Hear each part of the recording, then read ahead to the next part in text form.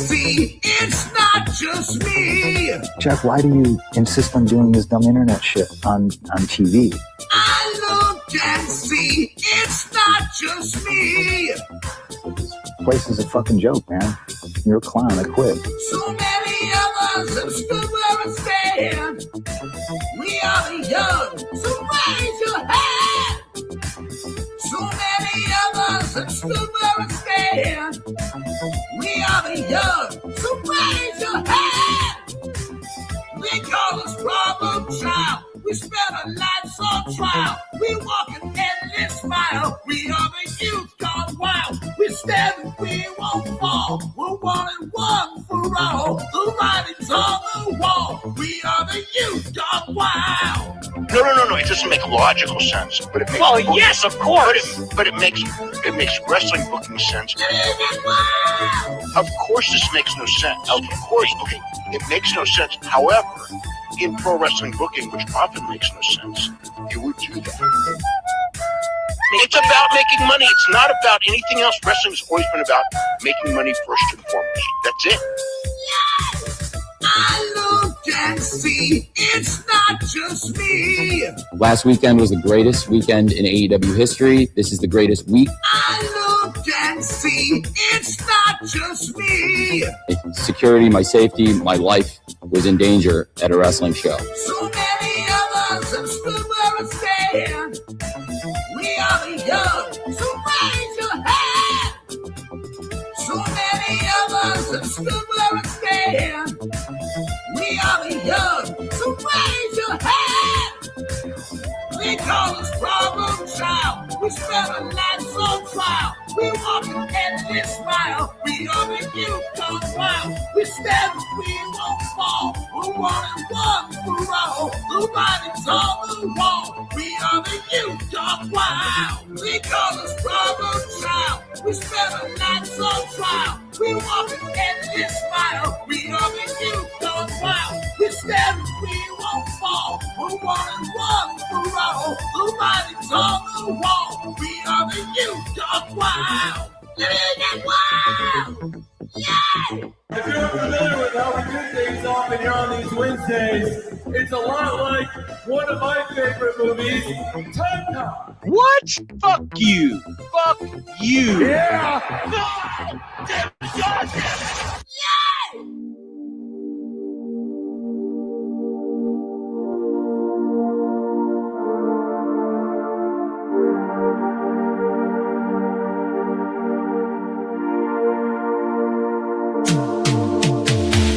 Every booking is golden, you see. Perfect cards crafted for you and me. Yeah, the best guys, Tony Khan, it's true.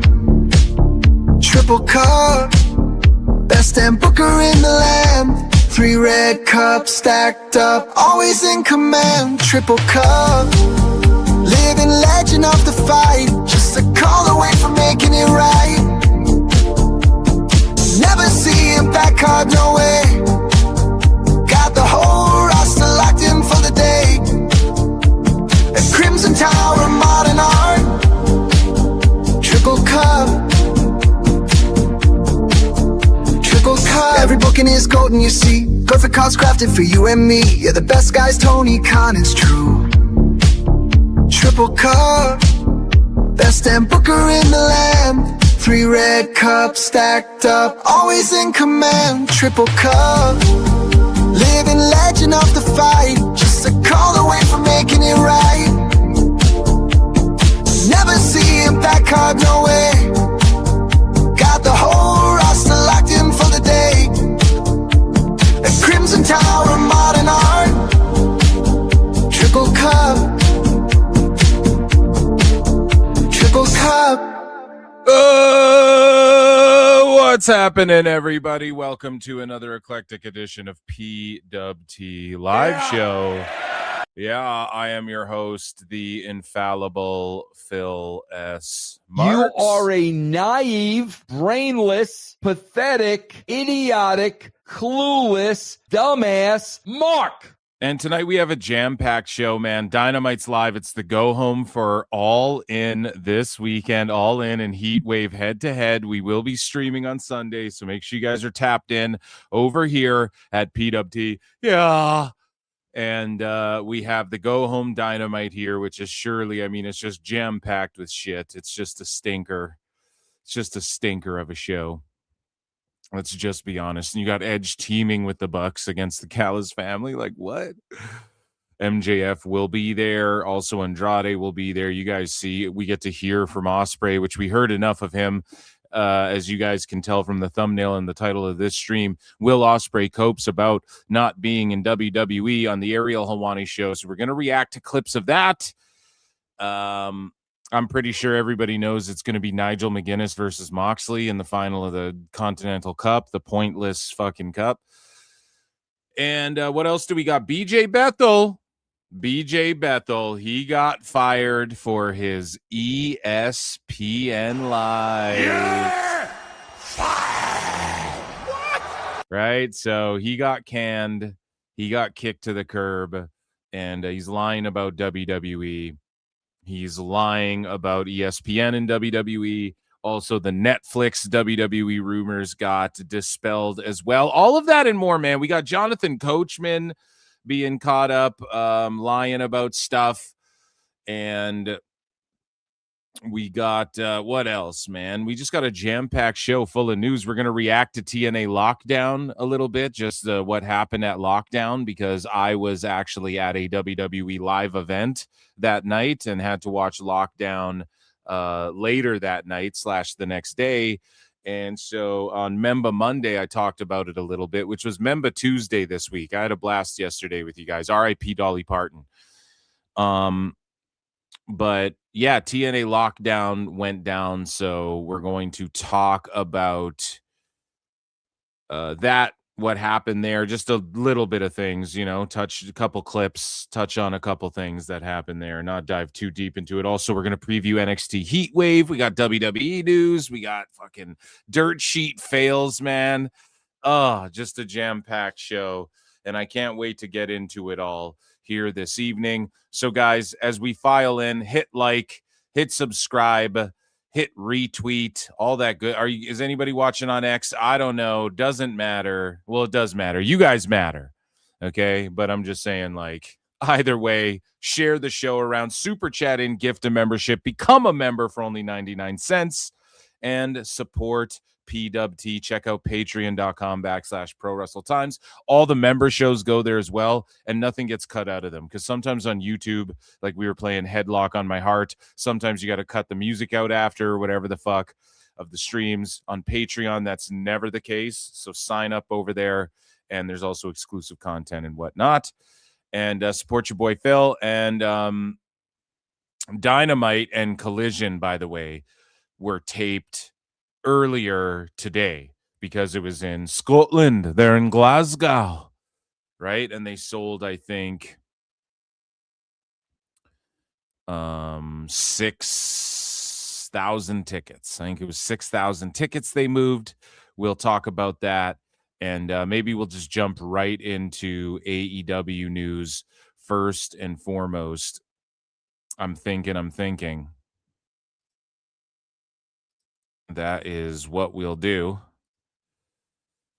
And okay, so let's see here. I'm gonna pull this up. I just saw somebody, Tony Khan, actually just felted a dirt sheet right now live, so I'm just bookmarking that. Okay, guys, so without further ado, speaking of Tony Khan, and actually we are on Tony Khan watch. I need to see if he went live. I actually completely forgot until right now today to check if Tone went live at all. Or double check, rather. You know, usually it just pops up in my feed. But no, he did not. I'm sure we will get one from Glasgow, though, okay? So I'm just on the lookout for that. I'm sure we'll get one before All In or something. So I thought for sure he would do one while they're in Glasgow today. And AEW, oh, yeah, this is what I was saying. It got taped. AEW and Collision, or that's both AEW. Sorry, I'm all over the place. I'm bookmarking stuff while I'm trying to chat.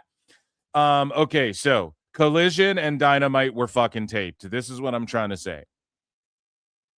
I don't know why you guys even tune into this show. Just being So Dynamite and Collision were taped today. Notice the dirt sheets weren't all over spoiling every single little thing. Now, some Collision spoilers are leaking out, and I'm sure there's spoilers out there.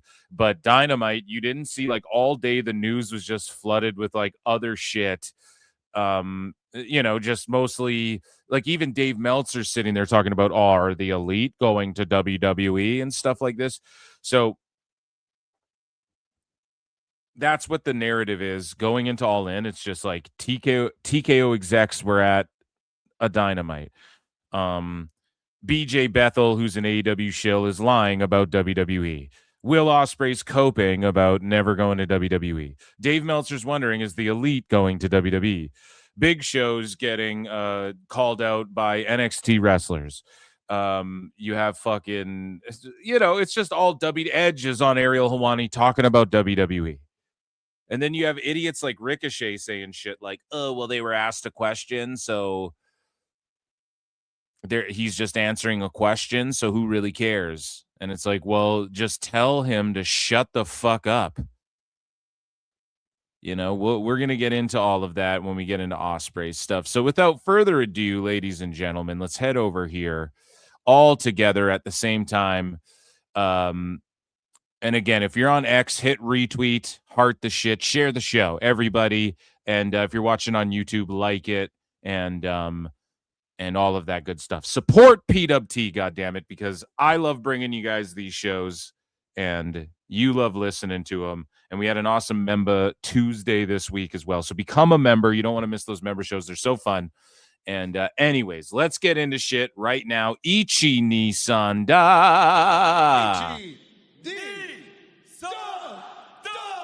Because it is time for AEW news, and it is time for the best guys, Tony Khan.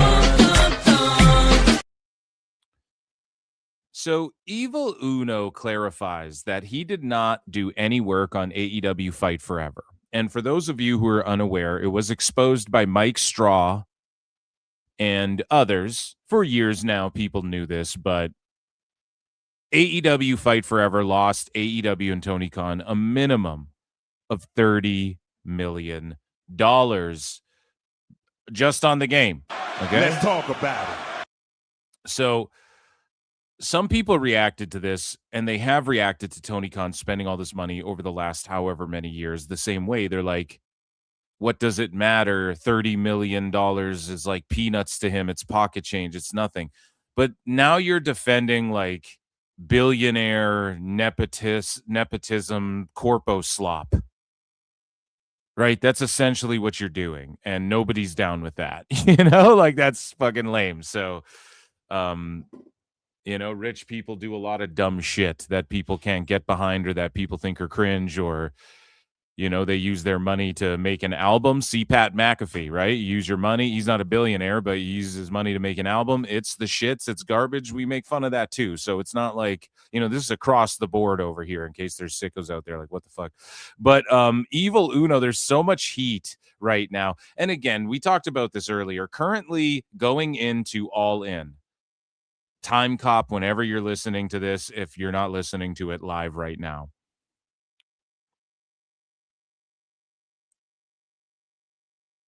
Going into All In, the narrative around AEW is TKO execs were at an AEW show. Edge is coping about WWE and, would he have been in John Cena's retirement match? Ospreay's coping about WWE and talking about the Cruiserweight Classic and other and other things. I don't like what they do, bruv. Paul White's being called out by NXT talent, or former NXT talent. It's just all WWE, WWE, WWE. That's all anybody's talking about. So much so that even Tone said in an interview, we're going to talk about it in a bit, he was like, I would have allowed Edge to wrestle John Cena. We're going to talk about that in a minute. But other than that, it's just fails. Like fucking Fight Forever's losing $30 million. And then notorious AEW shill BJ Bethel's lying about WWE and ESPN. And he just completely tanked his credibility. Completely tanked it. And he's the guy who reports the 500K on Max and all this stuff. You know what I mean? So it's just been looking bad going into All In overall, and there's no heat or momentum on the show whatsoever. Nobody's hype about the Casino Gauntlet even. Nobody's hype about even me. Like, you guys know your boy Phil Marks comes on the show and I go, I'm actually hyped. Typically every All In, I'm like, dude, I'm actually getting hyped for this, whatever.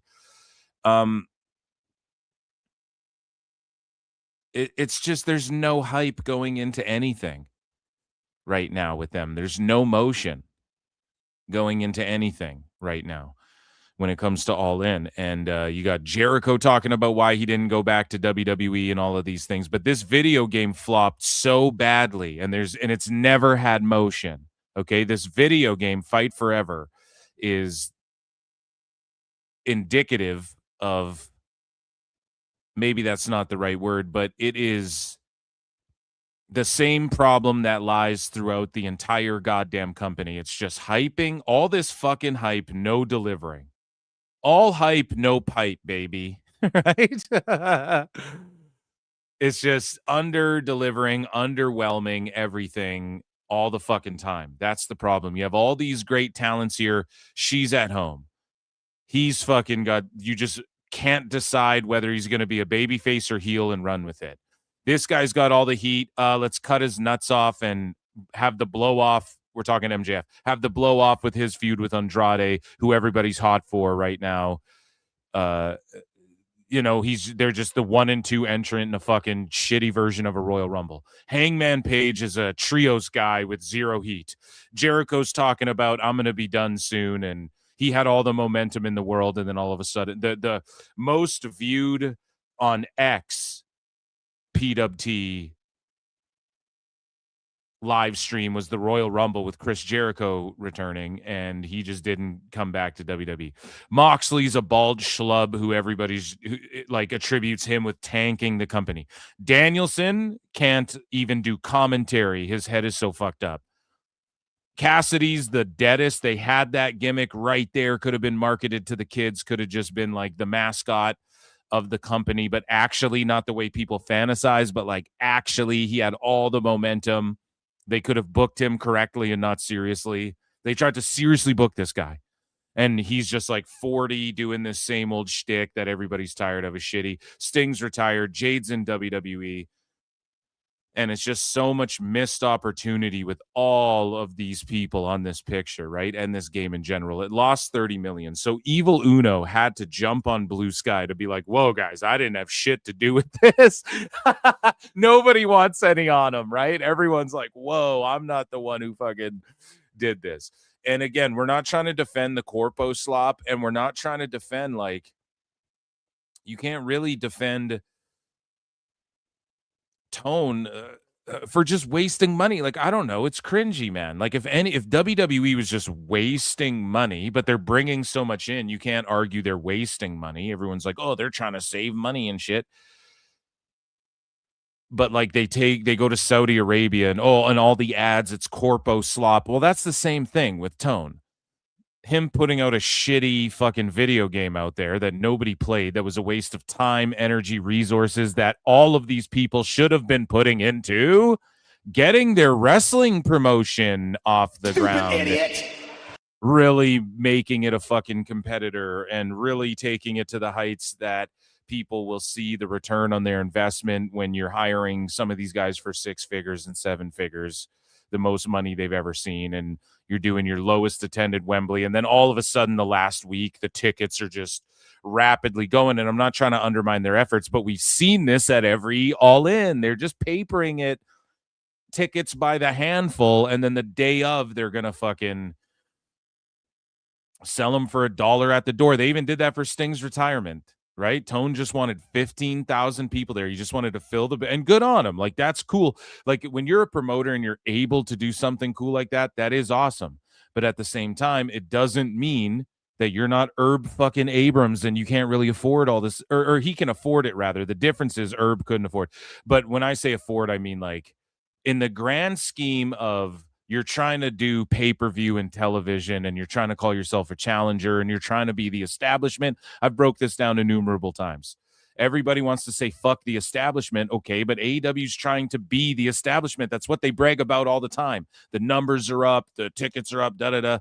And so, you know, Brandon Thurston, like, I'm not even going to waste time talking about they padded the fucking house for Wembley. We already know they did. They did it for All in Texas. Just wait for Brandon Thurston to sue the fucking building, or wait for Wembley to tell him the turnstile count, and he will tell us, say what you will about Brandon Thurston, Thirsty Thurston. He will at least get to the bottom of what the real turnstile tickets sold versus how many people were in the fucking place, because that's a huge difference too, right? So like All in Texas, the attendance they announced was like, what did they say the attendance was? Like 28,000, I think is what they said. And then Brandon Thurston revealed that the tickets sold were 18,000 tickets sold, or whatever the fuck the turnstile number was. So whatever, guys can break that down. I don't care. Everybody fluffs the house a little bit, but I think Tone really wants Ospreay to get to 50K because he's expressed that. And he said it on Ariel Helwani Show. We're going to get to that. Ospreay was like, I want to at least have 50,000 people there for Wembley. That's like a dream come true for me, or whatever the fuck. So I think Tone will try and facilitate that any way he can, and he'll do it by fluffing it a little, peppering it in a little bit, you know, and that's what they've done at every All In, so who cares at this point? Like, we know they're going to do it. Let's make fun of it after when the proof is there. Just give them the benefit of the doubt, and then the fail is even harder. I proved that time and time again with Dave. I proved that time and time again with these fools, Elbu, Jon Alba, we're going to talk about today. Oh my God, a jam-packed show. Anyways, so Evil Uno goes, lots of fight forever talk in the last days, and I just want to make something clear, as I regularly get mentioned as a developer. Once again, I did not do any work on the video game. I made zero decisions. I was only used to advertise it, build a gaming community, and put it in our wrestlers' hands. Okay, but buddy, so you were tasked with building a community. That's something the game doesn't have whatsoever, and is one of the biggest flops, and that took some of the 30 million. You know, so he's even trying to wash himself and absolve himself of any responsibility with this fucking game tanking. Shout out Mike Straw, by the way. So in other business moves and ventures, Wrestle Ops puts this out there. And I guess, AEW put this out there. AEW officially announces their first show in France, with Grand Slam France taking place on Tuesday, October 6th in Paris, France. Now, the logo's really cool. You take a look at that. It's actually really cool, the design. I like all of this. They have good, like, graphics, a good graphics department or whatever, you know? The thing is that it takes a long time to really make a footprint and dive into a market. Like, Tone just pulls up to Australia thinking it's going to be this big, massive deal, and it's really not. And even in Mexico, like, he pulls up there, and I mean, yeah, you got Mystico on the card. Like, you're in Arena Mexico. Those are your partners. There's CMLL stars on the show, and I know you guys charge more than a regular CMLL show, but without AEW, they do more people. The attendance is bigger. Grand Slam France is like, I mean, again, the logo looks cool. I see this and go, oh, nice. There, you know, but then when you look and see the AEW logo and you go, God damn it, dude, how many people even watch AEW in France? Let's ask AI, see if AI has an answer. How many people watch AEW in France? There's no precise public numbers, but they are going to do an 8,000 seat at Adidas Arena in Paris. So there's no numbers. So nobody even knows. There's not even like an estimate. And I've tried to give Tone credit for like doing market research way in the past years ago. I don't anymore because I doubt he did any. It took UFC and WWE a long time to really get into France and do it seriously. Now, WWE would do European tours. They would go to France and whatnot. And I'm sure they drew really well. But UFC, now, provided UFC had to get the sport of MMA legalized in France, but they did it. And they've gone and they've done shows, and other MMA promotions are able to go and do shows there and have in the past, and MMA is becoming more prolific. There are prominent French-speaking fighters in the UFC currently from France who are Cyril Gane and I believe Benoit Saint-Denis. He's also from France.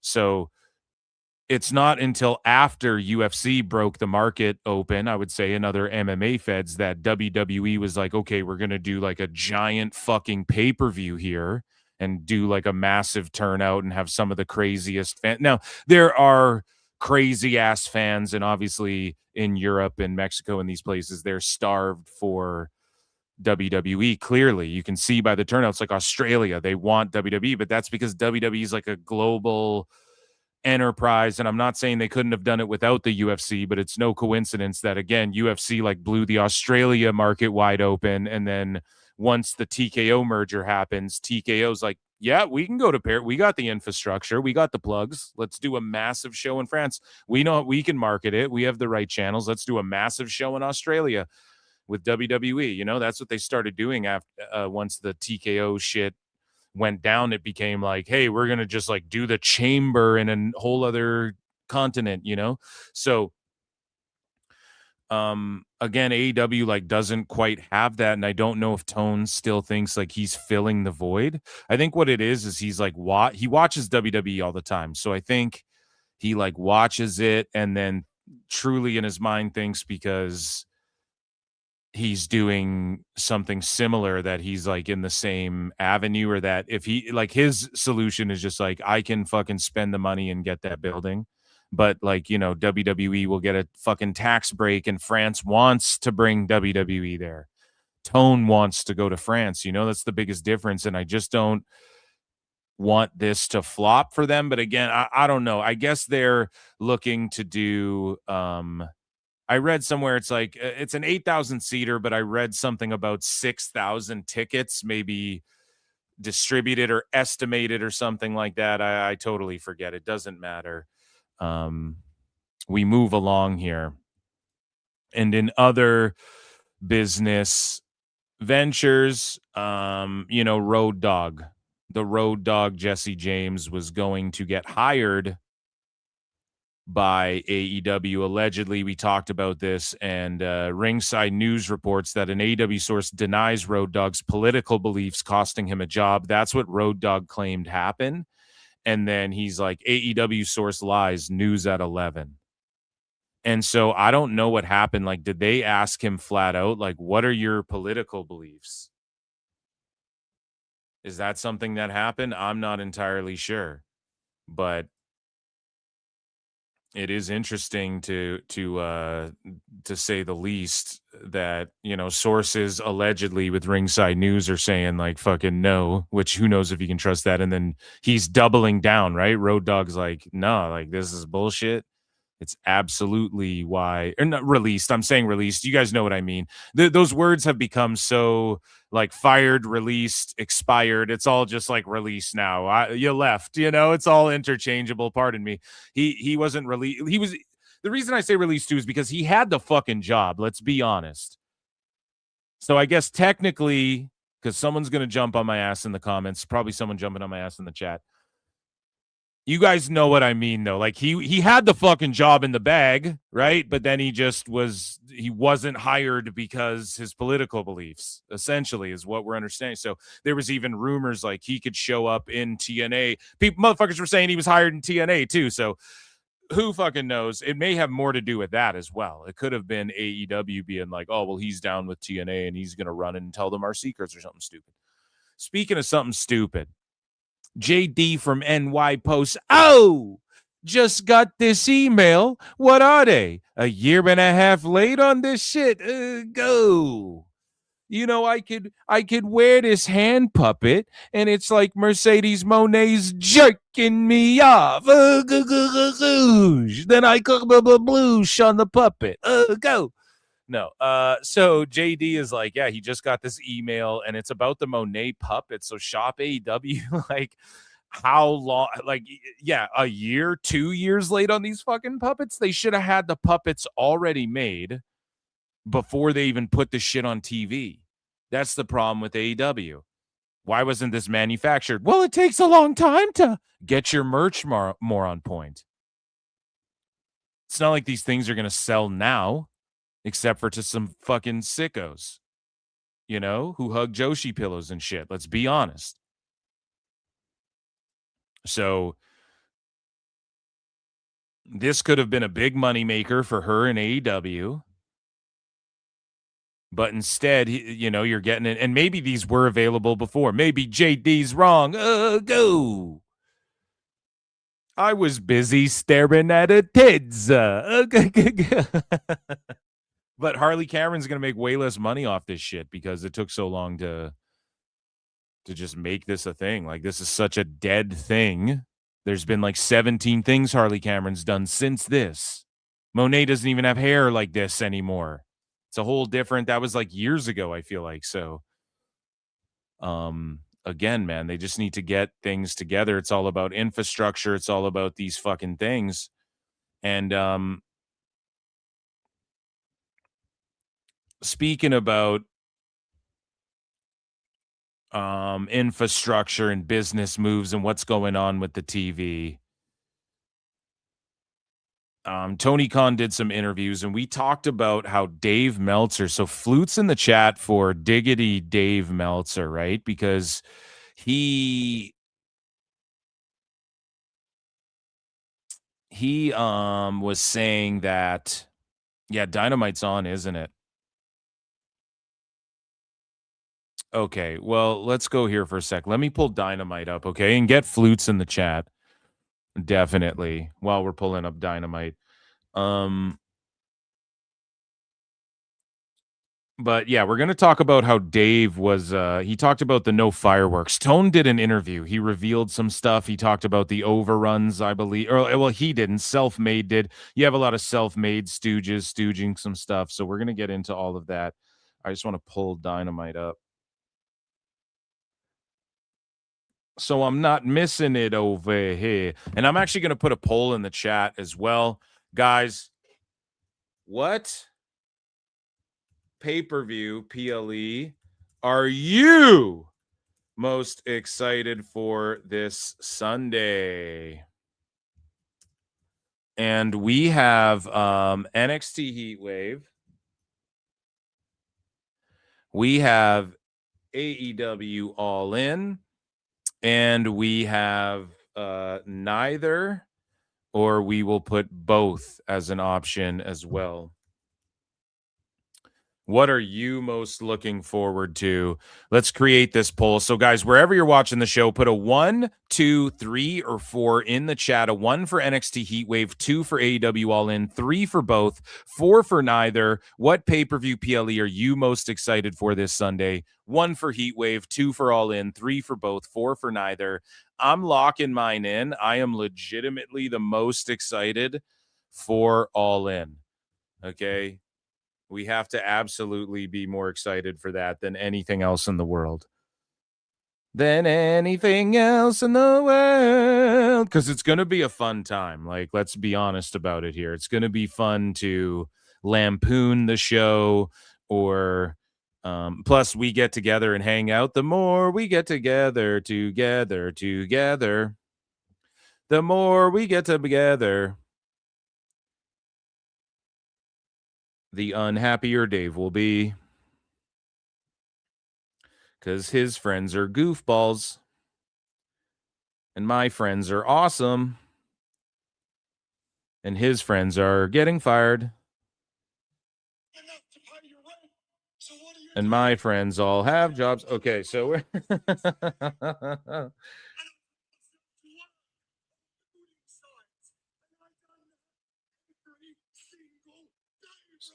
so Ospreay just yells and it's not. He just yells and it's just not good. It's not a good promo. I don't care what anyone says. Okay.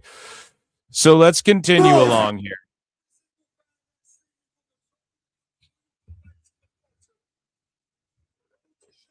He just yells, right? Like, that's not a good promo to just yell and be like, whoa, every single thing is just yell. It's more effective if, like, you know when to yell, when to raise your voice, when to lower it, when to put emphasis, when to fucking.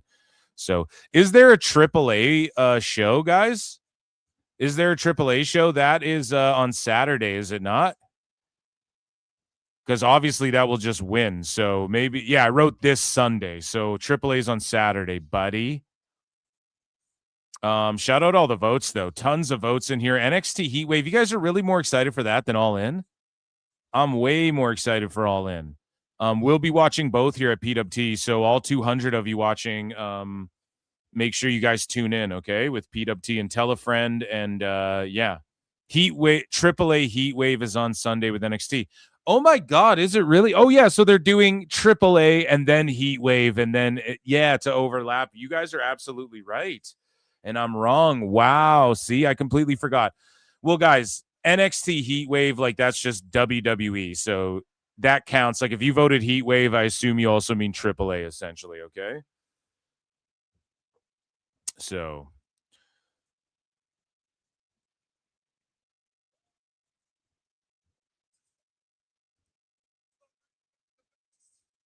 Okay, let's move along here with news. So, you know, we have some Tony Khan being interviewed. We have some insight on the inner workings of AEW here. We have some roster revelations as well. Some people coming and going. We have Will Ospreay, bruv, coping, no Adam Copeland, no Edge, about WWE as well. So let's talk about some of this stuff here. In television news, AEW Dynamite from the OVO Hydro in Glasgow. The tickets distributed 6,387. The current setup is 6,780. So good on them. They packed a house. Well, they didn't pack it, I guess. The total number of seats on the map are 10,700. And the last time they were there, they did 7,700 people. So it's like they are falling off. Yes, a good 6,000 seater. This happened in America too, though, guys. This happened in America too. Oh, they finally did. Like, you know, your boy Phil's the first one to go, oh, man, they actually did a good house tonight, and you got to put it over, and I'm happy, and drawing 5,000 anywhere is good, blah, blah, blah. But just looking at it, 6,400 tickets rounding up. Just over halfway full, and the last time they were there, they moved 1,300 more fucking tickets than this time. So what happened? What happened? What happened? It's the same thing in the United States. At one point, they were drawing 5,000 every show, then it was down to 3,000, and then it's down to fucking 1,000 sometimes 1,000 and something sometimes, and they've never fully recovered. So, it's unfortunate, and hopefully they can get it together, and hopefully the UK will be drawn back by Ospreay. Like, he's clearly not a fucking draw. I'm sorry. Whatever they were doing last year, they should do if they were selling more tickets, right? And it was when tickets were more expensive. So, Tony Khan was asked about All In that is coming up. Well, actually, let's jump around here because he was asked about the fucking lengthy overruns. Or he wasn't asked, rather, pardon me. Elbu or some of these self-made clowns brought up, like a source told them. So obviously it was MJF or it was one of these goofballs back there in AEW who talked to self-made and Elbu and these guys. And so they revealed the reason behind AEW Dynamite's lengthy overruns, which they don't know shit. So this is SRS. So I'm getting my stories mixed up. For surely Self-Made commented on something we're going to talk about here, but this is actually Sean Ross Sapp, he doesn't know either. But he goes, WBD is getting 30 minutes of free content throughout all this. And AEW sources that I talked to told me that didn't really go towards the hours that AEW owes WBD in that sense. If Warner Brothers wants the overruns, why would they not do them? They are appeasing their broadcast partners so they can get their 2028 options picked up. That's pretty much what it is. Guys, you realize I talked to people in AEW, or no, who said this? So this explanation comes after Brian Alvarez said on The Observer that he had spoken with people inside AEW who weren't happy with how long Dynamite has been running lately. So I think maybe this is Sap, or is this... No, this is Brian now. Nice. I get to whip out multiple impressions. Well, Dave, guys, you realize I talk to people in AEW. Nobody likes this overrun. Like, the people there are like, why is this show going so long? I left and go home, and the show is still going. Alvarez also questioned what AEW is getting out of the extra television time. He's not getting anything out of this. He's not getting paid for the overruns. I could tell you that for a fact he's losing viewers. He's shooting his big angles in front of the smallest audience. Like, what are we doing? So Sap then continues to go, not that I've heard. So I don't know, man. All these guys are fucking loser chuckle fucks. None of them know anything about anything. They just say shit and they just pretend like they're experts in fields they're not. It's pretty funny, but they are losing viewers. We know that. The overruns are the dumbest thing ever, and we just know this through science and facts and math and data, right? So anytime we've ever seen the overruns, the audiences are fucking tanking. Now, does Brian Alvarez know any WB execs? Probably not. Does Sap? Fuck no. Do any of these people know shit? No. And BJ Bethel's put his foot in his fucking mouth, and they all are getting called out, signal boosting this shit. And it's fucking hilarious. So we move along. And Elbu dodged a bullet there. Right? But there's been some major television changes to the schedule ahead of All Out Week. So we're in All In Week. We are headed into All Out Week. And Ringside News posts this here that AEW is changing its usual television schedule during All Out Week. Dynamite and Collision won't air on separate nights, giving the company one loaded go-home broadcast before the pay-per-view. According to two WBD media releases issued this week, the September 23 editions of Dynamite and Collision will air together as a 3-hour block from the Fishers Event Center in Indianapolis, Indiana. Dynamite will begin at its usual 8 p.m. Eastern, with Collision following immediately after. Once both shows are finished, AEW will air an all-out countdown special. AEW is also bringing back its tailgate brawl format for the pay-per-view. AEW Collision tailgate to All Out, and while the traditional buy-in is still expected to stream through YouTube and AEW's other platforms. So they're going to do the tailgate and then the buy-in and then blah blah blah and then the pay-per-view. So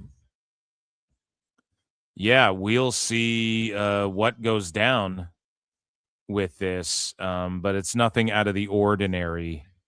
And they're getting a lot of television time, I guess. I mean, if the buy-in's on YouTube, it is what it is. But shout out Ringside News for that update. And speaking of shows, man, Dave Meltzer. So I told you guys to put flutes in the chat, and there was no real payoff for it. But you got to know the payoff's coming, right? You feel it coming, Dave. He feels it coming, Dave. When the flutes are coming, dude. Or, the young so superstar, babyface, that former heel thing. So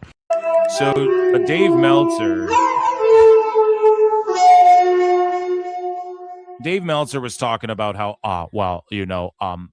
it's like, don't expect any big fireworks shows like the level of WWE for Wembley, because The Weeknd did a show and he got in trouble for, it's like, he got in, it's like, actually he got in trouble for fireworks. And then I said, I just guarantee I ran off 800 people watching the fucking show. This is what I'm saying though, okay? I covered this on Dave Meltzer Dumb Moment of the Week, and I said, listen, this guy's just extrapolating extra. So he's just inventing. He heard that The Weeknd fucking did a pyro show, which is nothing like WWE, which is nothing like AEW. And now he's making excuses as to why All In won't be as epic as WWE in one way, but at the same time saying, look, The Weeknd, I read somewhere that The Weeknd show did pyro and it got him in trouble, so don't expect AEW. Then he just extrapolates and makes it about, AEW does pyro sometimes, Brian. So let me explain why, but WWE. right? Why don't you just go ahead and fuck yourself up the ass? That's what happens. So Tone turned it down, by the way. Tone responded and said, "That's the first time hearing of this." So Dave just gets felted by his own son. I'm not a shark, I'm a man for two sweets, says no one's gay for Ospreay. Yeah, definitely not, man. You're right about that. Nobody is. So Tone, you know, he did interviews and he got asked recently about Edge and Christian and John Cena and some of the stars that are coming to All In, but specifically the Edge and John Cena thing because of Edge talking on the Ariel Helwani show about, I would have did the show. And so Tone was asked about John Cena. And of course, this is what people want to talk about before All In. They want to talk about WWE. But McGraps, okay, no one cares. They want superstars and shit. It's that simple. So Tone, while answering questions about like Ospreay and Omega and Christian and Jericho and Edge, he's got to talk about John Cena inevitably, right? That's how people work their way in. And you're going to ask about WWE because that's the actual pop and fed, right? And so Tony Khan tells Metro UK that he would have supported Adam Copeland being a part of John Cena's farewell tour. And he revealed that he had never been asked, but if he was asked, he would have done it. Now, I've told you guys this a billion times. All the sickos that Tony pledges allegiance to and who pledge allegiance to Tone, their vision doesn't align with what Tone's is. Like, he wants to be rolling in the dough. He wants the Saudi money. He wants to shift economies. He wants cities and towns to fucking call him and go, we will do whatever we can in our power to get a WWE event here, or an AEW event here, rather. He tried to buy WWE, put a bid in for it. If he did buy WWE, he'd be focused on Raw and SmackDown right now. He'd be doing Saudi deals. He'd have Slim Jim tables. He wouldn't give a fuck. Okay, and he would not care about Dynamite. Dynamite and Collision would turn into ROH. He bought ROH. We saw what happens when he cares about a company less. It just becomes a shell of itself, and it's just a nothing. It just becomes nothing, an afterthought for him. That's what AEW would be. And Tone would have ROH on the WWE library and shit. AEW would be his second. He wouldn't give a fuck. AEW would be ROH. ROH would be shit on a YouTube channel, and WWE, Raw, and SmackDown, and NXT would be his main focuses. Absolutely 100%. If Tone bought that shit and was the one working with the shareholders and owned the company, now the company would be tanking right now.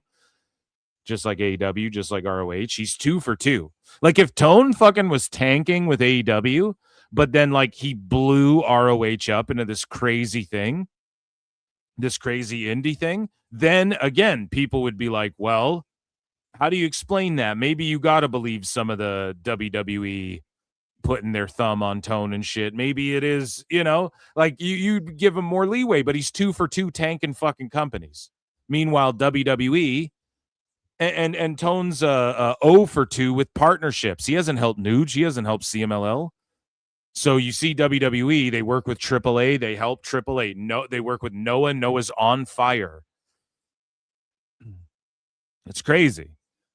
So again, if Tone like maybe makes ROH, he turns that into this booming thing, but he's struggling a bit with AEW to get it to compete with WWE.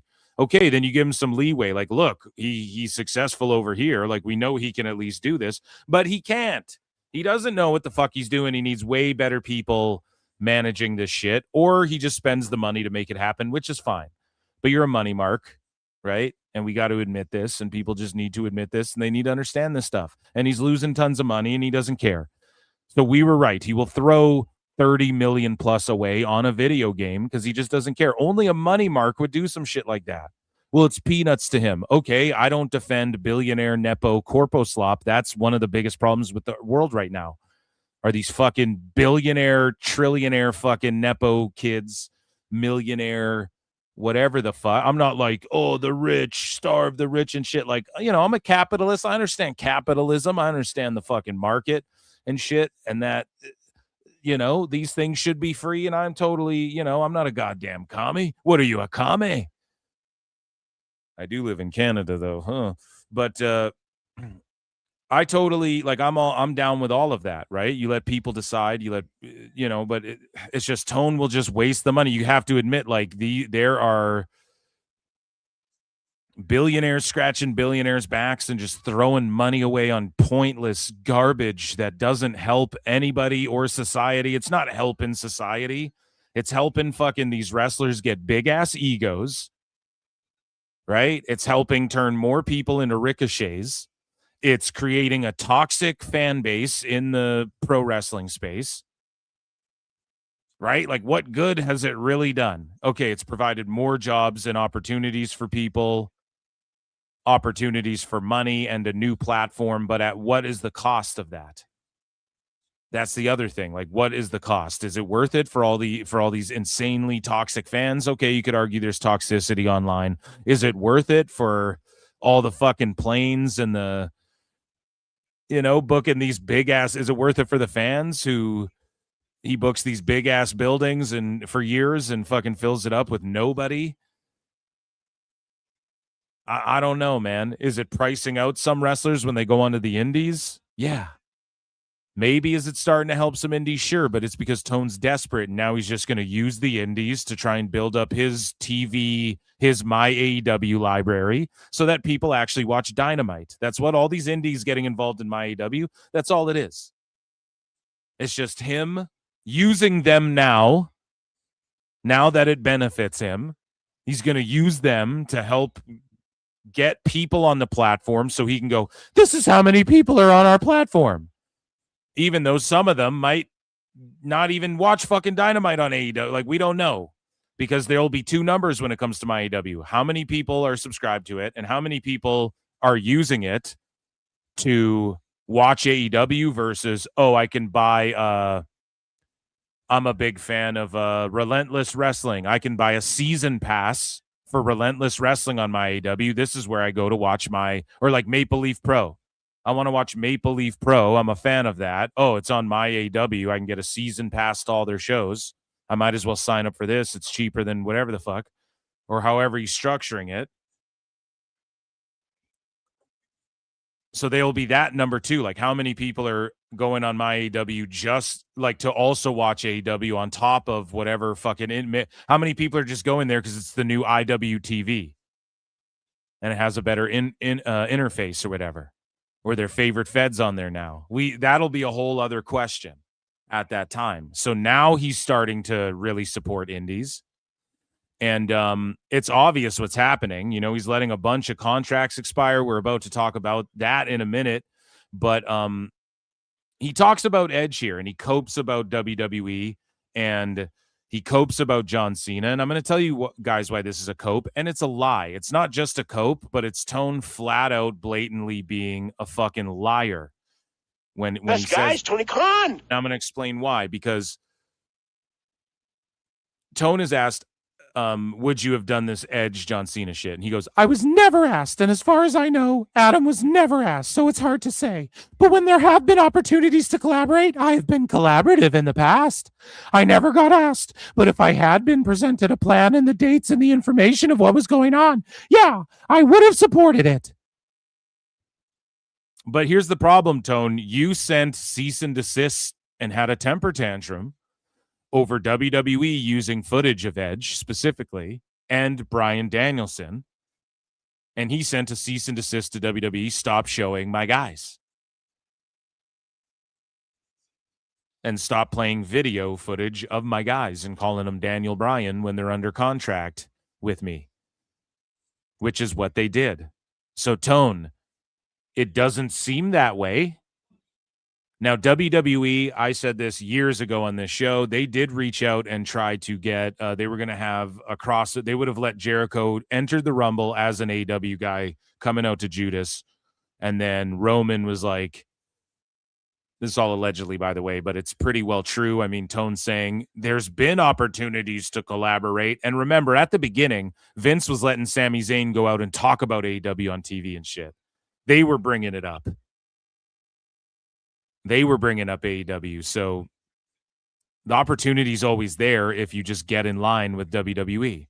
Tone blew that up again. He fumbled it. He could have used WWE to help blow his shit up more and then said, fuck them. And been like, we're the new whatever. Vince has famously done this, okay? Where he has fucking worked with people and then it bites him in the ass, or he, you know what I mean?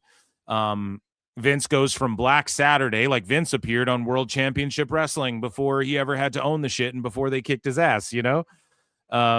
Same thing with ECW. He let ECW go, fuck Vince McMahon, fuck the WWF and stuff like that, but he was secretly funding them and shit.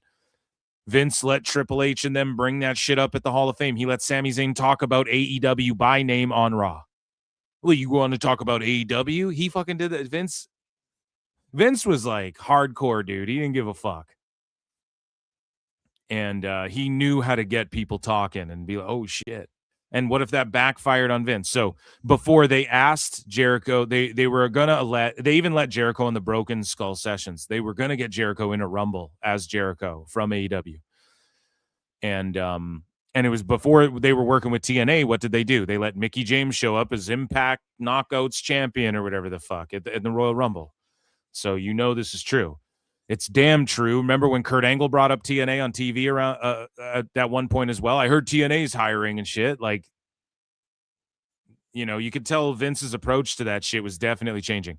Anyways, Roman asked for Mox because that's his boy. He's like, well, if we can get Jericho, can we get Mox? Let's just do Mox instead. So then WWE's like, can we do Mox?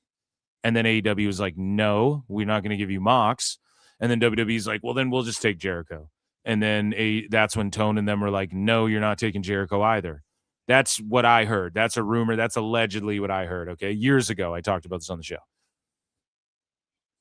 So fast forward, and then Tone's giving cease and desists, and he's taking shots at bald assholes, and he's taking shots at Undertaker and John Cena, then he's cease and desisting. And now you fast forward like a couple years from that, and he's talking about, I would have let Edge wrestle there if they approached. I've been very collaborative in the past, like trying to pat himself on the back about Okada versus Tanahashi or whatever the fuck, buddy. Like, yeah, your guys all work in Japan. That's never been an issue. Obviously, you're going to do it. But if you would have also sat in the corner and got cucked if WWE said, yeah, we'll send Shinsuke to wrestle fucking Tanahashi in his final match. That's what Tone would have did. That's what I think of you. But he said he would have supported it. And I believe him. He loves WWE. Tone is like the biggest WWE fan, guys. Okay. CWJ for 5 says, once AEW gets towards my AEW in 28, what percentage decrease do you see in attendance and social media interactions? I think it will be at least 50%. I think the attendances will stay the same for a little bit. I think social media, I think it won't be an immediate change, okay? I think the social media is going to stay relatively the same because it's going to be the only way people really talk about or interact with it. But I do think the live attendances slowly start to decrease more and more and more just because you're like not on TV and you become like TNA. What? That's a thing? Like, because for a while, people were like, TNA, Impact, that's a thing. Global Force Wrestling, you know, that's AEW. It'll become like, oh, that's still a thing that they do. And Tone can book all the big buildings he wants, but it's just going to continue to decrease. As far as social media, I don't think it will decrease over time, just like it did with TNA. But it will decrease ever so slowly. It won't just happen all at once. And I say that because there's still going to be people who want to make fun of the shit. I've always maintained that a bunch of the people who watch AEW are just illegally streaming it anyways. They're just on pirate ships anyways. Most of their diehard fans, I bet, are the same. And on social media, like, you're still going to have detractors. Like, it's not like week one, it's on my AEW. the people who fucking like, there's wackos out there with like fuck AEW accounts and stuff like that. They're still going to put it out there to make fun of it. And then you're going to have people like, the sicko accounts who just stan AEW all day. They are going to still post the clips. Like, they're going to be the ones keeping everyone informed on what's going on in AEW. And then people are going to want to make fun of them and respond to what's going on. But it's going to slowly but surely fall off. I just think it won't be immediate at all. You might even see an increase for a bit of people going like, what the fuck? It's on a website and look at the stupid shit they're doing or whatever. You're still going to get commentary on it. Once that happens, though, I don't know, man. I really don't know. What am I going to stay locked in as much? There's not much keeping me really hooked watching AEW every week. Personally, I think about like, what am I watching for every week? I do like Omega. I just really don't like what they're doing now. I really do like MJF. Some of the Callis family guys. Lucky there's a family guy. I like them. But overall, I'm mostly watching to see like what stupid, completely dumbass thing happens. And that's what happened to TNA. Like, there was a while there where it's like, okay, I'm into EC3. The Dudleys can come back, whatever. I'm into fucking Moose. Okay, yeah. Oh, sweet. I like Bennett and fucking Cody Rhodes coming in with Brandy Rhodes, and I like Maria Kanellis, and yeah, of course I like Lashley and shit.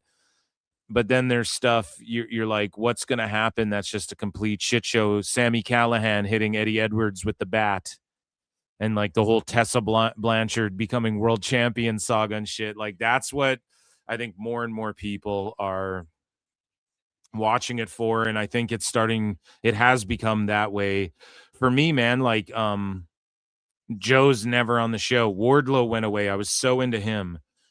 Most of the women just aren't booked properly at all. Like, the Brawling Birds could be way more than they are. And like, you had Anna Jay and Sky Blue, who should be at this point way bigger. You had a ton of heat on Julia Hart for a minute. Nothing. Darby Allin's just a fucking Looney Tunes cartoon at this point. Motor City come in, great, amazing. They're just doing nothing and are in ROH. It's quite literally what WWE was doing with them. They were just doing nothing. So at what point is it like, okay, I got to watch more Moxley? I'm just going to turn this off entirely. Like, and I'm not getting my AEW to watch it. And am I going to go out of my way to pirate ship it every week? Probably not. I'll probably just skip out and watch clips or whatever. So, even the Rascals recently, they bring in the Rascals. Fuck yeah, dude. All 4 Rascals. All of a sudden they let one of them go and then they bury the other 3 in fucking Ring of Honor. What? Like, what are we doing? You realize how over like those MSK cats were in fucking NXT, and how like the plans were they were going to go to the main roster and all this shit. And even Wesley as a heel started getting over. Like, he figured it out, but that was like a whole last minute change. And then the Rascals were super over in TNA and they were all over every show. And then they get a TV deal. Then you scoop them and then you fire one and fucking a day after hiring him, and then fucking just completely fumble the other 3. It's just like so bad, man. I can't the Bucks on All In again, wrestling for the tag titles. Like, they haven't done anything with anybody. Man. And like MJF wrestling Andrade in a casino gauntlet is the blow off to their fucking feud. It's just a slap in the face.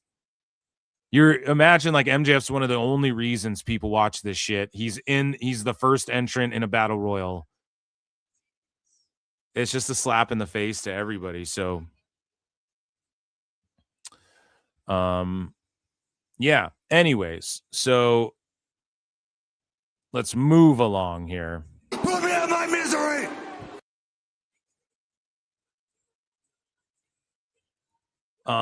So we move along, man, and we're talking about the roster a little bit, okay? And Tone's really been fucking up. So Britt Baker responds to a fan who wishes she would return at AEW All In 26. And Vinny G says, wish she would return at Wembley. Britt Baker goes, same. She goes, same, me too. I'd love to return as well at Wembley. Now they might parade her out there for the This Rebel Heart show, which is coming up in September, I believe. And I'm sure they will, but I said it's like Abaddon and Halloween, dude. You just have her signed and then you bring her out when it's Halloween. Britt Baker's in the best shape of her life. Can she wrestle? Nope, because you don't run house shows and shit. Last time we saw her, she was the shits. But I almost feel so bad for her that I want to see her go to TNA or I want to see her go to NXT. I was always like, fuck it, I don't even want to see her in NXT. No, I do. I want to see her in NXT. Because fuck it. Because fuck him, that's why. Because fuck Tone and all of this and everything he's been doing, like freezing wrestlers that people want to see. AEW fans want to see Britt Baker. And she just gets frozen and forced to sit at home because she broke up with Adam Cole and Tone switched allegiances of who was closer to him than her. And she didn't get along with people that, because that's what it is, guys. Okay. She broke up with Adam Cole. And Tone's allegiances and who's close to him in the company sort of shifted, as we've seen. Punk came in the company. Punk left the company. All of these things. Since Britt Baker was there, Rhodes has come and gone and all of these things. And so she was thick as thieves with Tone. But then who his friends are and who's closest to him shifted along the way, and Britt Baker was on the wrong side of that shit. And MJF don't like Britt Baker. Those are the rumors that are out there, and they may be true. I don't know. It's what Elbu and Self-Made says. Meanwhile, MJF works out wearing Self-Made shirts at the gym and fucking appears randomly in their Discord chat and has done phone-ins on their show. So if we're to believe what he said, and also Britt Baker was like on a podcast where she stooged how angry MJF, how upset he got about something. And I'm sure that rubbed him the wrong way. And he's got Tone's ear. He can do whatever the fuck he wants. And I'm not saying it's because of him, but it's like, Tone does things. He's very much under the, people want to say Tone doesn't answer to anybody. He does. He answers to egomaniac fucking wrestlers who really haven't earned shit yet in the grand scheme of things. Maybe you could argue MJF's the only guy who's like made his bones there. And I don't know how much Tone is paying him, but they focused a whole all-in around him, and it did better than the one they're doing fucking this year. That's all I'm saying. He's been a focal point, and so you could argue maybe MJF is a guy who's seen all their successes, but it's more than that. And, just, she breaks. Is it a mystery? She breaks up with Adam Cole, and you hear rumor, and then MJF you hear all these rumors of his fucking tantrums and stuff. And then there's rumors he's punching walls backstage and because Britt Baker's talking shit on this person or whatever. No. And if you guys remember at one point, Britt Baker and her, like Thunder Rosa said she had to run and hide in a bathroom or whatever because Britt Baker and her girls were coming looking for her. And so that was okay to do back then for Britt, but then all of a sudden, it's not cool anymore. She's persona non grata. It's just weird ego shit. Moxley said it on his wife's podcast. It's like the whiniest, bitchiest, high schoolist fucking, that's how he described it. Locker room of all time. Maybe it's better, but maybe they also view Britt as she's not entirely innocent and she might be a bit of a shit disturber. I'll give Tone the benefit of the doubt in that. But she's got to like beg to come to work. Just fucking release her. The problem is that Tone won't release her. And this is a problem. This is Tone's problem because it's like he won't just have a sit down, work this shit out. His problem or his way to deal with these problems is always like, Punk, you go to Collision and don't go be where the Bucks are and just ignore it and don't fucking whatever. Instead of like forcing them all to sit down and anybody who doesn't want to have this meeting's fired or fucking fined. or then I'll freeze your bitch ass because you're not, this is my company. You guys are my top stars, whatever. We want to make this work. He couldn't even do that with Punk and the Bucks and Kenny and them. He couldn't even sit them all down and go, you guys work this shit out or you're all fucking fired or you're all going home off TV and I'm fining you all or whatever. He couldn't even do that because Tone's such a nice guy. And it's the same thing with Britt Baker. He can't just sit everyone down and go, listen, I don't give a fuck. You either work together or you don't work here. Why? Why won't Tone do that? Because, drum roll, they'll just walk into WWE and they'll take the less money, and WWE would blow Britt Baker the fuck up or blow MJF or any of these, the Bucks, Kenny, any of these fucking people. They'll blow them the fuck up and it will destroy Tone, and he knows that. So he just freezes people, sits them at home. They have to beg to come to work. They're all confused, like, what am I doing wrong? And it's not that you're doing anything wrong. I don't like blaming the boys for this shit, but it's that Tone doesn't give a fuck. You got to suck his nuts, put on 5-star classics, and then you can be a schlub like Kingston and not even be in shape. You got Will Ospreay bragging about beating John Cena's neck surgery recovery or whatever the fuck. You came back, Ospreay, looking like a schlub. You weren't even like jacked up or anything. Like, you just came back looking pale and schlubby. The fuck? John Cena came back. Yeah, you beat his time. He was in shape when he returned. You know? Like, Britt Baker getting in the best shape of her life. Bring her back. See if the sickos don't fucking mind having her around, Tone. He won't do it. He just won't do it. And he doesn't care. It's just about appeasing him and getting 5 stars from fucking Dave Meltzer. And that's fine. And it's not just what the boss wants, the boss gets. It's that he won't fucking deal with, like, you know, if Punk and the Bucks have problems, you sit them all down. If Britt Baker has problems with anybody back there, you sit them the fuck down and say, work this out.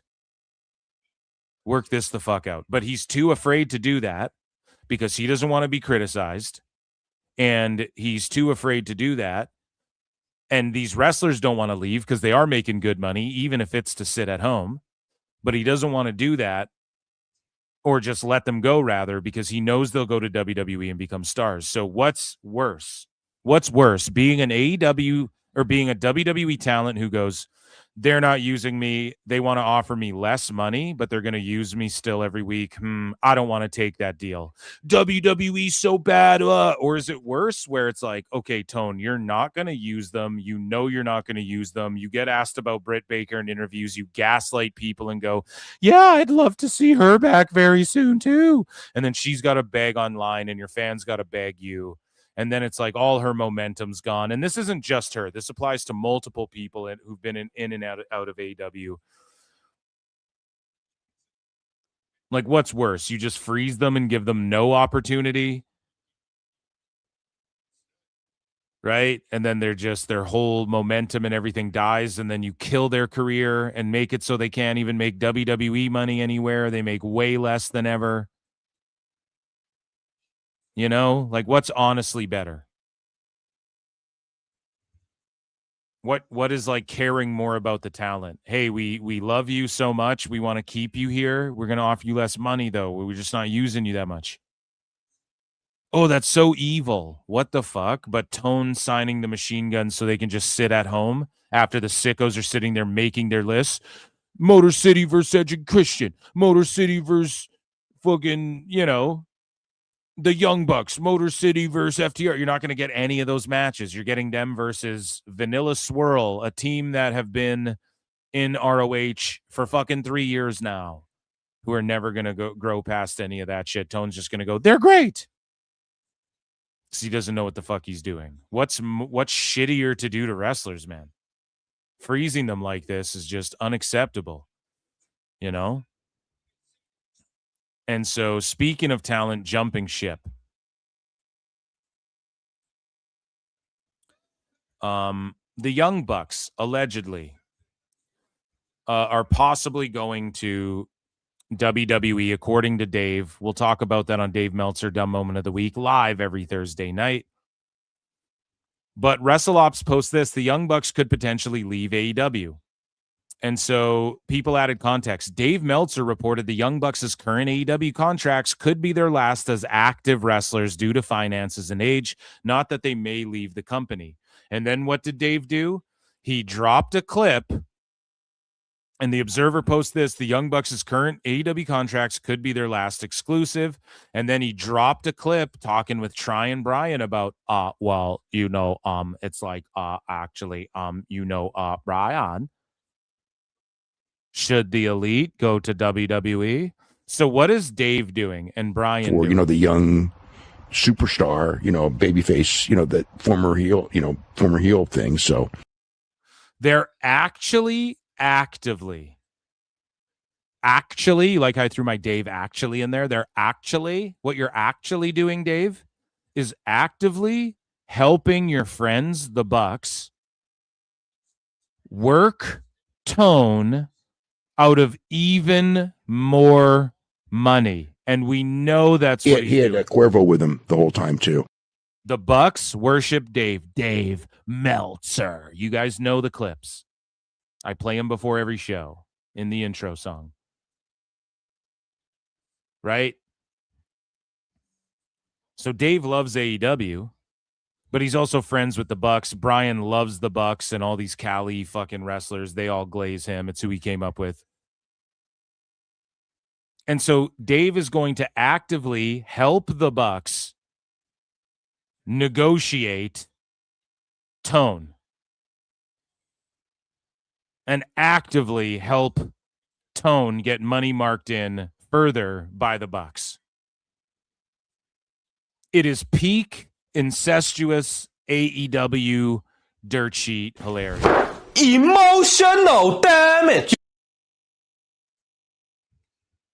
100% the Bucks go to Dave, and then he talks about this shit just like they did last time. There was a meeting where the Elite were all like, should we go? Should we just go to WWE? And this is after AEW has already started.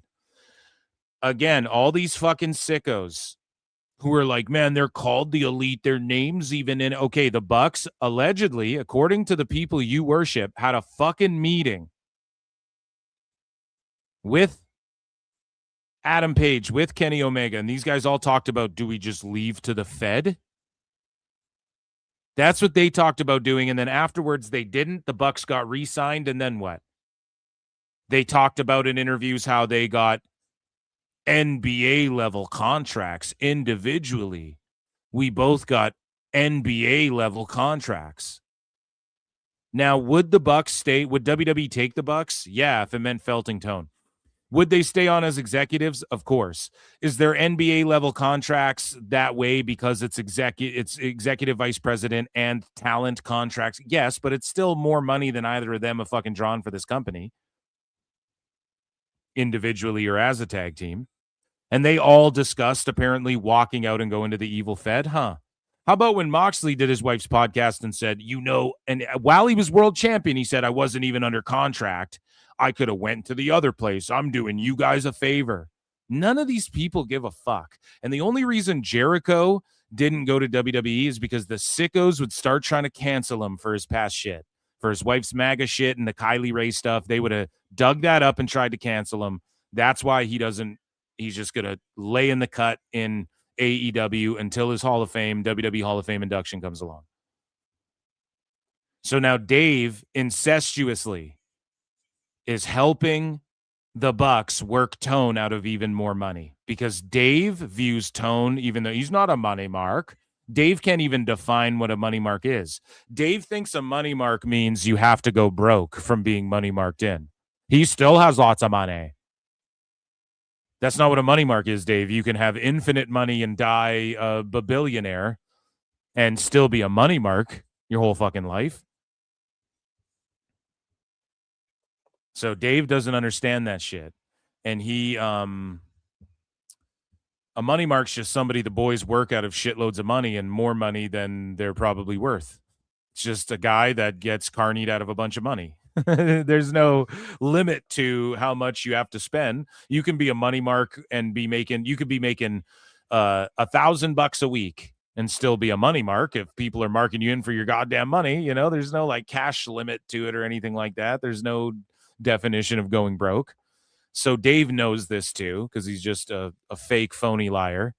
And Dave is going to help the Bucks just work Tone out of even more money to keep them on TV as wrestling talent for fear of what? Because Dave knows, and this is why I ramble and babble so much. You got to psychoanalyze this shit. As I said earlier, Tone's fear is Britt Baker, MJF, they'll just walk into WWE, they'll become big-ass stars. This is why he won't let Wardlow go, and he'll offer Wardlow more money to stay, knowing that Wardlow is going to just stay sitting on the bench, which he did recently. I heard a rumor, again, I said this like not even a year ago, that I heard Wardlow allegedly signed like another deal. He's like 37, so allegedly make money to just chill in AEW. I mean, that's what a lot of people are kind of just doing. I think he's like 38 at this point or something like that. So if that's the case, let's say Tone will do that. He will freeze someone who has injury time, even though they want out of the company. Now, like Paige, she asked to get let go, and Tone granted it. I don't know how or why. I mean, I think he's just a fan of her. He's probably gooned to her. He allegedly, in my opinion, it's a comedy show, folks. Why don't you right? just go ahead and fuck yourself up the ass? But he let her go. You know, she wasn't a shit stir. She did her damn thing. But he also re-signed her for like that 1 year. He signed her up again for a year, and then she never completed it. She just asked for her fucking release. And I'm pretty sure, by the way, people like Paige in AEW, when you get, like, let's say she asked for her release, and then I'm pretty sure Tone has to like, and then he grants it. I'm pretty sure there's some sort of, I don't think he honors the whole contract, but there's like a payout there as well. And some of the top guys know to work that into their deals. That's the thing, man. Tony's just getting marked in, all right? And Punk got paid the fuck out for leaving the company. And that's why he tried to make it work, but he just epically failed. Now, I go through all of that when talking about these things because it applies here. Tone will just pay the Bucks even more money, talent deals even, just to make sure that they don't show up in WWE or whatever, even if they're a net negative on the business as a fucking whole. Now you can say, oh, that's just a good guy. And it is. He's like too nice of a fucking billionaire. I don't know. How is it benefiting fans in any way? How is it fucking, you just got to ask yourself that question and weigh out, is it really worth it to keep the Young Bucks around as executives? Like, what executive moves did they do for the company thus far? What matches are they doing that's really drawing? Is it Edge and Christian? Or if you booked Edge and Christian versus the New Day, who you're about to bring in and fuck up their debut with Swerve in a 40-man trios fucking tag team gauntlet or whatever the fuck, what would have been a bigger draw? What would have made you more money? Let's be realistic here. But again, it's just Dave and the Bucks preying on Tone's fear that they know exists of whoever you are, anybody that I see anything in, or that I want to keep just to have so that WWE doesn't have them. WWE, in spite of me, will make them into a fucking star, whether it's for NXT or on the main roster. So I just can't let them go. And it's just fuck that Dave would participate in that, truly. But it's par for the course, right? Like, Dave's a scumbag. And he's put people like fucking Bethel on a pedestal and whatnot. We're about to talk about that in a little bit. But Self-Made had this to say, okay? So this is courtesy of Ringside News. AEW talent who haven't evolved are at risk of contract non-renewals. Now, the problem is that nobody's evolved in AEW. Not one fucking person has evolved in AEW. And I'll check super chats in a minute here, okay, guys? So, Self-Made had this to say. Elbu, one of these idiots at fucking Self-Made, literally the worst, gossipy little bitch, dirt sheet platform aggregators. Do not aggregate. All they do is just like comment on shit that they're hearing. And then anything that you think these guys are hearing, this is who they're hearing it from. Daniel Garcia, MJF, fucking massive trombone flop for these people just stooging to people like fucking Elbu. These are the guys who signal boost BJ Bethel and Dave Meltzer. These are the people that Dave Meltzer responds to. The J Cups, the Elbus, the BJ Bethels. These guys are all in this little incestuous little group of shit dicks who just get caught lying, making up sources, hearing shit secondhand, hearing a rumor from a fucking wrestler and then not double sourcing it, but then getting triggered or trying to be the people who think they can tell you what good wrestling is or espouse what journalism is, and who try and control the narrative of everything, who fucking condescend, who just bubble block every fucking person who has a different opinion than theirs. And for that reason alone, just mass blocking people they've never even interacted with, who just they know by proxy would fucking pwn them, right? Just by proxy of like being a wrestling fan and enjoying AEW, and then someone's maybe critical of it. They're all people who kiss Tone's balls, try to get handshakes from him. It's all the same fucking thing, just going on over and over. And you're seeing BJ Bethel, his credibility shot. Dave shot his. Elbu shot his, gets exposed for being a liar, called out by a bunch of AEW wrestlers for being a liar. And even if they were trying to cover their own ass, they all unanimously went, fuck you, apologize. You're a piece of shit. We thought we could trust you. If he wasn't lying, right? I've seen DMs between Elbu and AEW wrestlers where they're calling him out for lying, and he won't take fucking responsibility, and they're like, dude, you just apologize and shit. He wouldn't even do it. It's the same thing with Dave. He won't apologize or backtrack on none of that shit. They can never be wrong. All these dirt sheets are the same. They can never be wrong. Hey, this guy got that wrong. He either lied or was wrong. No, I never lied. How dare you call me a liar? All these fucking dirt sheets do this shit. It's so fucking cringy, man. And like Self-Made is one of the worst of them, where they just are literally like gossipy goss, and not even like hot goss the way we do at PWT, where we're just having fun and making fun of shit or reviewing stuff or, you know, debating things, whatever, questioning things and whatnot. It's just them like, I don't know, man. It's just like chicks gossiping over tea or something.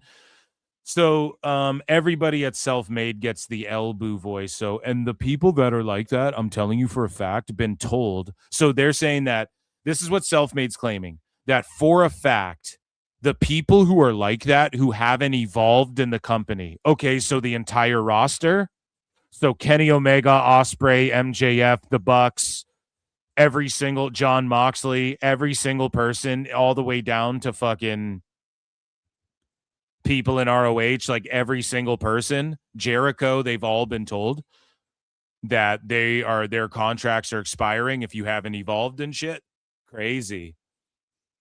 And Tone's not going to pick them up. So this is what Self-Made says. And the people that are like that, I'm telling you for a fact, have been told that when it hits October or later in this year, those are the people that are not going to get renewed. So guys, again, 3 fucking years ago, what did Phil S. Marks say? Phil Marks of PWT. He says, I told you so. Guys, get your goddamn support in for this show, PWT. What did I say 3 years ago? Huh? Mass exodus of 25. I was right. Of AEW. And what did I say? 27 is going to be an interesting fucking year for AEW.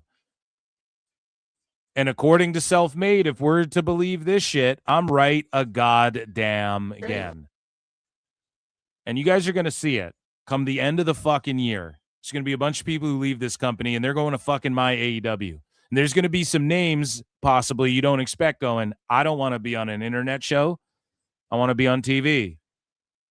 So maybe they're right. Maybe they're wrong. I don't know. I think genuinely these guys are liars, but they're saying October or later in the year. So there you fucking go. When you're in his position and you're not pushed and you're at the bottom of the roster and you're mainly just getting opportunities at ROH. So who are they talking about here? Argued that simply waiting around for AEW to give them a bigger push isn't enough. So do you see how these fucking goofball losers go? This is what they say. For talent mostly getting opportunities in ROH, Self-Made argued that simply waiting around for AEW to give them a bigger push isn't enough. Well, what are they supposed to do? If you speak up in the company, someone stooges you to the fucking dirt sheets and you get buried, or people make up fucking rumors about you, or you get fired, or you get put on ice. So what are you supposed to do? It's not enough. So this is what Self-Made says. When you're in his position and you're not pushed and you're at the bottom of the roster and you're mainly just getting opportunities at ROH, this is what you have to do. You have to show out when you get a chance. No, that doesn't work, dumbass. You have to show out. So when you get a match, you got to go break your neck so Tone can clap like a baby.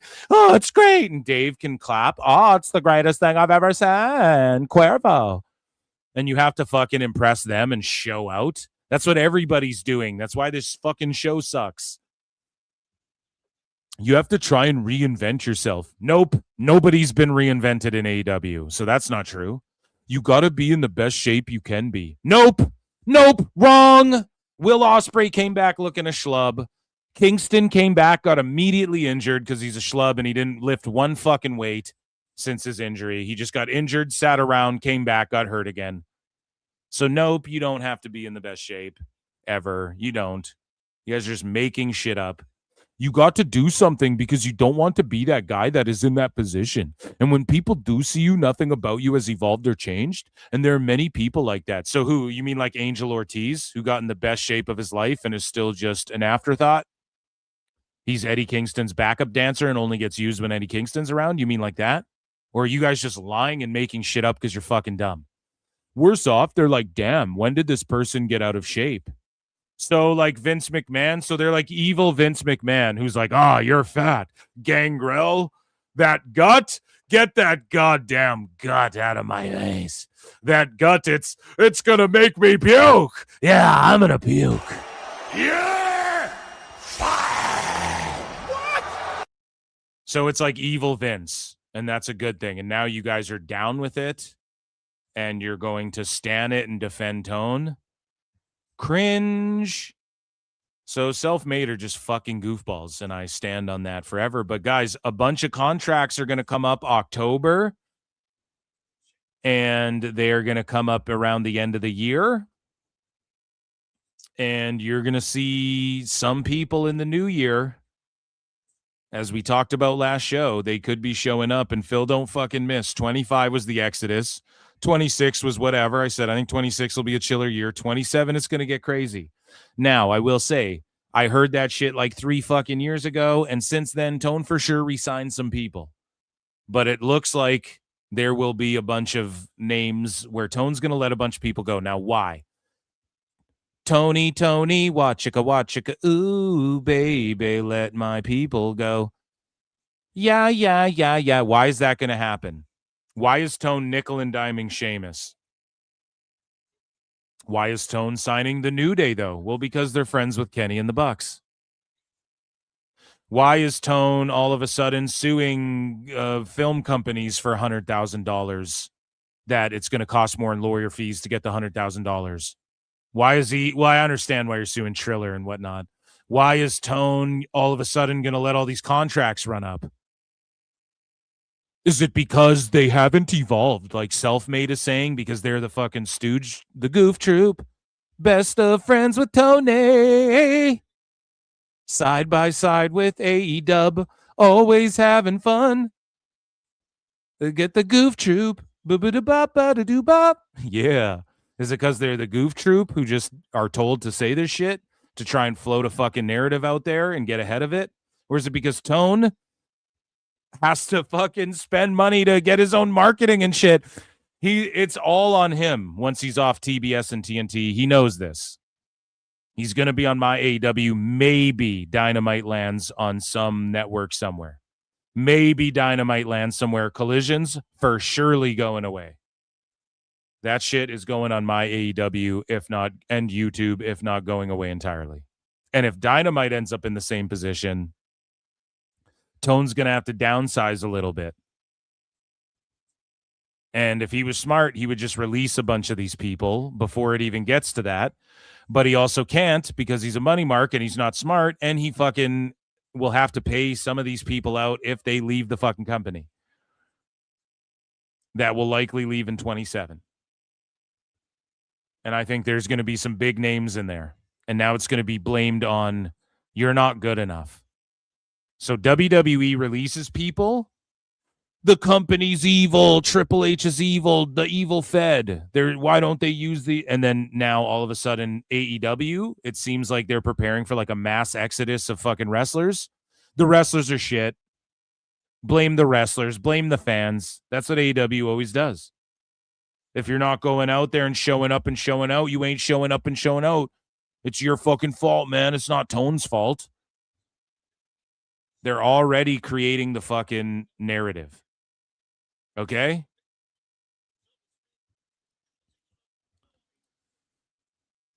So, here, let me check in with chat here. Guys, hit like, hit retweet. There's almost 300 watching. Share the show. If you're on X, hit retweet, heart, share that shit. Everybody check out patreon.com/ProWrestleTimes. If you're on YouTube, consider super chatting in, gift a membership, or become a member. I do excellent bonus shows. We did the Dolly Parton special yesterday. Once a week, I do a bonus show minimum, and patrons get access to that too. And also, if you'd like, just hit the like button or come say what's up in chat. You know what I mean? Come say hello.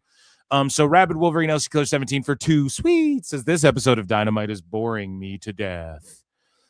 Yeah, it just, I don't know. I mean, the Edge stuff, the crowd's going pretty nuts for some of these folks. They went nuts for McGuinness.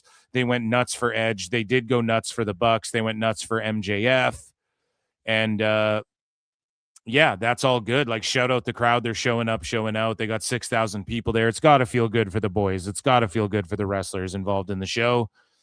And otherwise, it's just more of the same, though. I mean, MJF, whatever. Him and Andrade. I mean, the crowd popped for the little segment. It's all good. It just sucks.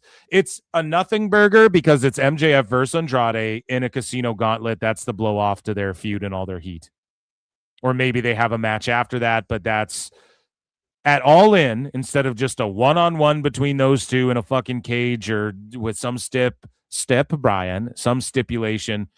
It's just they are going to settle their differences in a casino gauntlet with 20 other guys. And the New Day's debuting, but it's in a fucking trios match with 900 trioses. And, you know, okay, Adam Copeland's out there with the Bucks, and then they all attack each other. The crowd kind of pops for it, whatever. 2 babyface teams fighting. Instead of like the New Day fighting for the tag belts or whatever. It's just everything's mid, and it's just more of the fucking same. And nobody cares about Jericho, and Mick Foley ain't even there. And when he is there, it's nothing. And then it's more Triple Cup, Continental Cup Classic. We already know it's Nigel and Mox in the fucking finals. Everybody smelled it a mile away. Right? Nigel's probably going to beat Mox at fucking All In. We already know. It's just predictable and the same old same. Now, if you just like, you know, wrestling moves and Aubrey Edwards putting fucking people in headlocks and things like that, then this is the show for you. You know what I mean? Because that's what's happening on this show. So, what else is chat saying? Triple A definitely more entertaining. Keep speaking the truth. Yeah, Tony really knows how to put on a go-home show. WWE is not releasing people. They're just not renewing at high prices when they got people who can replace. Yep. Oh, hell, Aubrey Ed is doing this match. Yeah, she just did a headlock on O'Reilly. So, even Phyllis picture-in-picture ads. Didn't Mike Bennett get fired and Tony Taven came back? And only Tony Taven. Only Taven. No, Bennett's back as well. Taven can't make it to TV. Wow, yeah. Jericho looks like he's 70. So there you go, guys. Okay, let's move along here. And we're going to deal with some Will Ospreay Cope. So this is a new segment on the show. No, not really. But this is a segment within a segment today. And it is called Bruv. It's called Bruvs Be Copin'. So here's Will Ospreay coping about why he did not grow up an AEW fan, bruv. Now, these are fucking lies. I just don't believe you. We're not buying it. We're pressing X to doubt. We don't believe it. People say, oh, well, Will grew up poor and TNA was what was on TV and WWE wasn't. He grew up in the Attitude Era. Guess what? So did I. And guess what? I was able to watch all of fucking... So he grew up in the internet where you were able to just keep tabs on fucking everything. We didn't have a computer, bruv, okay? Everybody fucking knows what was happening in the Attitude Era / the fucking... Like, we all know what happened. It wasn't on TV. Only got TNA, bruv. We're pressing X to doubt. And I don't even know if he said that. Maybe he did, but he gives all these other reasons. And he looks phony in giving the answers. He looks like a phony baloney, like he's lying. And I just don't believe him. He looks like a little kid being caught in a lie, looking around the room like, oh, bruv, is this what I'm saying? Like, you know. Stupid idiot. So we have a few clips from this. All right. And here's Ospreay talking to Ariel Helwani about why he was not a WWE fan. And we all know he wants to make it there one day. We all know that he's just butthurt about the Triple H stuff. And it's not embracing the grind either. And I can break this down. Like, some people think the grind is just dates. Some people think the grind is just dates. No, dude, it's fucking...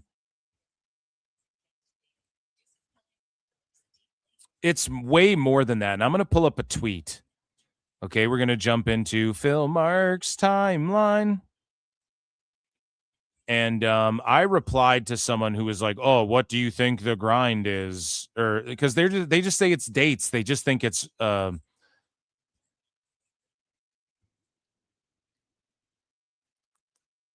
they just think that it's like they were talking about the grind of all the shows people do.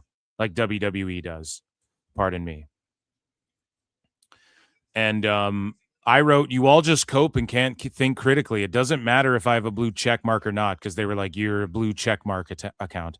The grind isn't just dates, although that is one of the many factors. It's also all of the things that you don't have to worry about in AEW. It's carrying yourself like a professional, getting in the best shape of your life, not resting on your laurels, putting your ego aside for the betterment of your peers, making the most of any and every opportunity, regardless of how big or small. Fanatics Fest, signing every poster, interacting with millions of fans, 16,000 people shows on a Monday night. Monday's the just another manic Monday. It's like a mundane Mondays, you know, Garfield style Mondays are at the office for everybody. It's the most hectic for a WWE superstar. Appealing to the masses, which takes skill. It's hard to do. Moving on a whim, betting on yourself, taking real risks with your character, putting your all into a character that was created for you, learning how to work a match at the highest level, learning how to adapt on the fly, learning how to have different matches, live events, knowing how to work a live event match versus a TV match versus a PLE match, and knowing why there's important distinctions in those. So what is Self-Made saying? Oh, you just go out there and give it your all. That's what they expect in AEW. You just go crazy, try and get 15 stars. It takes discipline to know the difference, to know how to do these things, to go, okay, on TV, we're going to do this. On the PLE, we're going to do this. We're going to show poise when we're in public. We're going to try and appeal to, we're going to look like stars. We're not going to take this for granted. Yes, I'll move to fucking Florida. This is my dream job. I want to make it as a wrestling star and give my all. Giving your all means showing restraint sometimes too. And of course, immature man cave man children don't understand. Sickos probably don't understand this, some of them. I know poor people don't like AEW, but, you know, the guy chaining the fucking, the guy chaining people up in his basement, that AEW sicko, and fucking So To Do and fucking J-Cup and these guys, they don't know how to show restraint. Dave Meltzer and these guys, they don't know how to show restraint. Some of your biggest fans, some of Tone's peers that he fucking tweets about, and that some people think, yeah, working for him, they don't fucking show restraint, dude. So I don't expect them to understand this, but No, but the wrestlers themselves, they don't have to. Like Ospreay can just go out there, do whatever he wants. He can come back early from a neck surgery. He just does what he wants, and he's getting paid millions to do it. Okay? So I wrote why there's an important distinction in those. Showing up to work and not getting booked. That's part of the grind. Showing up and going, fuck, you're the Miz? Fuck, I'm here with my gear. I'm not booked. Okay, smile on my face. What can I do?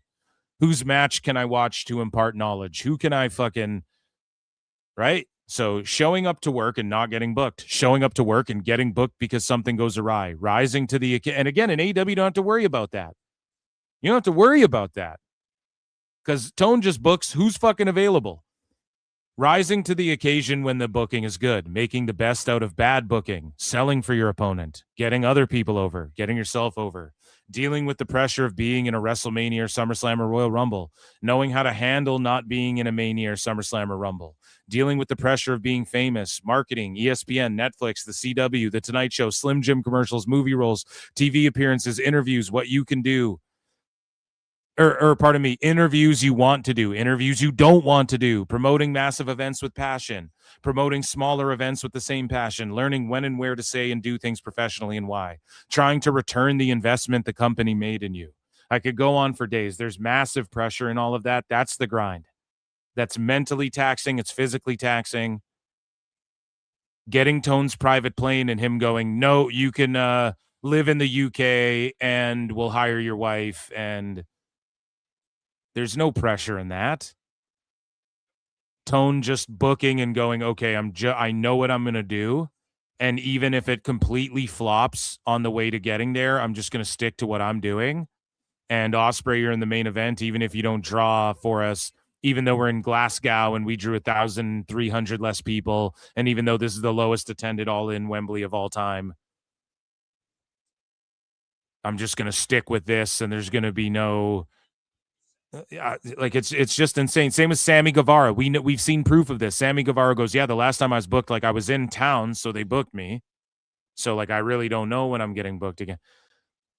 That's how Tone does things. So there's no like, okay, show up to work. Fuck, I'm not booked. This happens, whatever.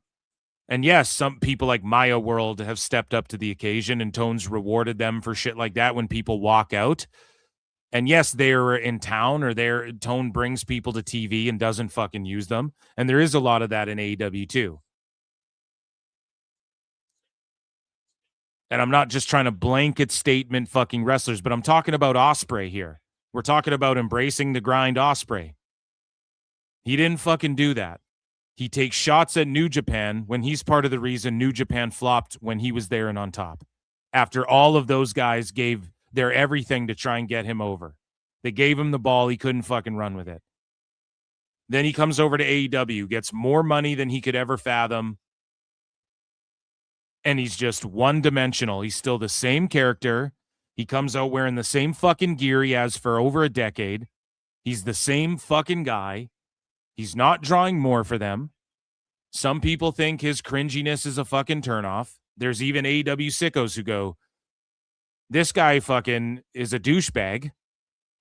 And the unfortunate part about him being on TV every goddamn week is that people are seeing, more and more people are seeing he's a douchebag. His promos are just yelling, and bruv, I went to the construction site, bruv, and worked me ass off, bruv. Okay, so what are you doing in wrestling?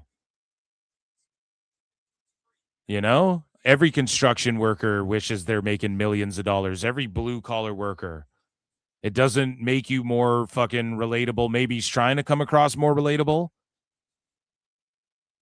But it's like, are you going above and beyond for the fans?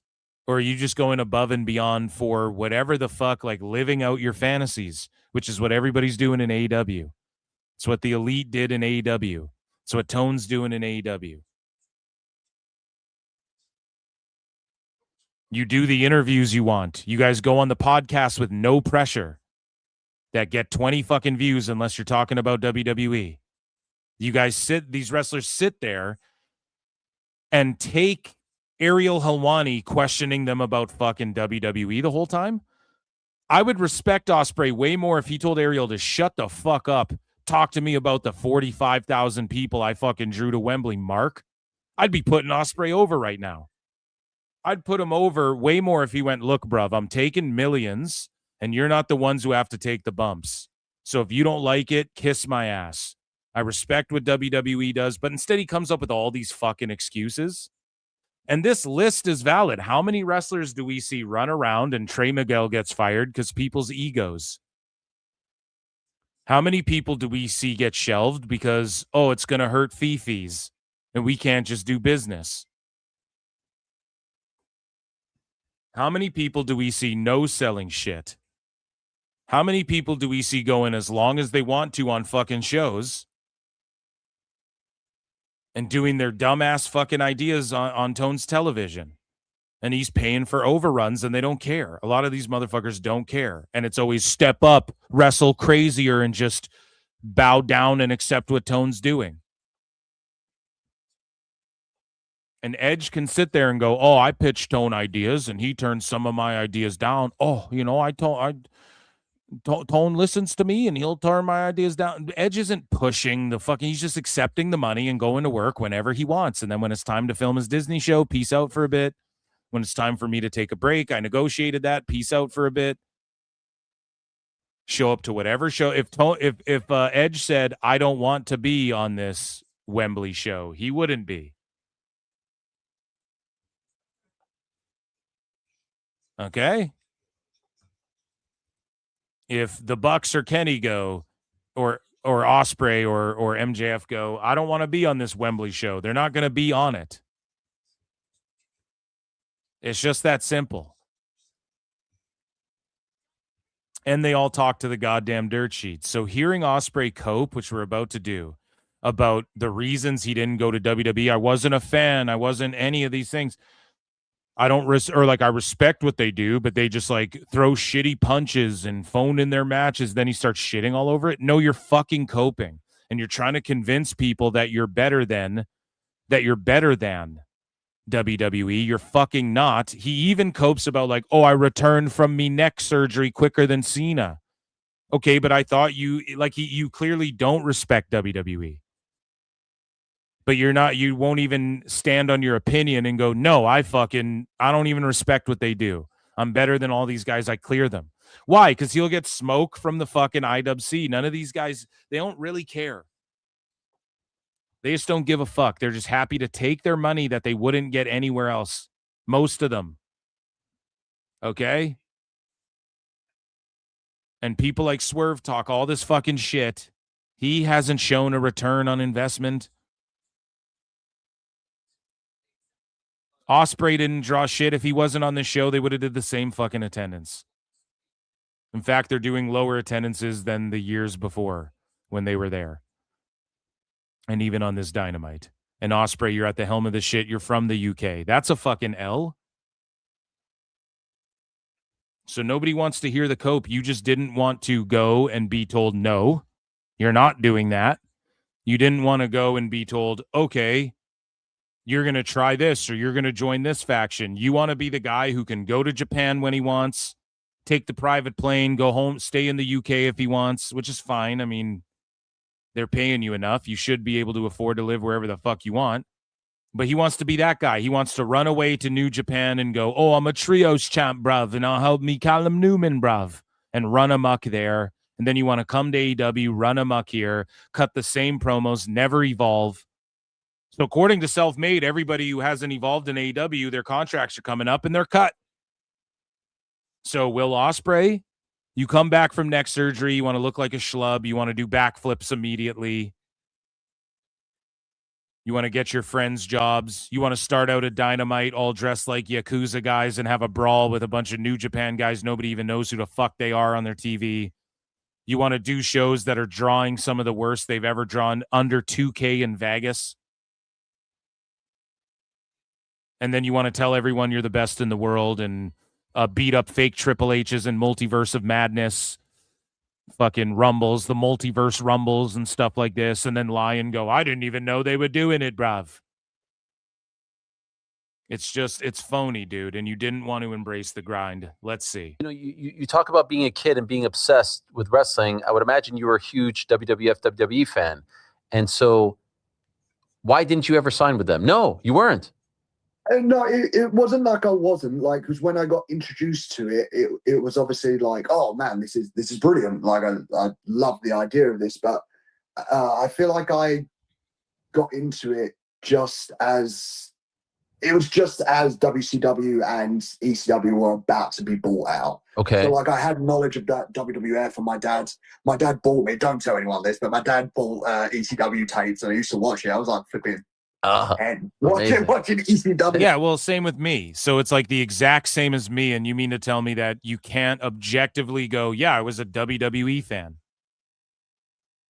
It's this weird cope that he's doing. It's a fucking lie, bro. Clearly. It's sick. But like after that, it just wasn't for me. I didn't like it. I didn't like the presentation behind it, and I still have those feelings now. I'm not, but like so he didn't like the ruthless aggression era. It wasn't for him. The SmackDown 6,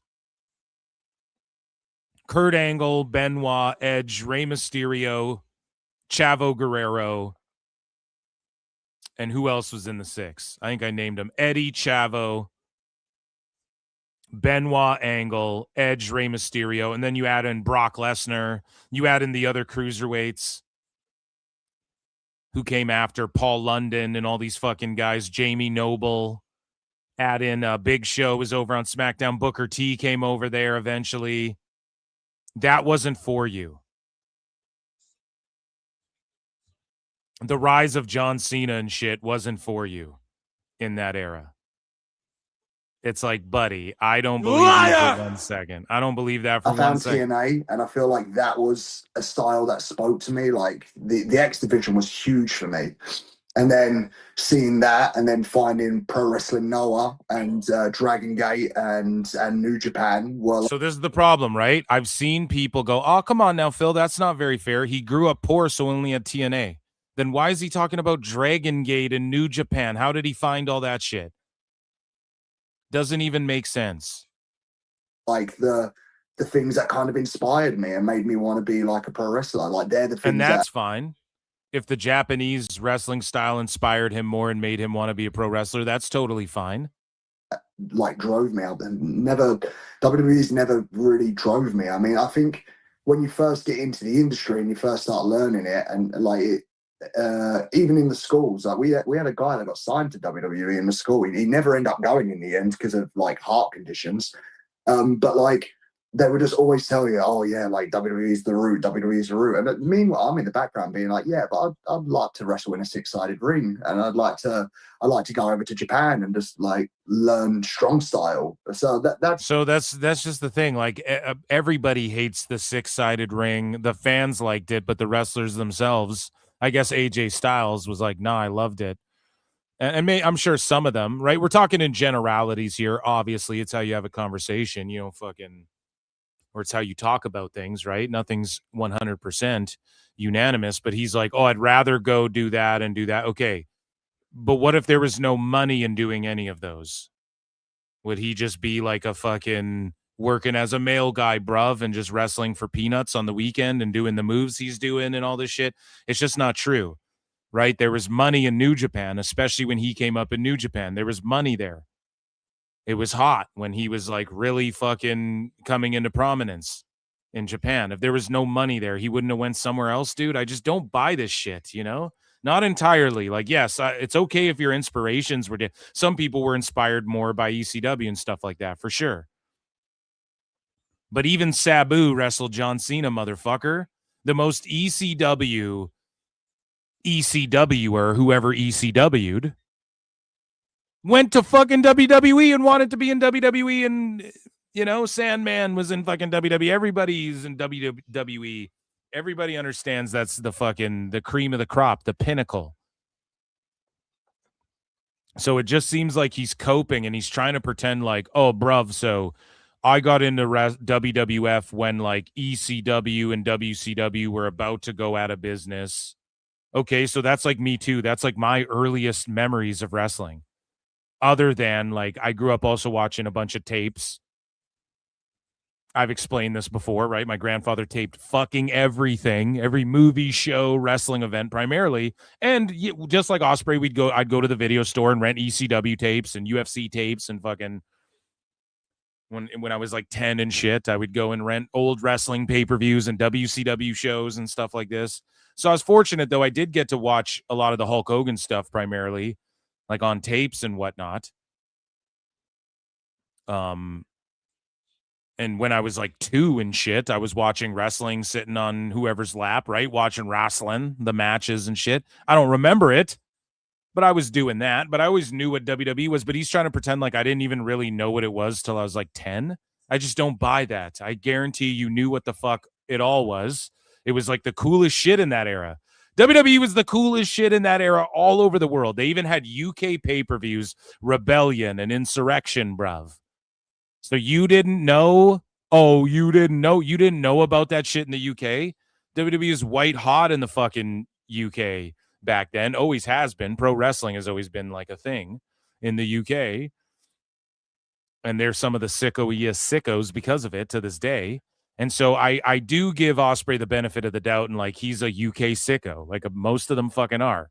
Look at Wrestle Talk, Cultaholic, WrestleLamia, all of these fucking websites and outlets are mostly lean sicko-y. And they're like anti-WWE. What culture? Autumn Blampede. Right? We can all agree. So Ospreay for surely leans that way, obviously, which is fine. But I just don't buy what he's fucking saying. He knew what Hollywood Hogan was. He knew what DX was. He probably grew up a Triple H fan like I did. And is just so heartbroken that Triple H said he wouldn't embrace the grind because Ospreay thinks he deserves respect. But he doesn't understand what the grind is. The WWE grind is different on so many levels than anywhere else. Ask Monet. She'll tell you. It's just kind of me. I've just never been a WWE guy. I think Respect it. No. Respect it, just don't like it. I think. And Ariel's like, no, I think that's like a good thing that you were more into TNA and stuff like that. But it's like, bro, so you mean to tell me when EC3 was doing his thing even? And when they went full blown, so you were more into midgets jerking off in dumpsters or whatever, in trash bins and things like that. You were into some of the bad WWE parody, WWE light. You were into all the ex-WWE guys coming over and running amok. Ospreay, like, is that what you were into with TNA over WWE? Or is it just a cope and you did always dream of going to TNA? You talk about being like, obviously, Avery Styles probably dreamed of going to TNA and checking out TNA for a bit in his career.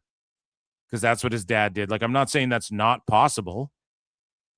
But just to also dismiss WWE, I'm not buying it. So, Ospreay reveals that there was an offer from WWE. And again, it's just Helwani asking him about the Fed going into All In. No, I don't mean you specifically, but like, was there an offer to look at before you ultimately chose AEW? Yeah, there was an offer, and a really lovely offer as well. But it just involved me moving to the States, and I just have no ambition to move over there. So he has no ambition. So if Tone said, no, you have to move to the States, he would have just stayed in Japan. Now that's good for him. That's good for him. And do what you want in your life.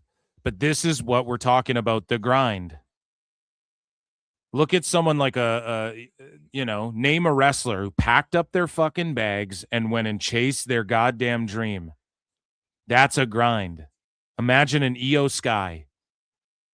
I want to be a star. Has to pack up, move from Japan, leave her family and her life behind to live in Florida or wherever the fuck she moves to pursue her dream at the highest level. That's more of a grind than Ospreay. Look at the look on his face. He's like, nah, I just wouldn't do it. You just want to do you. That's fine. But that's not the grind. Oh, you'll give me $1 million money, Mark, and allow me to just live in the UK and then hire my wife and we can get an apartment in Jacksonville and then fucking and then mostly live in the UK, and I only have to work once a week so I can just fly back for the rest of the week. Bro, that's not a fucking grind. That's the grind people are talking about. And it's not like Ospreay's doing interviews with people he doesn't want to do interviews with. In WWE, you're going to have to do that. You're going to have to do ESPN. Bruv doesn't have to do any of that shit he doesn't want to. When you see Jeff Jarrett on the pre-show, it's because Jeff Jarrett wants to be on the fucking pre-show. You understand? When you see Kenny Omega at any show, it's because Kenny Omega said, yeah, sure, boss, I'll come in. I think if that wasn't on the table, you would have considered it? Consider what? Meaning if they said you could stay, because I know it's a big deal for you to be back home, to live in England. If they didn't want you to move to the States, would you have been more open to it? Nah, I don't know, hey, because it's just, I do respect it, I really do. It's just, I don't like the way it's filmed. I don't like the wrestling behind it. I think it's very minimalistic. So WWE is very minimalistic. Now, I don't know what he means by that in the wrestling itself, because the production isn't minimalistic. I don't like the way it's filmed. Okay, so AEW started copying how WWE was filmed, literally. AEW could have came in with the drone shots and the longer one shot without cutting away, but instead they waited till WWE did it, then they copied it. So what's minimalistic? AEW copying their LED boards and then getting away from the LED boards on the barricades and just using banners again? A more minimalistic approach? What's minimalistic? The white ropes that AEW uses so that if you're flipping channels, you think you're fucking watching WWE by accident, so fucking old people don't know what they're watching? How about the minimalistic Trons, just the 3 screens that AEW uses? That's minimalistic. So WWE has a way more elaborate production scheme, way more elaborate setups visually, production-wise. There's a way wider variety in their backstage segments, in the types of wrestlers that are there, how people work there. So what is he talking about? It's minimalistic in the way they wrestle. So he just doesn't want to be told no. He doesn't want to know what's best for him in some aspects. He just wants to do what he wants. And everybody wants that in the world, right? You want to make a shitload of money and do what you want and not be told no and stuff. Obviously, everybody wants that. But just say that. Don't fucking cope and be like, oh, what they do, it's very minimalistic and there's nothing elaborate about. There's nothing more nuanced and elaborate about less is more sometimes. And on TV, you're going to do this, then you're going to wait a week, then you're going to do this, then you're going to wait a week, and then the PLE is there, then you can just go all out. But actually save it, because you guys are going to have a match in another month. You're going to have a rematch. It's going to be in Hell in a Cell, though. So save a couple little tricks for that. He thinks that that's being minimalistic and not putting quality over quantity. In his mind, he thinks that's minimalistic, or what? That's the only thing I can assume. Because AEW, people say the appeal of AEW is that they are more in like minimalistic and they're not trying to overly stimulate. Oh, it's just TikTok brain shit. That's what people try to say about WWE. And AEW is just like, oh, do matches that are much more elaborate. So the matches are more elaborate in AEW, but they aren't psychologically. And that's why, again, it's not a grind. You can just go there, rest on your laurels, do the 3 things you know how to do, bruv.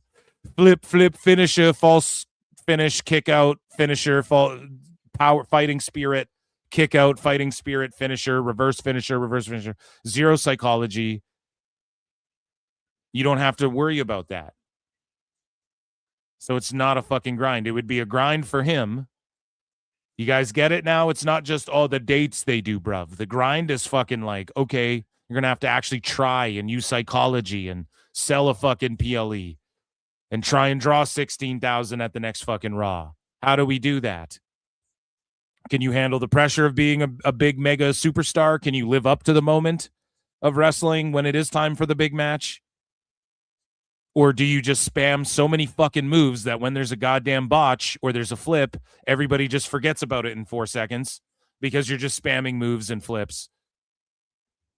It's just like, I'll never say never, like, because that's what we kind of do in the industry now, is we just want to make sure that we keep all of our options open for sure. But I just...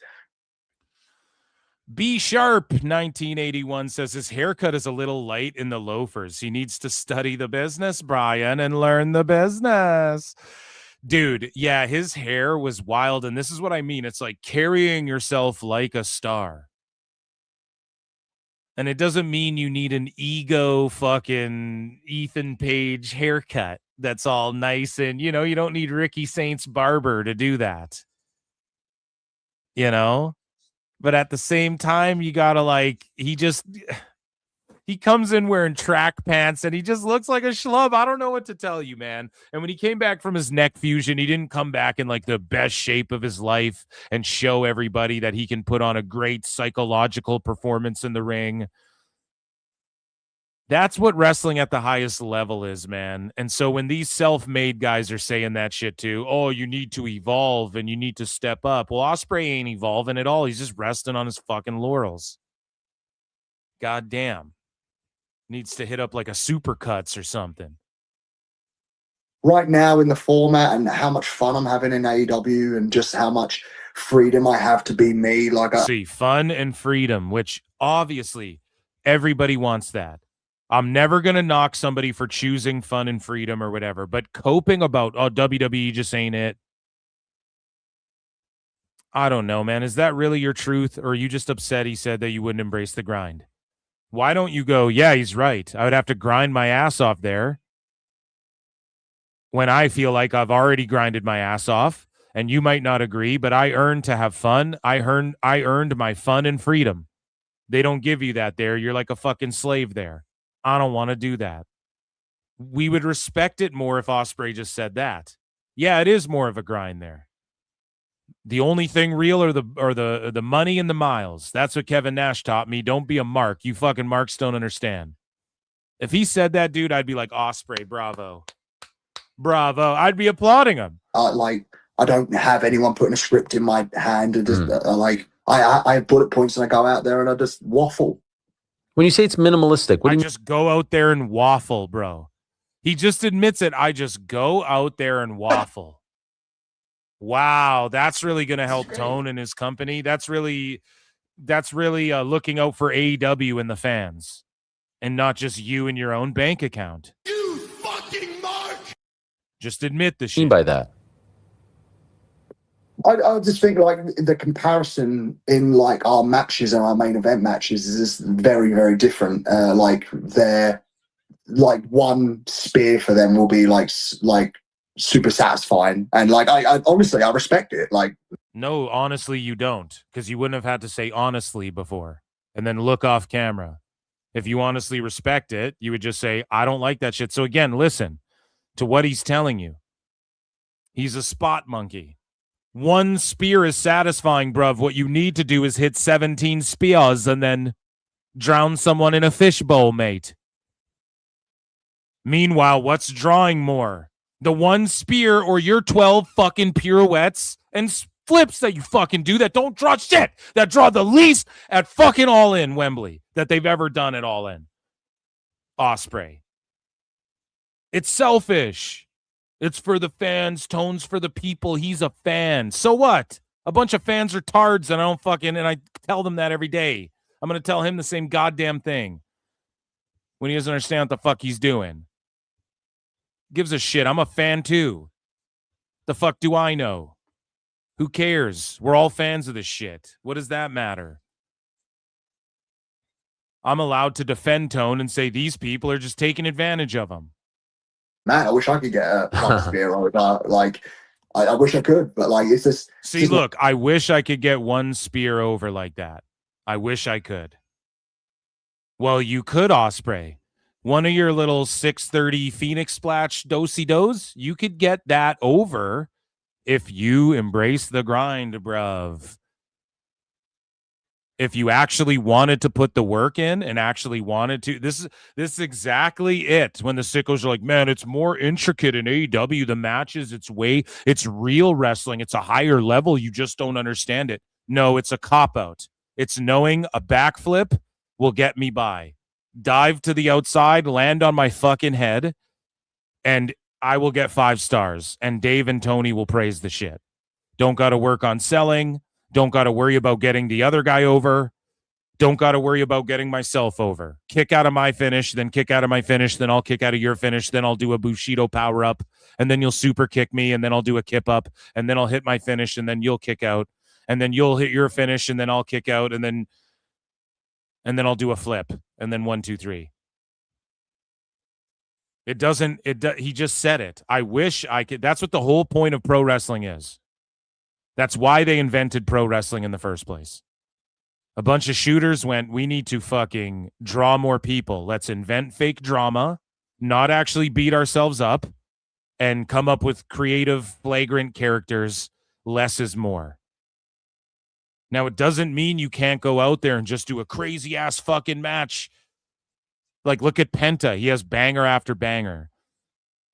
But when he hits his destroyer, it's still exciting. Because it means something.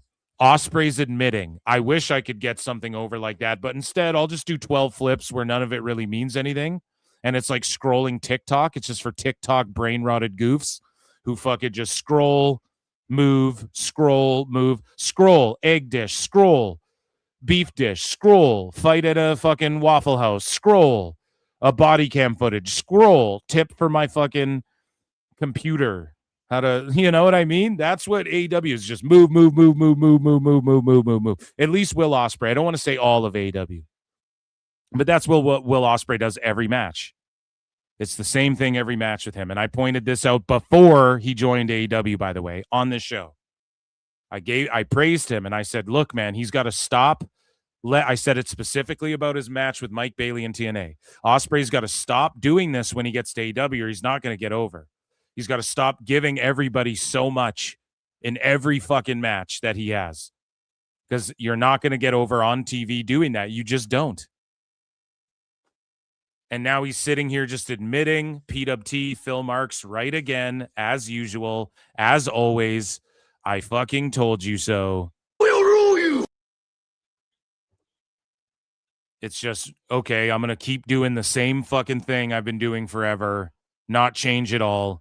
And I don't even want to put in the work and showcase the discipline it takes to get just a spear over. That's way harder to do than just flip around like Action Andretti. In me, like I prefer what we do. I prefer like taking people on rides and showing people different ways that I can get into a styles clash and like the full contact of it. Like I've been seeing WWE recently, and I saw this one clip and so now all of a sudden recently you're seeing WWE. And the realness, we actually lay in the fucking shots and really hurt each other. Will, fight in MMA. Stupid idiot. No, but I don't really want to fight, but I really want to hurt me and me mates, but I really don't want to. So you don't even understand the profession you're fucking in. And you somehow tricked some guy to give you millions of dollars and you're going to fucking cope about WWE and say you were never a fan now. Like it is just unhinged, man. It is insane. Oh, missed her by like flipping miles, like a country mile. But it's not just the girls; it's the guys as well. And I do wonder if they're being kind of told like we're already making money, like you don't need to like kill one another. And I'm not. Yes, that's why wrestling was invented. Yep, we're making money. We can work more if you don't kill each other. And then on the pay-per-view, lay your shit in.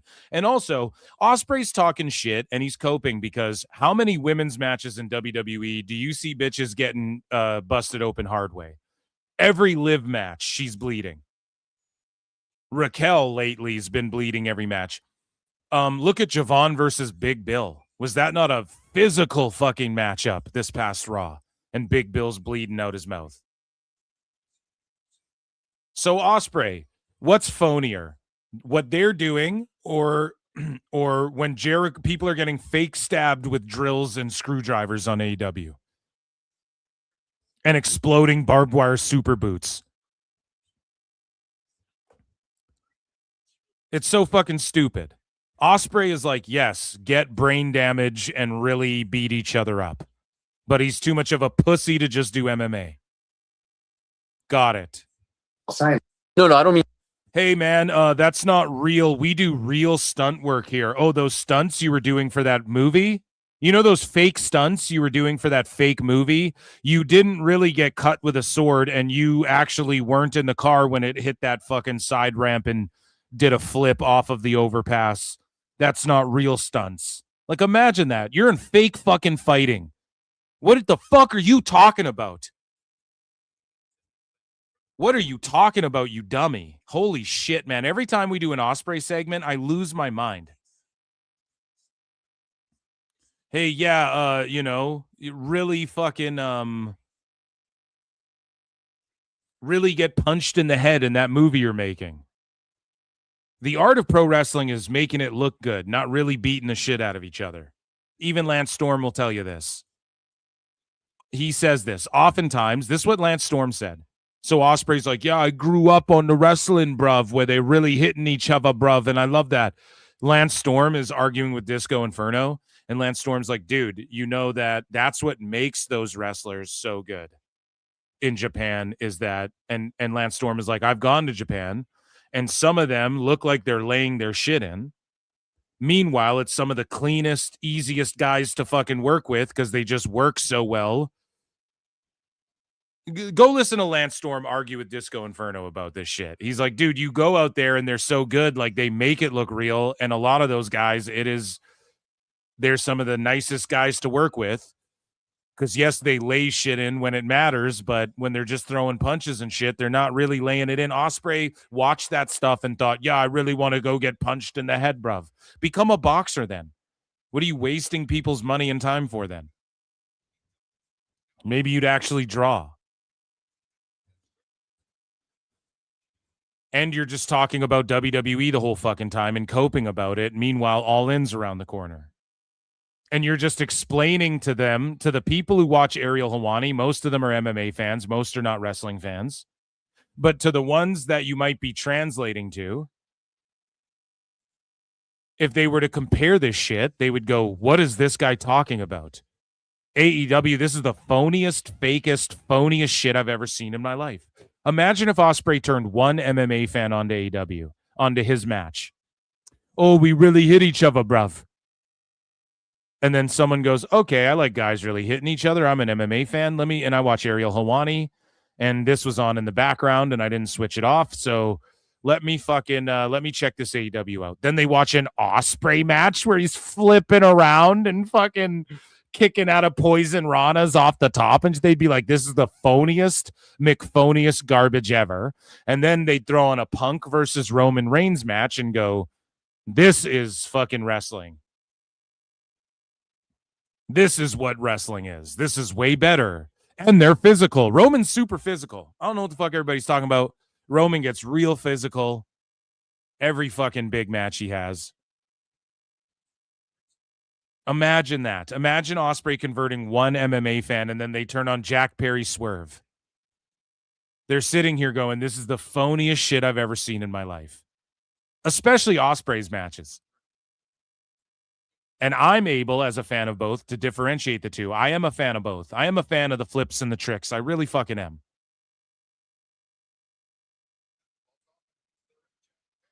But no MMA fans are hearing Ospreay. What is the goal of going on Ariel Helwani? Hopefully converting someone to go watch AEW. Anybody that does that will think this shit looks phonier. Meanwhile, you're trying to put it over like it's more real. It's the worst shit ever. So that's an L, and then not promoting All In is a fucking L, and telling Ariel to shut up. Now, he did a bit of that, but those clips didn't go as viral. That's not the clips people led with. Ariel Helwani is asking all these WWE questions because he knows what's going to get views from this. Before, when you officially signed with AEW, did you talk to them at all just to see what the interest was like? Representatives did. Yeah. And what was the interest? They were interested for sure. Did you get into negotiations? They did. I didn't. No, I don't mean you specifically, but like, was there an offer to look at before you ultimately chose AEW? Yeah, there was an offer, and a really lovely offer as well. But it just involved me moving to the States, and I just have no. So we heard this part here. I wonder putting if a script in my hand, and just, but I just right now in the format and how much fun I'm having in AEW, and just how much freedom I have to be me. Like I like. What do you mean by that? I have bullet points, and I go out there and I just waffle. When you say it's minimalistic, what do you mean by that? Okay, this is what I wanted to listen to here. I just think like the comparison in like our matches and our main event match. So that's what he meant was minimal. I was right. It's the fucking matches. You get a like I've been seeing WWE recently one another, and I'm not saying that people kill like everyone kills each other in AEW at all, but there's more contact. And like I like that. I like to feel alive when I do my. Yeah, there's more contact. So Dragon Lee and Ray Phoenix on Raw this last Raw Time Cop, no contact in that match, huh? Pro wrestling, like I don't want people to whiff a strike on me. Like I'd much rather people hit me than. Okay, so meanwhile in AEW, people whiff strikes all the time. The Bucks just whiffed a super kick on Edge. Eddie Kingston whiffs his garbage fucking back fist all the time. They whiff all the fucking time in AEW. How about the fucking punches from the Dark Order that one time? Eric Cannon. Where they're just whiffing. What the fuck is this guy talking about? Javon Evans and Big Bill. Watch that match, Ospreay. Learn how to work. Look bad on TV. I know that's weird. It might be an alien fall, but like no, it's not. It's that the shit you do looks bad on TV. You're phony, no selling garbage where you just like hold your face, wait to go to the next move, no facials, no energy, no effort.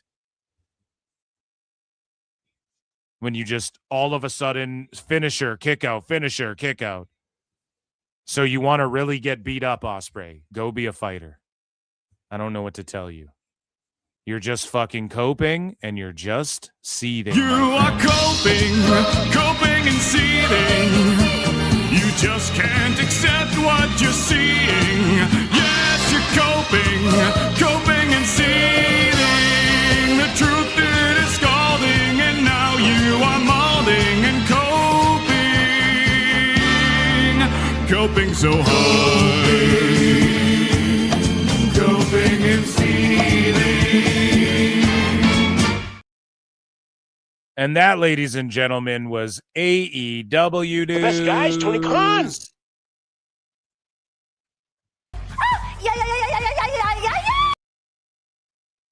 Hell yeah. Hell yeah.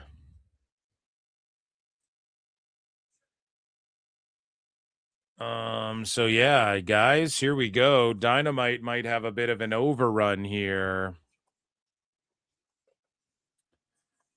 They're running a package. Speaking of bruv, the go home, they go, let's just run a vignette quick of a bunch of old New Japan shit. Trombone flop. Wah, wah, wah, wah, wah, wah, wah, wah, wah, wah, wah, wah, wah, wah, wah, wah.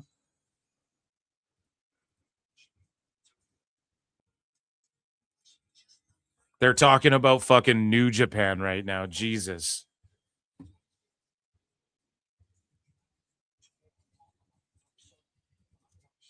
'2010s New Japan.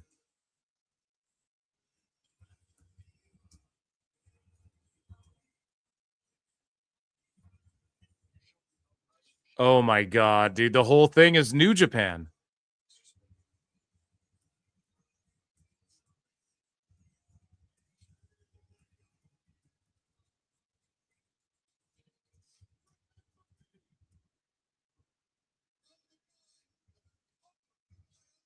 Comprise.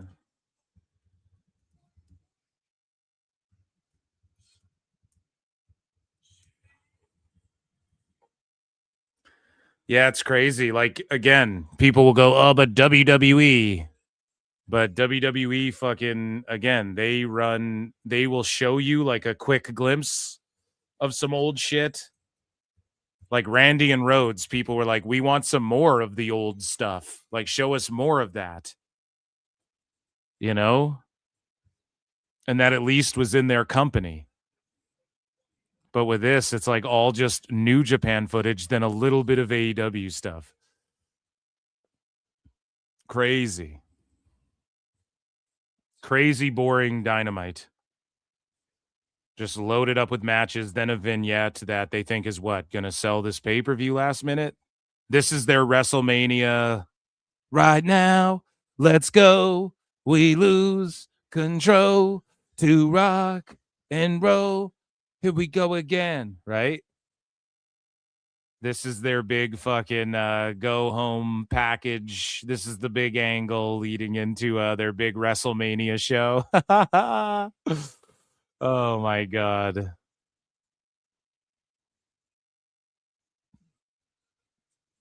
Craziness.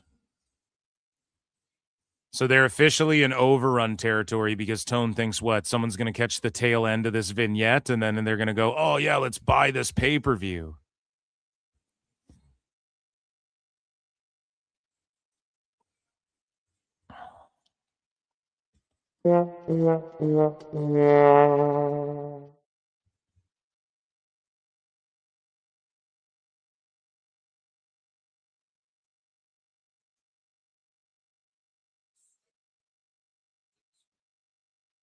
Yeah, I don't know. So obviously they think like, oh, someone's tuning in for whatever shows up next, and then they're just seeing the graphic. Oh, yeah, I might check this out.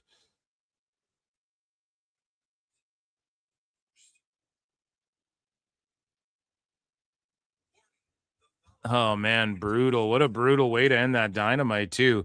Like, the package was whatever, but it was all New Japan shit. So just imagine, like, I don't know, man. Company's just off base with all of this shit. Okay, let's get into some more stuff, guys. Hit like, retweet, heart, all that good shit. Patreon.com/Pro Wrestle Times. And let's get into some stuff, man. We have some funnies that we are going to get into here. Quickly, let's get into some other news here. What do you guys want next?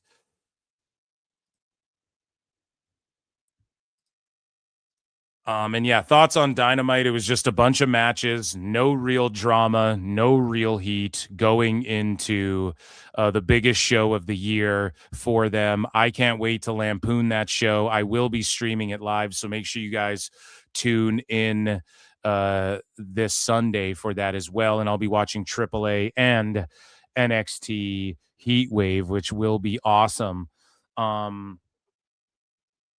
But yeah, I mean, that vignette is their idea of like, that's their Austin Rock vignette moment of like, oh, this is going to make you want to see this. And there's so much heat and animosity between these guys. Like, no, absolutely not. And it was just all old New Japan footage. It was a complete and utter fail.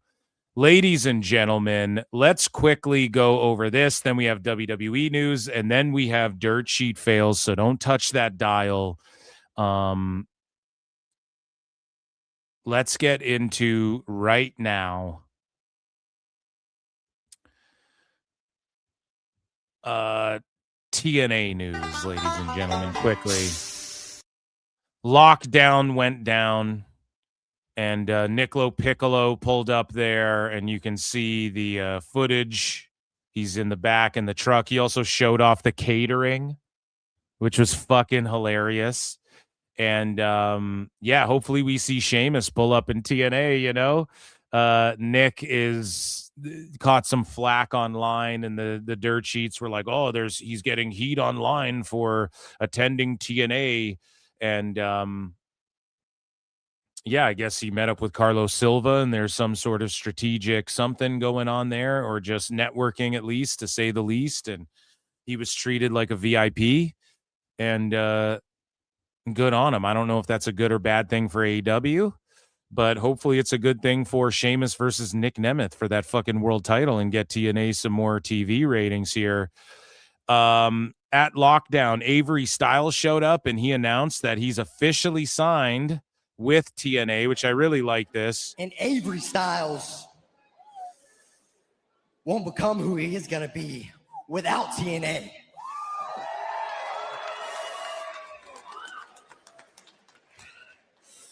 So I'm here to announce that I've officially signed with TNA Wrestling.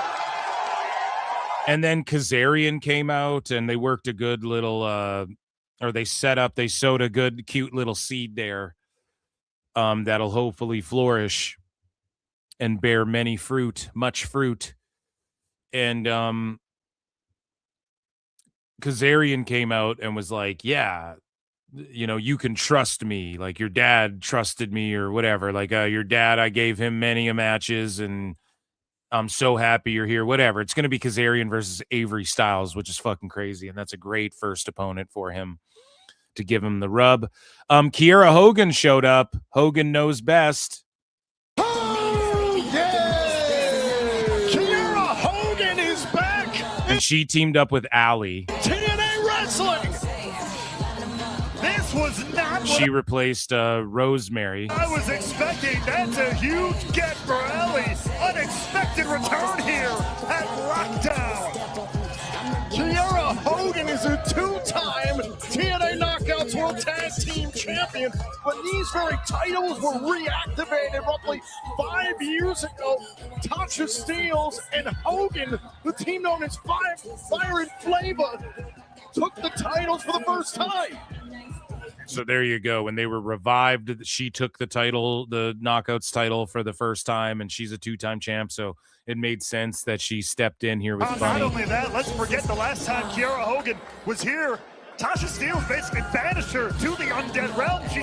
Oh, that's what it was. I was trying to remember on Memba Tuesday this week. I was like, what is the connection? So she was banished to the Undead Realm. Allie, of course, is in all of that storyline, right? So it just makes sense they teamed up. The commentary did a great job of making the connections. The crowd didn't go too crazy, but I am a big Kiera Hogan fan. At least I was before. I thought they could have done more with her in AEW, her in Red Velvet and Jade. I've been there ever since, Allie. So shout out Kiera Hogan. She's back in TNA. Josh Bishop, J-Rod, and Pinky Montoya were all in attendance at TNA Lockdown.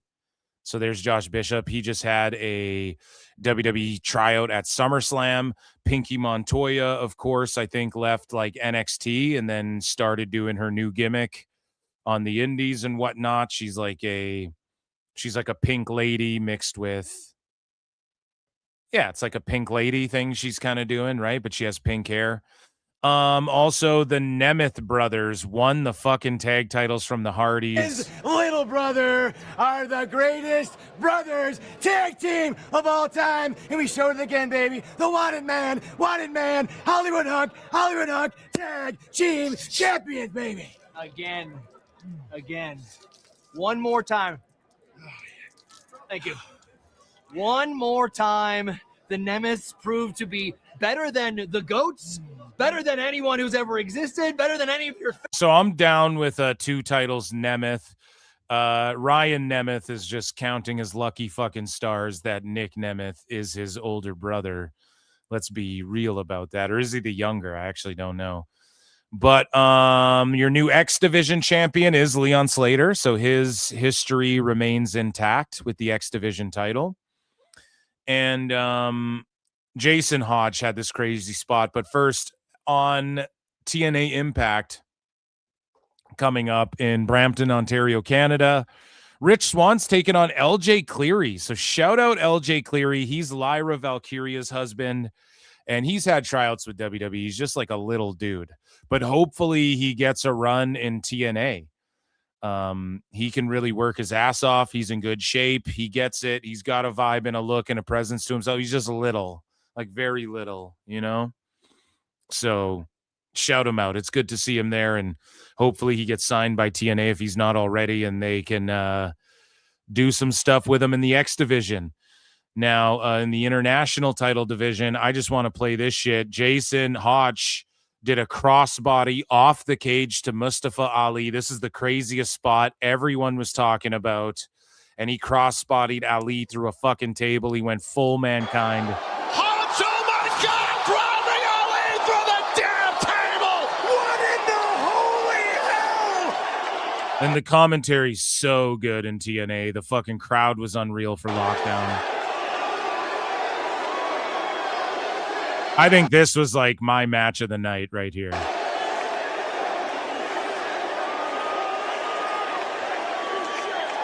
Even though I didn't like Tasha Steelz got involved, that kind of, I didn't like that one part, you know? Down massacre by Jason Hotch.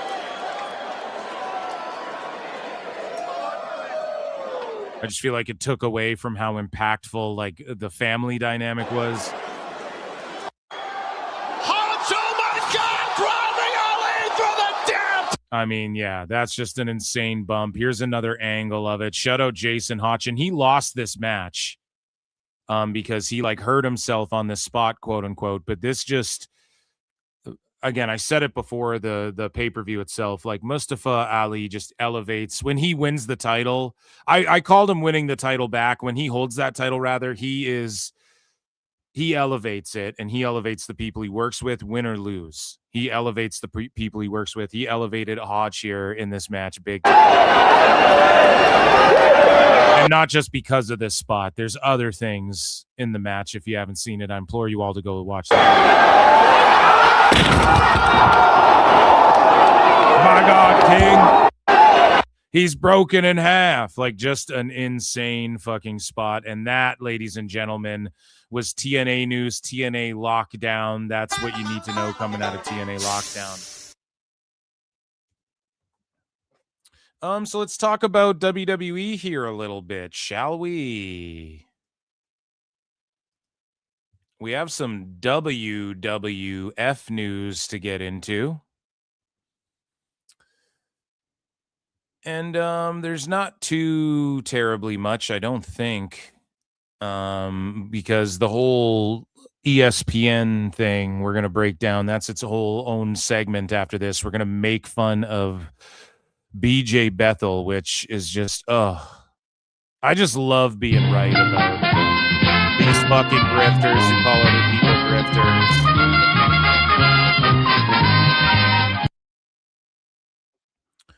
You know, like, these are the guys who shout, "Oh, you're a grifter, you're grifting," and all of this stuff. And they, you know, it's that same orbit of fucking idiots. We're going to talk about BJ Bethel after WWE news in general. Ladies and gentlemen, it is time. And like, yeah, we'll talk about it in a minute. Okay, where is my drop here? Ladies and gentlemen, it is time for WWF news. And what else is in here? We have, okay, yes, okay. Tiffany Stratton. I'm adding something from Tiffany Stratton here. Sorry about that, guys. Okay. She was in the booth. We have some music. You guys like music here at PWT, right? We review wrestler music. Okay, I just added something to the folder. Ladies and gentlemen, get ready for WWF. So Triple H was awarded the red fireman's captain helmet during tonight's episode of Raw. In Ottawa there, buddy. Holy fuck there, bud. And so a Japanese broadcaster, Abema, announced that they will be discontinuing the distribution of WWE content as of Wednesday, September 30th, 2026. The last broadcast will be Raw on Tuesday, September 29.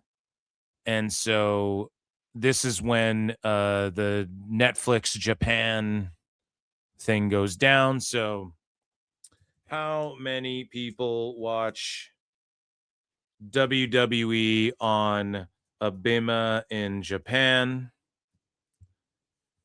Let's see if we can get a number here. So there's no exact public viewing anything. Let's see. In 2023, we have some insight here from back in 2023. I don't know. Compared to New Japan. So New Japan out there does like 4 times the viewership. We don't know though. This is years. It's 3-4 years ago, dude. So it's going to be on Netflix in Japan, and so I expect Shinsuke and Takahashi to possibly be making a switch. Or is it all of WWE? So here, let's look this up. So when WWE, because if it's just Raw, then they'll make a switch brands wise, which just dawned on me. But if it's so when WWE begins airing on Netflix in Japan, is it all of WWE? Or just SmackDown? Because for me, like everything's on Netflix in Canada. Oh, Canada. Or just Raw, pardon me. I asked this question wrong. We're just asking AI. We're taking a little trip into AI. WWE uses AI, so we do here too at PWT because we're just e-drones. So it's not just Raw. It's the PLEs, SmackDown, NXT, everything. So no, they're just going to get fucking a bunch of SmackDown viewers that aren't tabulated in the US viewership. I'm super curious how many people are going to tune in to see the Tongans and Shinsuke and Kyoki start feuding the Tongans for the WWE tag titles going in 1 month's time. You know what I mean? When they start airing fucking everything on Netflix in Japan. Like, this is a huge thing. And I think we'll see Noah start to blow up more too, and they'll just work with Noah. Like, why the fuck would they try and acquire Nuge or anything like that? If they do want to do want to do, that's why I kicked your leg from your leg, Brett. If they do want to do like a big name, quote unquote, acquisition and then like run with the old tape library and all the shit. I don't know who owns the All Japan shit, but if they bought All Japan and then we're like, yeah, All Japan, the home of, and then they did what they did with AAA, because if they had bought CMLL, they would have did the same thing. It's history, and here's some of their wrestlers, and it would have been the same thing just with CMLL if WWE had bought that instead of AAA. So obviously they'll roll out the same type of approach in Japan. And so if they want to go with like a historical company with All Japan maybe, but you could just stick with Noah. And are they even going to buy a company, or are they just going to like work out a really good partnership? It'd be dope if it was New Japan. If you're New Japan, you're firing Tanahashi, you're telling Tone to kick rocks, and you're trying to get on board with WWE on Netflix and all of this and doing a partnership with them. Now, New Japan probably just overall doesn't want that. Just from a Japanese cultural business standpoint, they don't want the American WWE guys coming in and telling them what to do and saying like, this is who's going to win and this who isn't going to win, because they know that that's what it's going to be. Now, Tone has that same influence in some regard, but I mean, not really, like Japan's going to tell him what's up. And that's why Takeshita's a dual contract wrestler. That's why they do that. So that Tone can't have any say over how he's booked in Nuge or CMLL, because they don't trust that he's going to book well. But if you spin it to Tone, like, well, he's a 3 contract wrestler, like you can just trick Tone. He's just a naive, like he's just down with stips and stats. He just likes, and the stip is this, and Athena's held that belt for a long time, even if it really means nothing. So when it comes to WWE in Japan, I think Noah will just do its thing and fucking thrive on being under the WWE umbrella, but I don't know if they'll actually sell the company or if WWE's trying to do that. I did hear rumors allegedly that they were trying to buy a Fed and they were snooping around, and they even talked about or to Nuge or whatever the fuck. But they ended up just working with Noah instead. And I do think when The Rock wore that fucking t-shirt, there was more than meets the eye, like Transformers, as Dave Meltzer would say. There was more than meets the eye, Brian.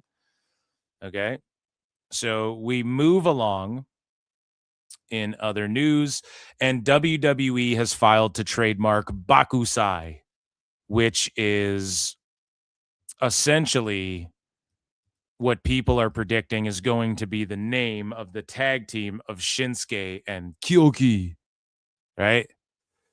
So we move along here. And in other business TKO type news, per court records obtained by Brandon Thurston of WrestleNomics, an attorney for the WWE defendants told the Delaware Court of Chancery on Monday that they had a non-party TKO believes they have addressed the outstanding issues regarding the intra-defendant releases at issue and are waiting for final sign-off from certain non-party insurance carriers. I don't know what any of that means. The letter says the defendants anticipate providing signature authority for the settlement stipulation immediately upon receiving that approval. Vince McMahon and the plaintiffs have already authorized execution of the stipulation as drafted. The plaintiffs continue to reject the position that insurer sign-off is a valid basis to hold up on already agreed settlement, stating the insurance issue is never a condition for the deal.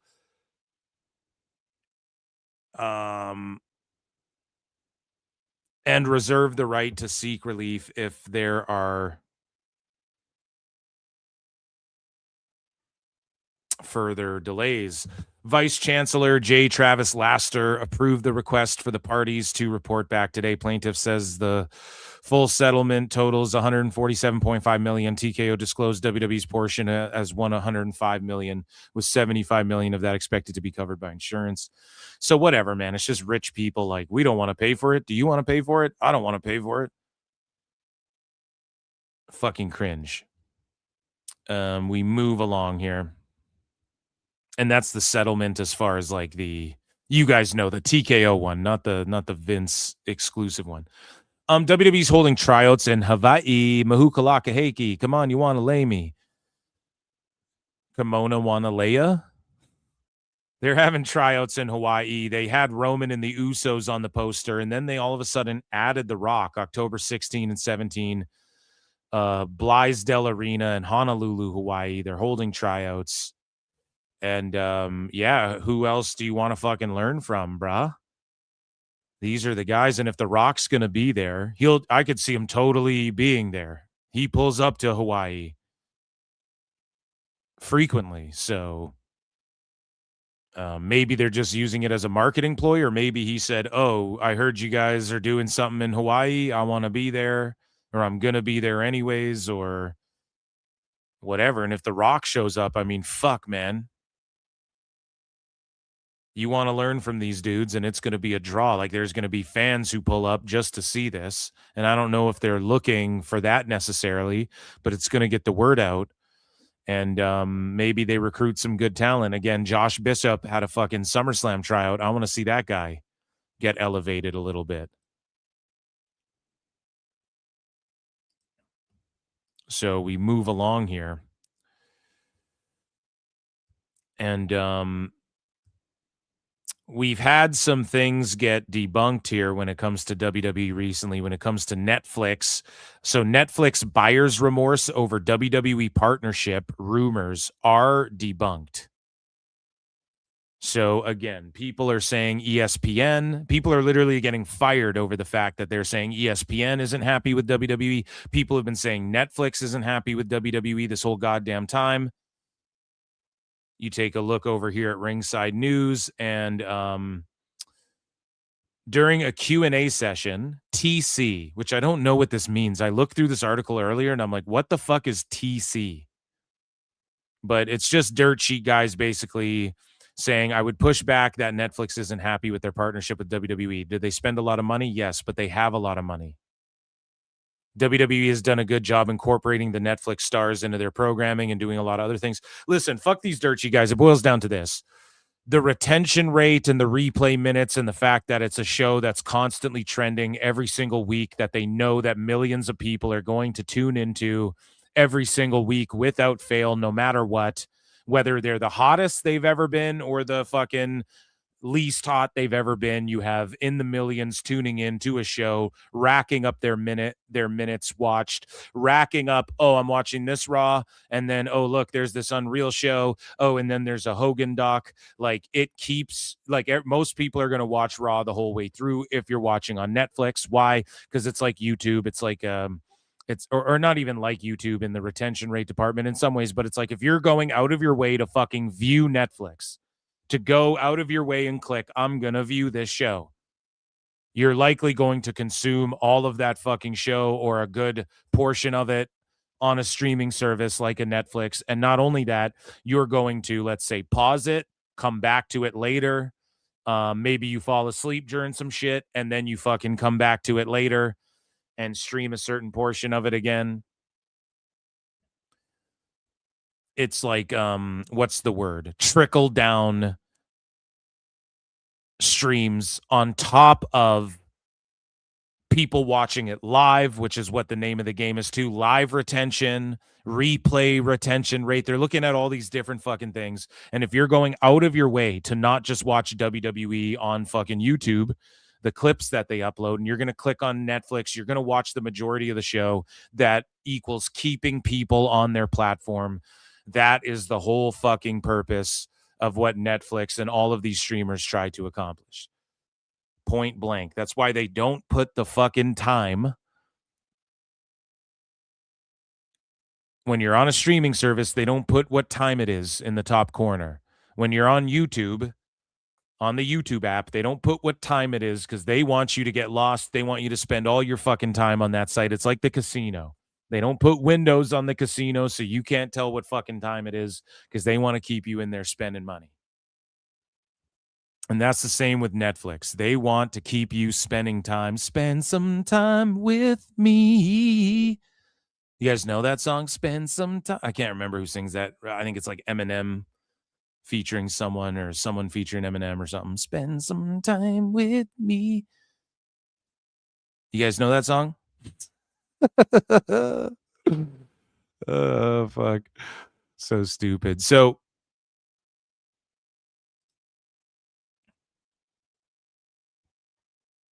we move along here. And we're going to get into more of the ESPN, the whole BJ Bethel debacle. We're going to get into in-depth after WWE news here. But just to touch briefly on the story and what happened with that. Let's see here. Pardon the doom scrolling. So ESPN to increase prices of WWE PLEs in the U.S. So that fucking sucks, and I'm sorry. In the U.S., it really stinks that you guys need like 7 different fucking things to watch a WWE. You know, nordvpn.com/pro-wrestle-times. I implore you to sign up. There will be a very special deal just for you guys if you sign up using that link. It's down below. And yes, it's a shameless plug because some of you guys got to use pirate ships. You need to be like safe online and all of that shit. VPN will help block all the shitty pop-ups and all of that stuff too. So go and use it. I legitimately use it. And, you know, I'm fortunate because in Canada to consume all WWE, I need YouTube and Netflix. So get a VPN if you're not in Canada. Make yourself appear like you're in Canada. YouTube and Netflix, boom, all WWE's on there. All you got to pay for is Netflix every month, okay? Because I really feel bad for people. And they're doing something where in Canada, they're doing Disney, which owns ESPN. I think they're doing Disney Plus or Netflix, one or the other, and they're bundling it with Crave, which is Canada's version of HBO Max. So like the AEW shit, and you're going to have, it's Disney. You're going to have Marvel and DC characters all like bundled together in Canada in a weird way. So I don't know. That's fucking cool for me again, because Crave and Netflix are like the 2 main ones that because like Dark Side of the Ring's on there, and, you know, it's HBO. So like, you know, they have most hits and the least amount of misses, I would say, historically, one of them. Right? HBO, it's one of the fucking top television show produced. I'm digging Lanterns. I don't know about you guys. So we move along. Lanterns review over at Phil Marks Out. And ESPN statement on reports. So here's their statement. We'll talk about BJ Bethel, but PWI responded to his report because they actually did their fucking diligence and just reached out to somebody, which Bethel didn't do. An ESPN statement on reports circulating that they were not planning to continue their relationship with WWE. So BJ Bethel reported that what was just said here. ESPN's not continuing to, they're not going to be happy and they're going to end their fucking relationship and they haven't been happy, and basically just saying what Freddie Prinze Jr. is saying. And Freddie Prinze is like, I know someone at Disney. Okay, but that's not ESPN. So much of this shit is compartmentalized. Like, if you know someone who works at Family Guy, that doesn't mean you know someone who works at The Simpsons. That doesn't mean you know someone at ESPN. That doesn't mean you know someone at Disney Plus. That doesn't mean you know someone at Marvel or Lucas or fucking any of these things. Now, maybe they know people or whatever, and it's a game of telephone, but if you know someone at Disney, like Freddie Prinze, it doesn't mean they know what's going on in the ESPN side of all the operations, right?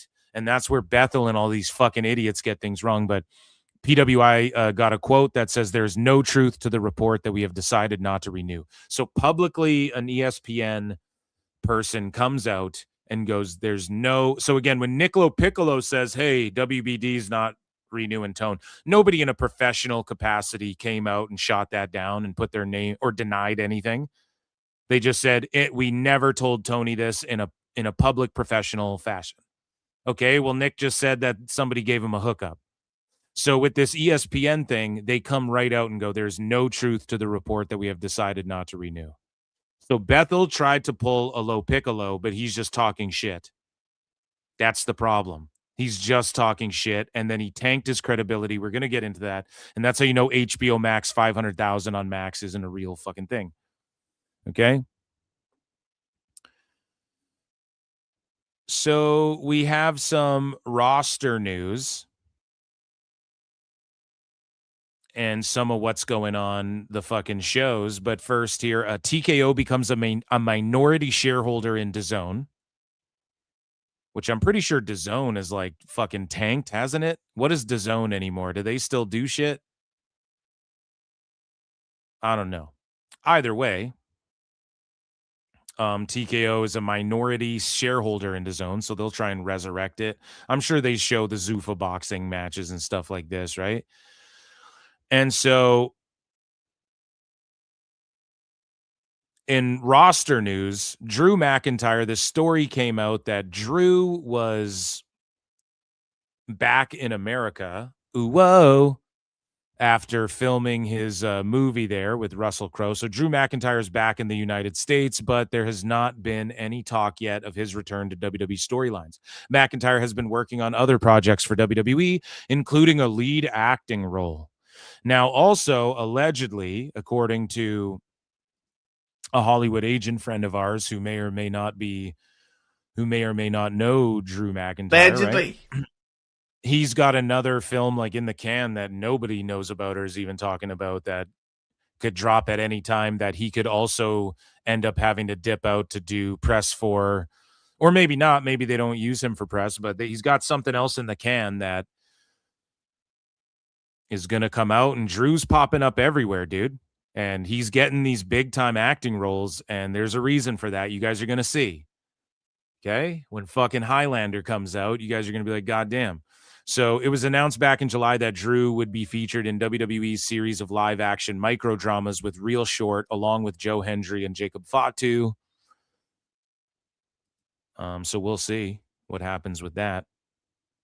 But from the horse's mouth here, well, actually, okay. You know, the Observer goes, disappointing Drew McIntyre WWE update. So this is a disappointing update for Drew. They're trying to spin it as if it's a fucking bad thing. Oh, it's so disappointing. Shut up, bitch. The Observer's disappointed that Drew is living out his fucking dreams, hanging out with Russell Crowe, becoming a fucking star. He's going to be a superstar. The Rock personally re-signed this dude. They're going to be in a movie together. You fucking joking me? That's happening at some point. So,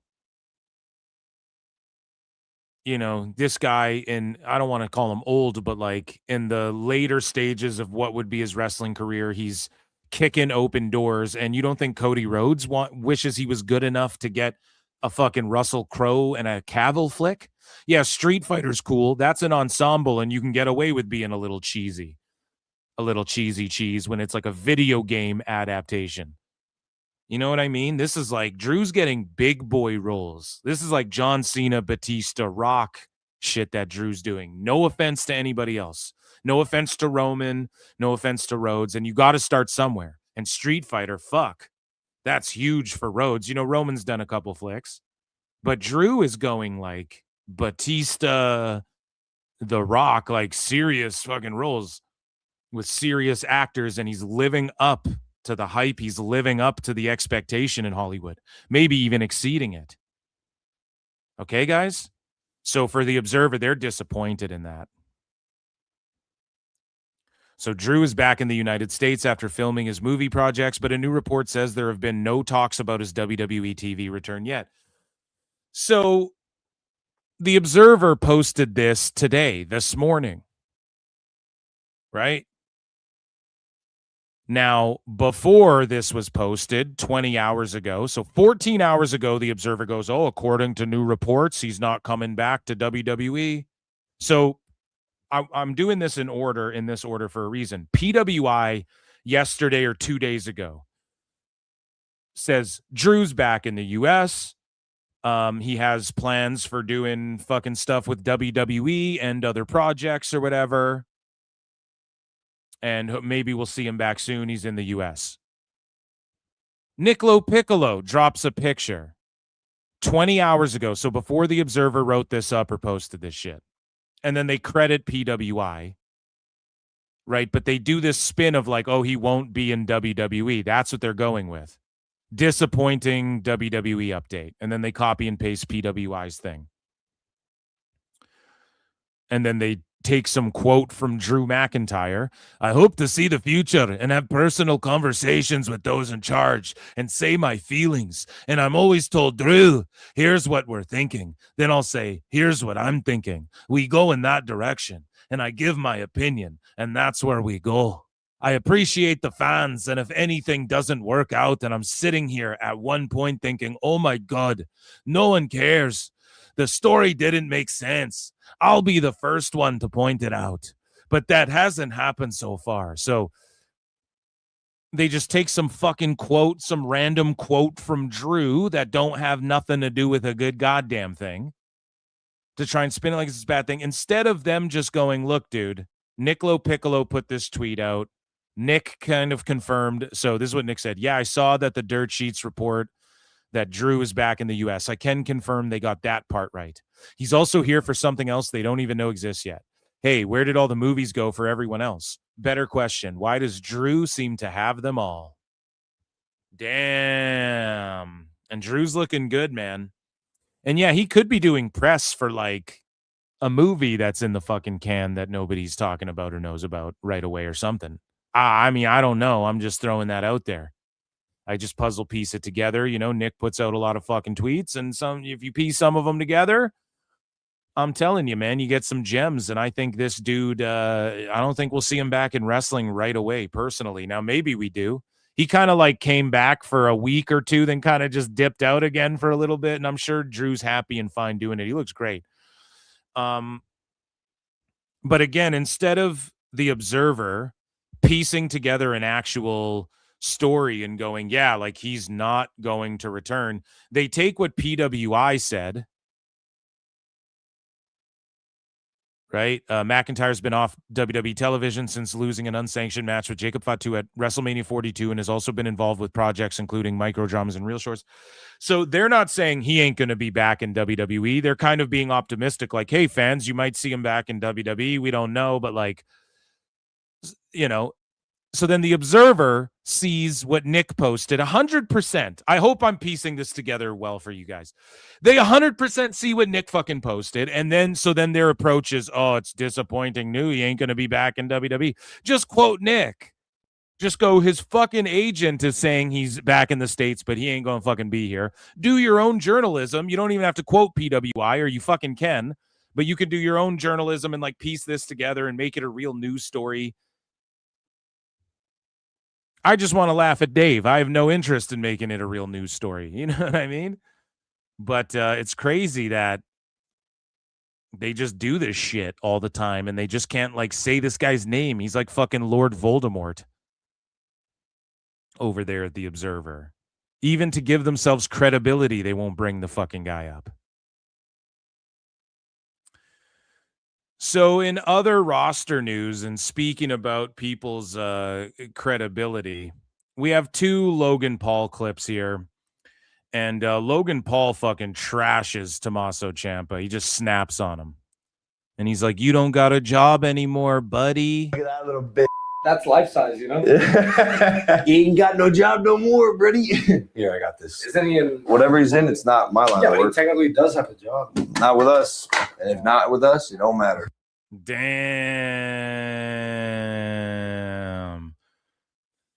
And if he's lying, he's dying, you know. But here's Logan Paul chilling with Bron Breakker backstage, and these guys are boys.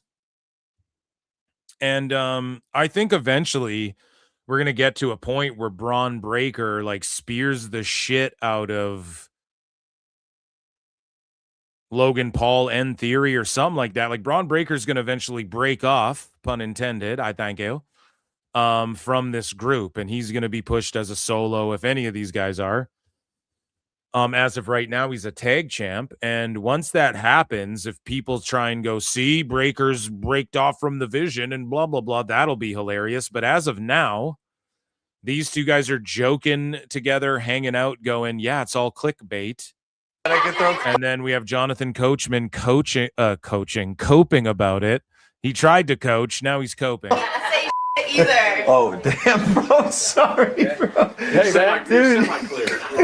I'm semi-clear. What are we doing tonight? I felt so bad, dude. No, that's funny. You guys are happy. You're like, I wonder what he's doing. I was like, oh, calm.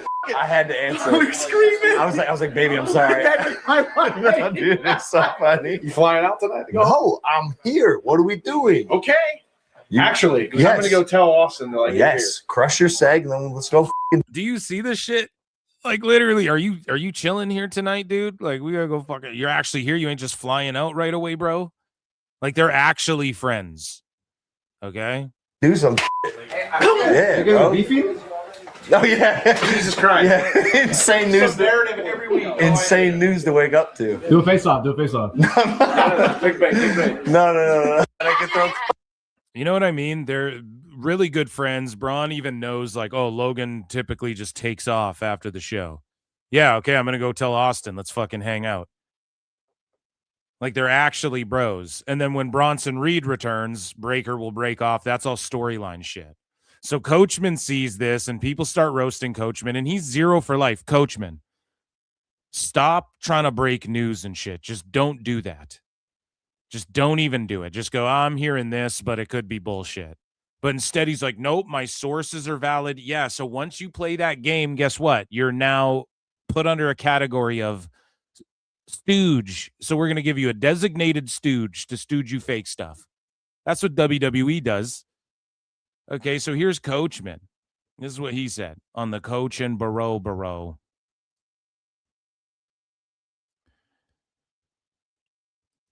So, Coachman clarifies the Bron Breakker, Logan Paul, they have beef stuff, and it's clickbait. And so Coach goes, I'm not lying to you. I said that Bron wants out. He's not a big fan of working with Logan Paul, and my sources are there. It's okay. I'm not saying he hates working with Logan. I'm saying he doesn't like it. How? You guys just saw that interaction. How? He doesn't even really work with Logan Paul. Logan Paul stands in the background while Breakker teams with Theory. What is he working with Logan Paul? What the fuck are you talking about? That doesn't mean he hates Logan Paul. It means he doesn't like working with Logan. Not only does he like working with Logan Coachman, but he likes fucking partying with him too. It's crazy. They've got a lot of people around, Vince. Vince, I was never there when someone had an entourage. So he's just making shit up. Like, you know, Coach, I know you watch golf and stuff. If you go on Twitter or YouTube, Logan Paul drops vlogs all the time, and he does have people with him, but it's not like a giant, massive entourage.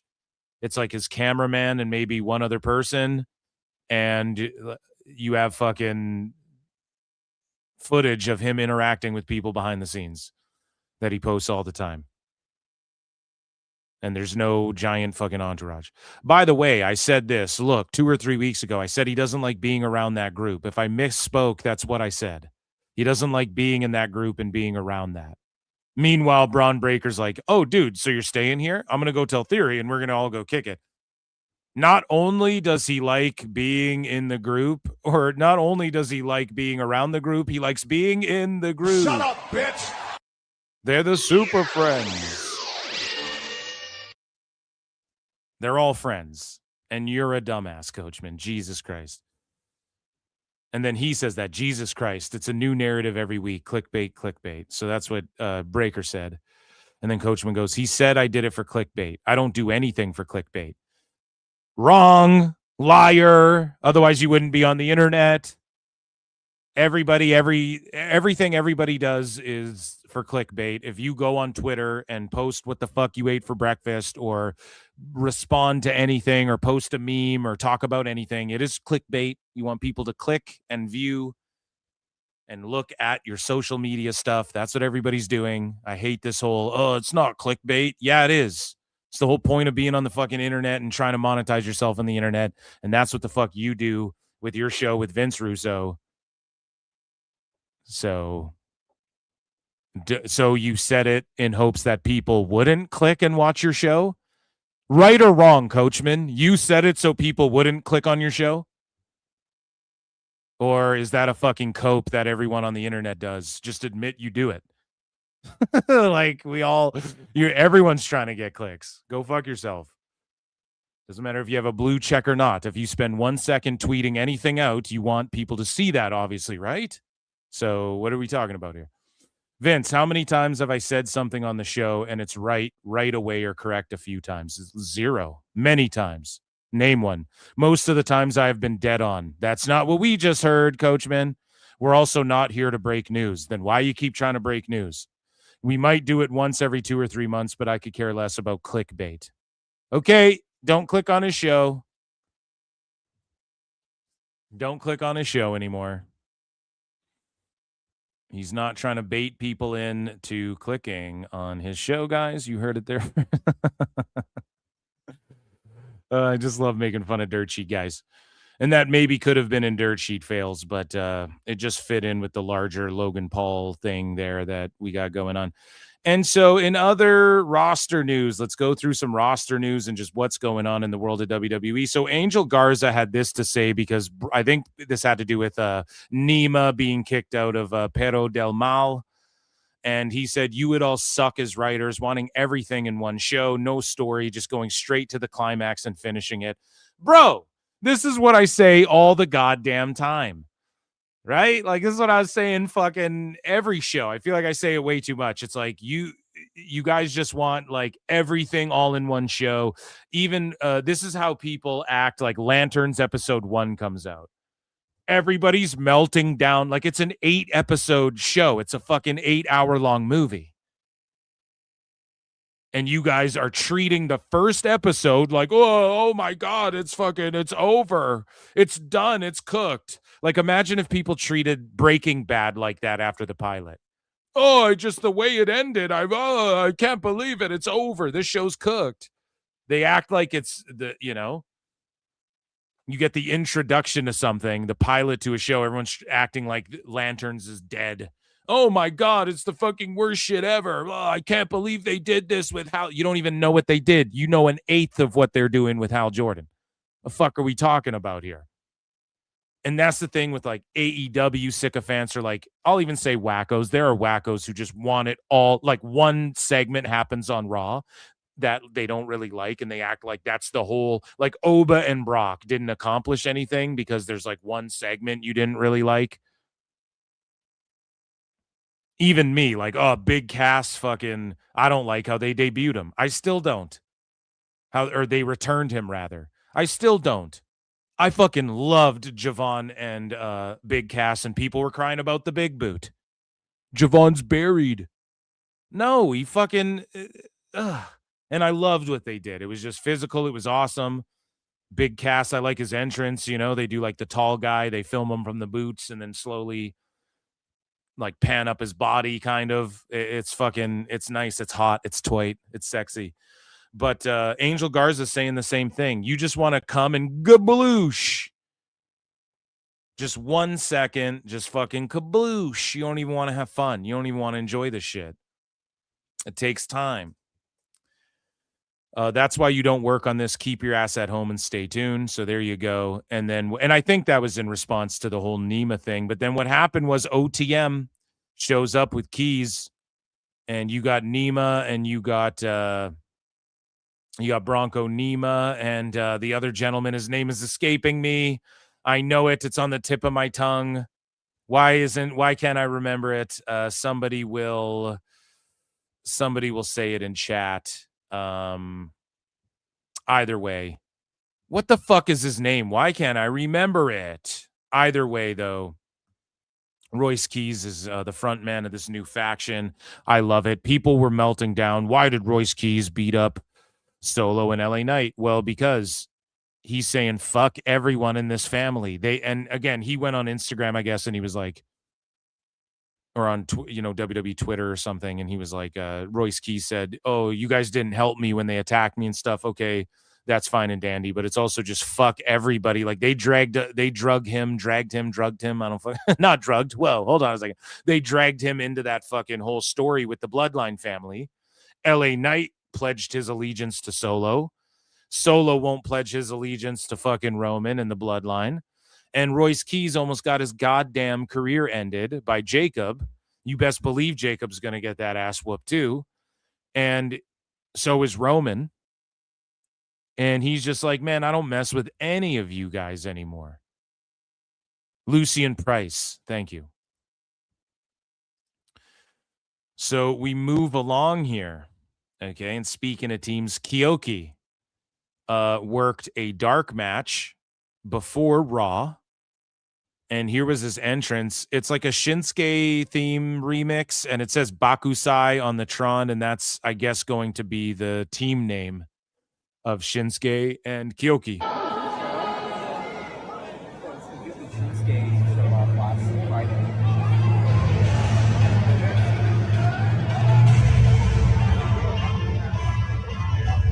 So let's check it out. Shout out Real Con Man 167.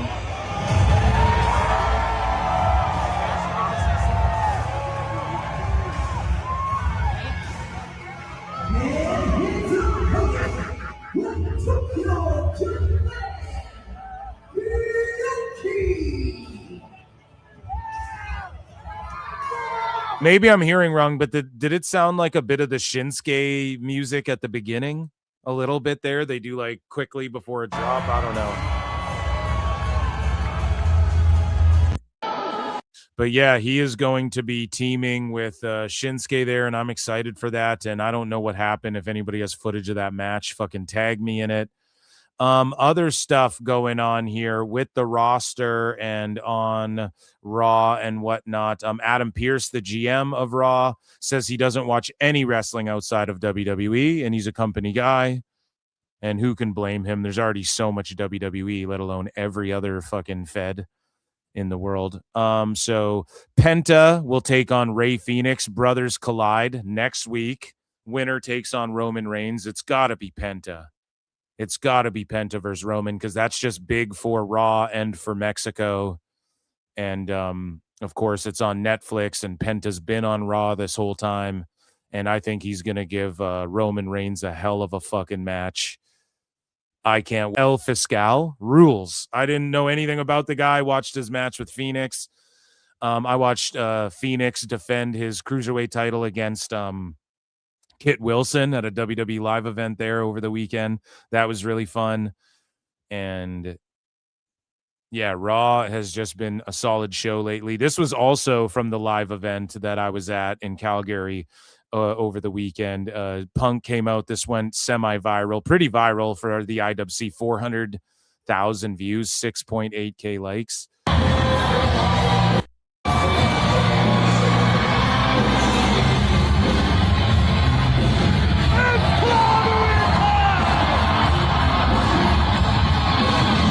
Yeah, Yeah, he's wearing EO shit. Probably just rips her jacket. I don't know. This shit popped me. People were confused though, kind of. When he came out, I think some people thought it like wasn't him or something because like you could tell, like I was in the fucking crowd. I was right there and it was just like some people were like, what? Who is that? Is that even him? Because that it like cloaked his entire body. Like right where you see this, he didn't come out and the titles hanging out. Like he had the jacket like wrapped, like his arms were down and shit. You almost couldn't tell who it was at first. And then he's like, oh, it's clobbering. It was funny.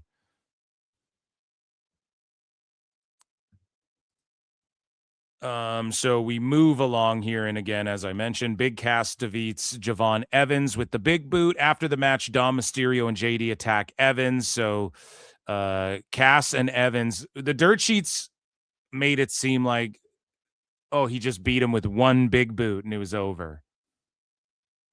Because I watched Raw later on replay, and I was like, when it got to the match, I was like, okay, I'm curious to see how they book this. Does Cass just jump him out of nowhere, one big boot, out of nowhere, 1, 2, 3? He's not expecting it. No, they had like a super physical, awesome match, and then he just big booted him and finished it. That's how you fucking wrestle. That's called wrestling. If he hit him with a pile driver and pinned him, I'd have been happy too.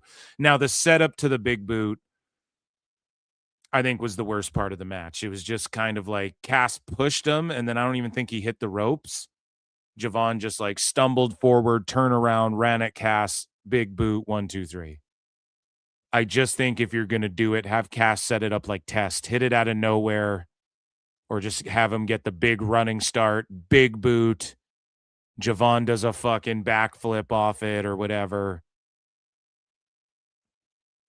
How they set it up was just kind of shitty. And also in the same match, Javon at one point, like Javon throws a big boot, but he's like a cruiserweight guy. So it doesn't like, it's not traditional in that it knocks people over.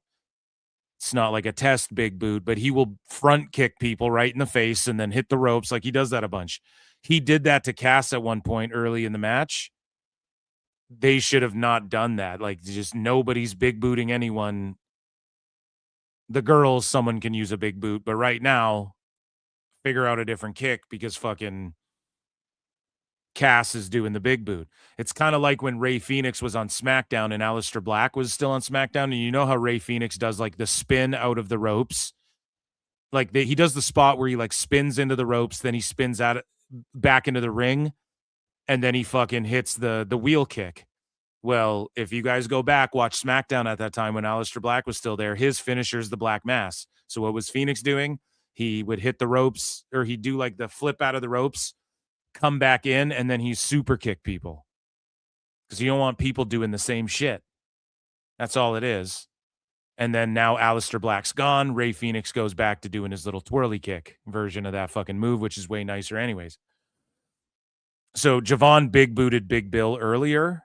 Or Big Cass, and then Cass finished with a big boot. So maybe that was what, because I noticed that immediately. I was like, oh, okay. But I was also looking for big boots because that's what all the rave was and crying about on Twitter was all about. Your leg from your leg, Brett. So in other news, there's some injury news here. Matt Cardona reveals he tore his biceps Friday night during a match. Biceps tear recovery can range from 3 months to a year, depending on the severity and treatment. Best of luck to Cardona during the road back. And that's Wrestle votes, not Westel votes, folks. So, yeah, Cardona's going to be out for a while in that match with Gunther. It's unfortunate. And if Cardona got released in the next, I like Cardona, but like, goddamn, man, I don't know how long he really stays around. We got to be honest. Him coming back to WWE is, I don't want to say like a favor to the fucking guy, but it was, I don't know if it's going to be like a long term. Hopefully they can build up to a story where he's seriously competing for the US title or something like that. In other injury news, Bianca Belair reveals she's battling carpal tunnel syndrome. No one ever talks about this stuff. Currently, carpal tunnel in both hands, fingers completely numb, no feeling in surgery finger whatsoever, no grip strength, and now also mom thumb. What the fuck? LOL. So there's something going on with her hands. I would like to say Bianca comes back. If we never see her come back, though, guys, to wrestling, just you know, emotional damage. Don't cry too hard, and thank you, Bianca. I'm sure we'll see her again at some point. But yeah, dude, arthritis and carpal tunnel and things like that are no fucking joke. Like joint pain and stuff like that. And her finger, it just really, she had trouble recovering it. And we don't know, like, wasn't she a gymnast and all of these sorts of things before? Like, she could have scar tissue built up in that finger too, which just makes it so hard to heal. And then it causes other things. And you don't really notice until you're not go Power Rangers all the time. And so I just want to say she's having kids. She's in her mama era, if you will. And if we never see Bianca Belair again, as far as like a wrestling at the world title picture capacity, thank you, Bianca, for all that you've done in the fucking ring. Certified Hall of Famer, no doubt. And I'm wishful and hopeful that we'll see her again. And I'm willing to bet money we will, but you never know. You never know with things like this. And if that hand doesn't fully recover, and she just might go, fuck it. You know? Like she just might go, I'm done. I'm a mom now. I want to have more kids. So who knows? Speaking of the roster and some of the stuff they be doing. Roster be doing stuff is the name of this segment. Jey Uso trends after fans claim that he used the N-word in a viral clip. Now, I'm not even going to play the clip, but the Samoans just use the N-word, guys, okay? So this is what they do. I don't know what to tell you guys. They all do it. Roman might not because he's half white, right? So he might be like, I ain't doing that shit. And The Rock might not because he's professional as fuck. And but Jacob Fatu, Rikishi, Juicy, Finau, all these guys in the bloodline, the Usos, they all say the shit, okay? And I don't know what to tell you. Say something to them about it. I guess people are calling them out. Some people don't like it. You got white boys in Florida saying the shit too. So, we, you know, some people say, well, no, it's a cultural thing. But a lot of people are like, no, that's very ignorant, and God bless you for, you know, Samoans be saying the N-word. So I don't know. I don't know what, I don't yet have a take on it. Okay, motherfucker, they're going to do it. Some people got hot at me when I pointed that out over Jacob. It's like, well, he grew up saying it, and the people he grew up around fucking, they don't got a problem with him saying it. So if you got a problem with it saying it, go tell him. You know, I don't know what to tell you, dude. But they all do it. So Jordan Grace, speaking of doing it, man, she is writing a research paper on why female athletes transitioning to pro wrestling outperform their male counterparts in developmental training, which some people might be like, that's racist. That's sexist, right? So again, you got Jey Uso being racist, and you got Jordan Grace being sexist. No, it's true though. The women are fucking outshining a lot. I don't know. Right now in NXT, I think there's a lot of dudes that are like, oh yeah, like they're stacked in the dude wrestler department. But for a minute there, it was like, man, mostly the women are coming through way more. And so Jordan Grace, I mean, pro wrestler, pilot. Now she's writing a fucking research paper. And she writes, writing a research paper in my kinesiology class on something highly debated in the wrestling world, why female athletes transitioning to professional wrestling outperform their male counterparts in developmental training. The biggest reasons: most women are coming from sports with high transferability to wrestling. And might I add, I'll just say women's sports, as far as making a living. Now, a lot of athletes wait to, like male athletes, they can make a real good fucking living in other sports. So that's always going to be option A for some of these female pro wrestlers in other who come through the NIL, it might be like, okay, what am I gonna? I played football and I fucking, there's not as much money in like women's football or fucking women's baseball or women's gymnastics even. Well, maybe. I actually don't know. Is there more money in like Olympian women's figure skaters, for instance? Like, I actually don't know. But like when it comes to dudes are going to try and play a few years in the NFL before they go, fuck it, I'm gonna try pro wrestling or whatever. And it's more worth it to do that. Whereas like a woman's shot putter, I'm sure there's less money in that than like even what Obafemi was doing. And there wasn't a lot of money in that either, The female recruits have extensive experience being coached on precise movements. Boom. That's a great point too. Where some of the women's wrestlers, you go, oh, it's like a gymnastics routine, right? And that's why some of the men, it's more laughable. Okay, this is why I feel like Tatum Paxley and Sol Ruka can do what they do. And you're like, it looks like they're genuinely having fun and doing it with ease, and they know how to incorporate it into like the flow of a match more than some of the dude wrestlers like who start doing the flippy shit and they rely on that, and it looks way more choreographed and shitty because, again, it's what Jordan's saying here. At least maybe I'm just, again, like looking at that the wrong way, and what I'm saying is fucking stupid, but it just seems like some of the dudes who rely on doing that shit, it's like move. Whereas some of the women, when they start flying around, they just understand it on a better level as far as like it being a routine. Now, you don't want things to be too routine-ish, obviously, but I think it's the same thing. If you guys ever watch the show, like So You Think You Can Dance, right? The women dancers usually crush harder than the dudes, at least in my opinion. I haven't watched that show in a long ass time though.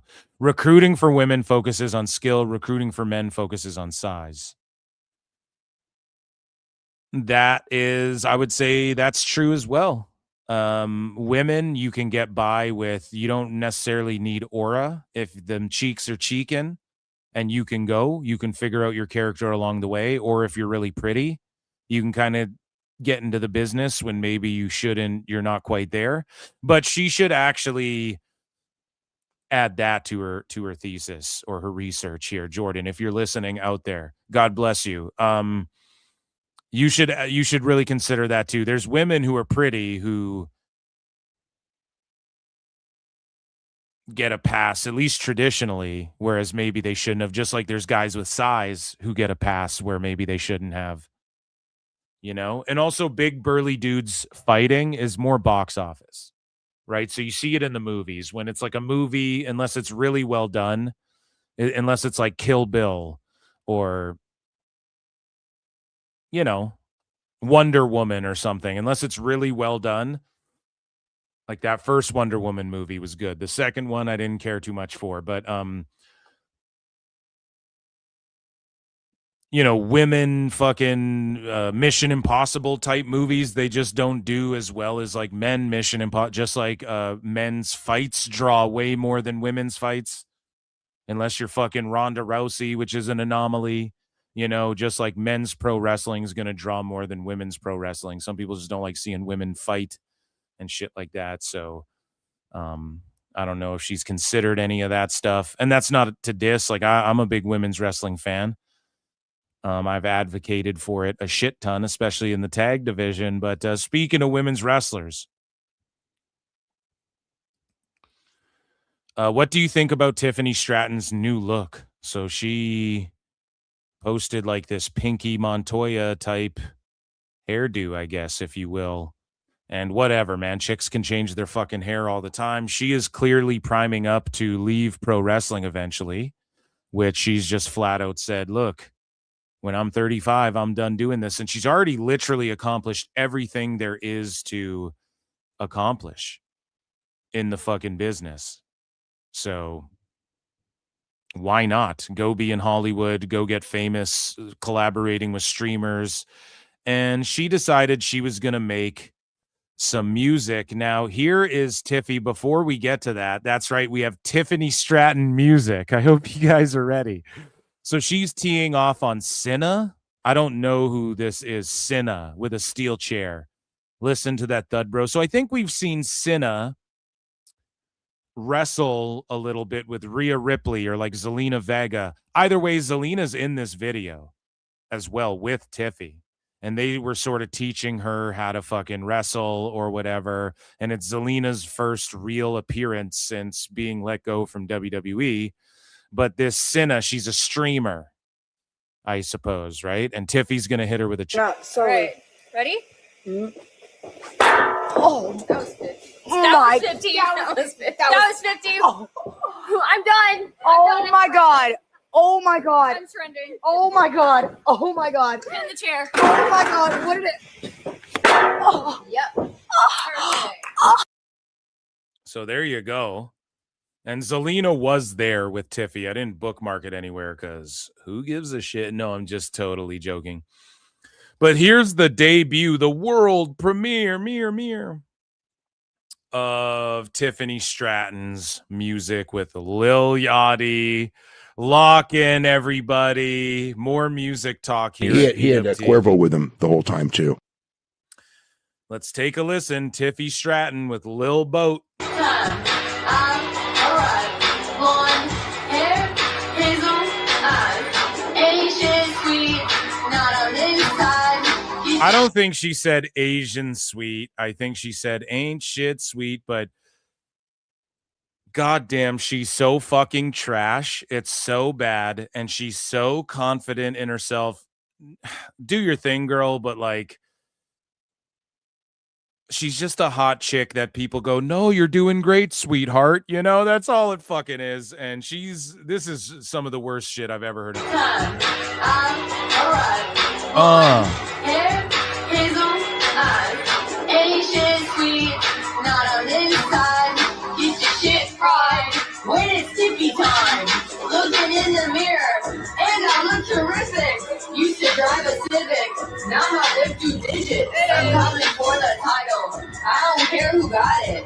I don't care who had it. When it's time, it's tragic. It's Oh, those rhymes are so bad. That shit is whack. I wish I had 2 more hands so I could give that shit 4 thumbs down. Oh my god. World premiere. Let's go. alright. Blonde hair, hazel eyes, Asian sweet, not on this side. What? Get your shit right. Yeah. When it's tippy time. Yeah, it's tippy time. Yeah, it's tippy time. Yeah, it's tippy time. So like they're just using shitty AI captions. She's saying, yeah, it's Tiffy time. Yeah, it's Tiffy time. Yeah, it's tippy time. Yeah, it's tippy time. Yeah, it's tippy time. Yeah, it's tippy time. Tippy time. Oh my god! And she loves it so much, and it's so bad. And this is the problem with music today. And this is why hip hop especially doesn't chart anymore. Literally everyone does it. Everybody thinks they can rap. You got Pat McAfee thinking he's a fucking rapper. Tiffy Stratton's like, oh, it's so good. It's literally some of the worst shit I've ever heard in my life. That shit's trash. Get that shit off the air. And it's just her going, blonde hair, hazel eyes. And there's no like flow, cadence, rhythm. There's no like, it's just brainless fucking, here's things. There's a pencil and here's a coin. You know? There's a chair over there. You know, it's just terrible shit. Alright. Blonde hair, hazel eyes, Asian sweet, not on this side. Get your shit right when it's tippy time. Looking in the mirror, and I look terrific.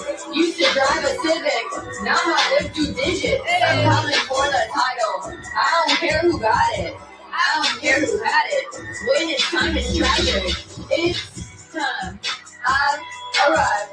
Blonde hair, hazel eyes, Asian. And it's so easy to just make music.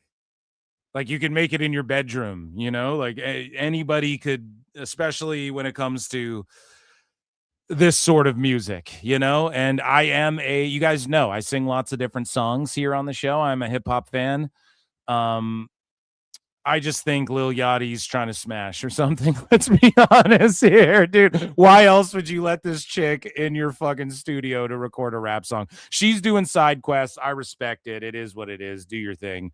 But I do not respect that goddamn music, and I don't need to.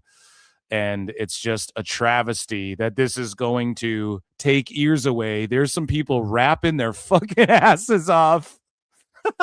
There's people in the world starving, rapping their asses off, trying to make it out right now. And you got Tiffy and fucking Pat McAfee polluting the airwaves when AI music makes better fucking songs than this. And she genuinely is like, oh, it's good.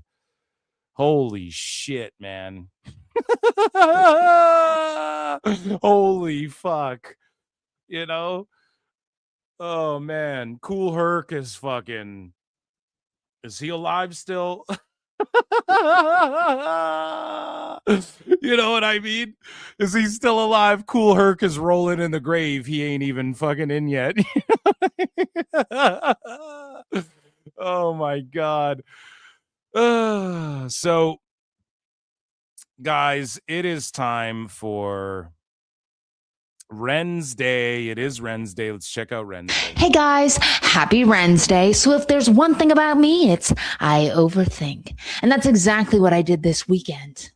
161 days ago, I won my first ever WWE title in my home state of Texas and became your women's speed champion.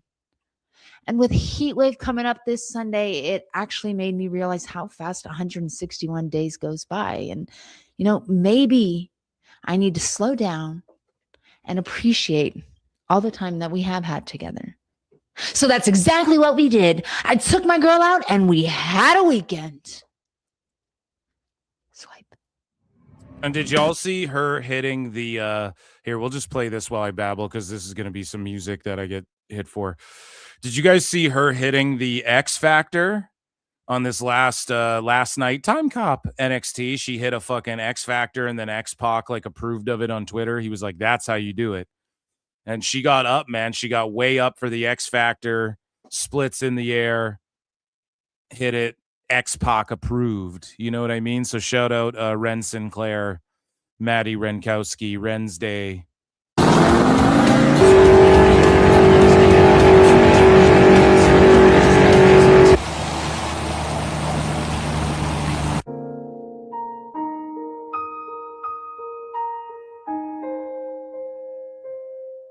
They just get rid of the speed title. I like that Ren has a title, but it's also like she makes that title.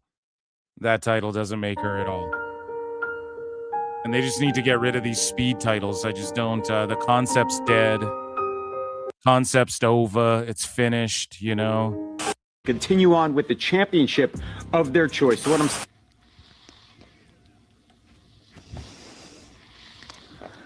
So wait a minute. The winner of the match gets to continue with the championship of their choice, either the Speed or the North American. Whoever wins the match is going to continue on with the championship of their choice. So they're kind of merged. Yeah, I hope Ren wins that North American title. It's a title for title situation. Shout out Ren Sinclair. Speaking of Heatwave, here is the final card for Heatwave. We have NXT Heatwave that's going head-to-head with AAA. Well, actually, it's going after AAA, pardon me, on the same day as AEW All In. And what is the name of the PLE this weekend for AAA? Ola De Calor. Did I say that right? I think I did. AAA Ola De Calor card. Let's pull this up too. I'll pull this off to the side here. Do we have the actual card itself that is set up for 2026? And is that, I don't know. So all TBA. So there's a gauntlet match let's head over here to Wikipedia. Okay. So there's a gauntlet match for a AAA Reina de Reinas championship match at Triple Mania 34. And the participants will be announced. The War Raiders, Eric and Ivar, take on Los Americanos, Rayo and Bravo in a tag match for the AAA World Tag Team titles. El Carnicero will take on, to be announced, in a singles match, La Parca, El Fiscal, El Hijo de Dr. Wagner Jr., and Damian Priest will face off in a fatal four-way for the vacant AAA Latin American Championship. I think we get Damian Priest out of that one with that belt.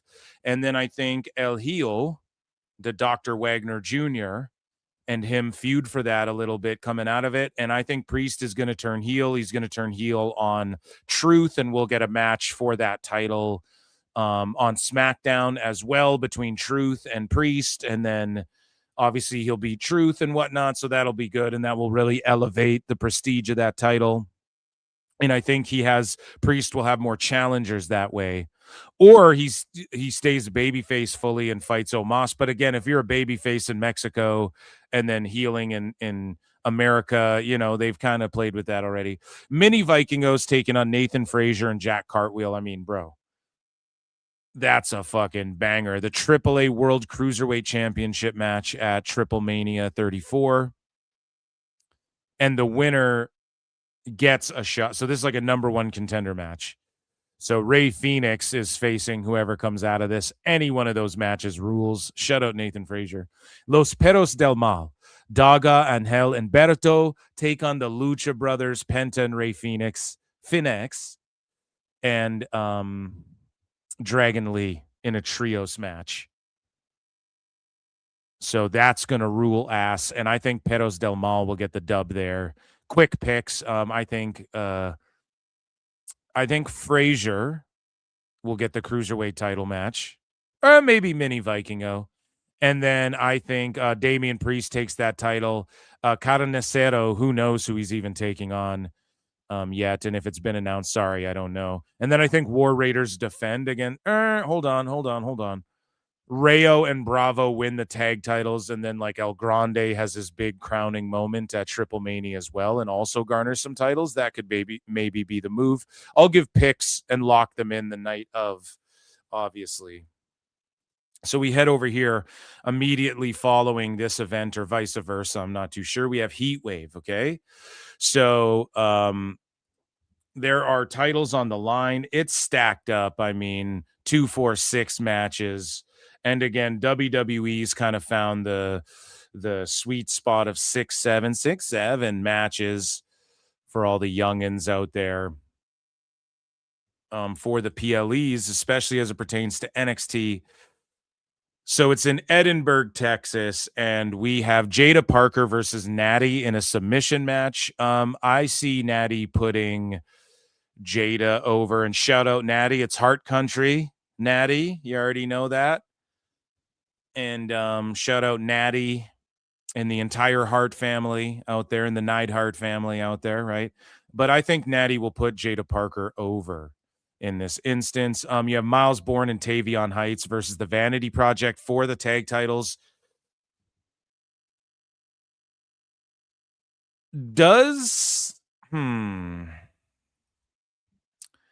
I wonder if the Vanity Project win it back already. I'm not sure. That's what I'm going with right now. It's what my mind's telling me. Miles Bourne is in, because he's got double duty, and he's at duty. No, he's got a North American title match against Jackson Drake with Maya Lockwood. So one of those titles are changing, right? Either the tags are switching, or Bourne defends the tags but then drops the North American. And of course, Jackson Drake will be with Micah Lockwood.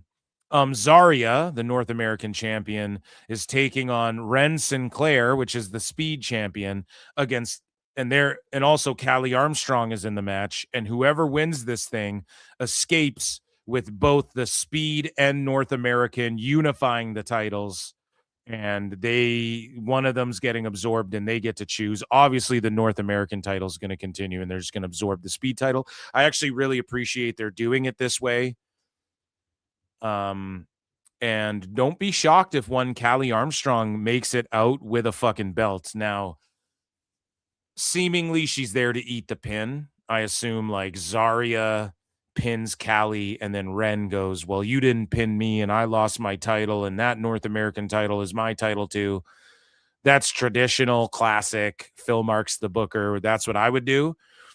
Don't be shocked though if Callie, everybody's like, she's gonna take the fucking pin and then she wins the title. You know, WWE's done that in the past. Kendall Gray is defending against Kalani Jordan. I think Kendall Gray retains that one. Then you got Tony D versus Grayson Waller versus Cruz Montana versus Zilla Fatu. Another 4-way that Tony D's in. He's had some one-on-ones, but I'm pretty sure he's been in these 4-ways. NXT men's division has had a few of these 4-ways in recent history, or 3-ways for this fucking belt. It's hard, man. It's hard to tell. Again, every time I think Tony D ain't going to make it out with the belt, he ends up fucking retaining. So I want to lean that way, but that's how you set up someone else winning it. I could see possibly Waller escaping with it for a bit. Tony D goes and maybe main roster already. And then Cruz and Zilla can feud with Waller. And then it only helps Cruz and Zilla get more over. Now, if Zilla escapes with it, I don't think he'll carry it long. He'll drop it and then do other shit for a bit before going up to the main roster. I don't see Montana winning it right away. Just because he just came over from TNA and shit, and they still, like, WWE still humbles the TNA guys who just come in. Like, look at the way Jordan Grace and even Joe Hendry have been booked. They're not just going to, like, give Montana the world, but maybe they do. Maybe they fucking do. I could see Zilla winning it, though, and then, like, dropping it in not too long. But then it's like he's an NXT champ, and then he can kind of use that against whoever. But I think Waller winning it, because he's just able to get so much heat and talk so much shit. And then Cruz goes after him. Maybe he beats Cruz, and then fucking Zilla beats him, and then Cruz beats Zilla or something like that. You know, you could stack it up that way, and you can get longevity. And then I don't know what Tony D does, or Tony D escapes with it, and then they just have like Zilla or Cruz go over on Tony D clean eventually. I don't fucking know, because every time I think Tony D's done, he's just right back in the fucking mix. So who knows with all of that shit.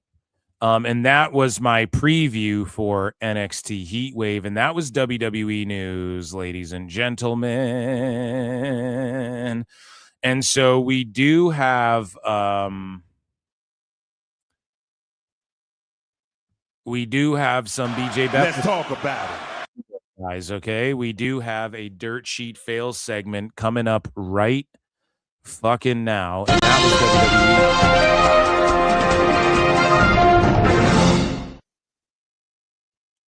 So I asked you guys in the poll in the chat. Let me pull this up here. Let me make sure I got all of my faculties in order with this next story, because boy, is there a lot to go through here. So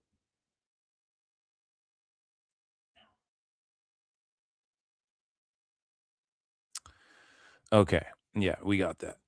All is good. So, ladies and germs,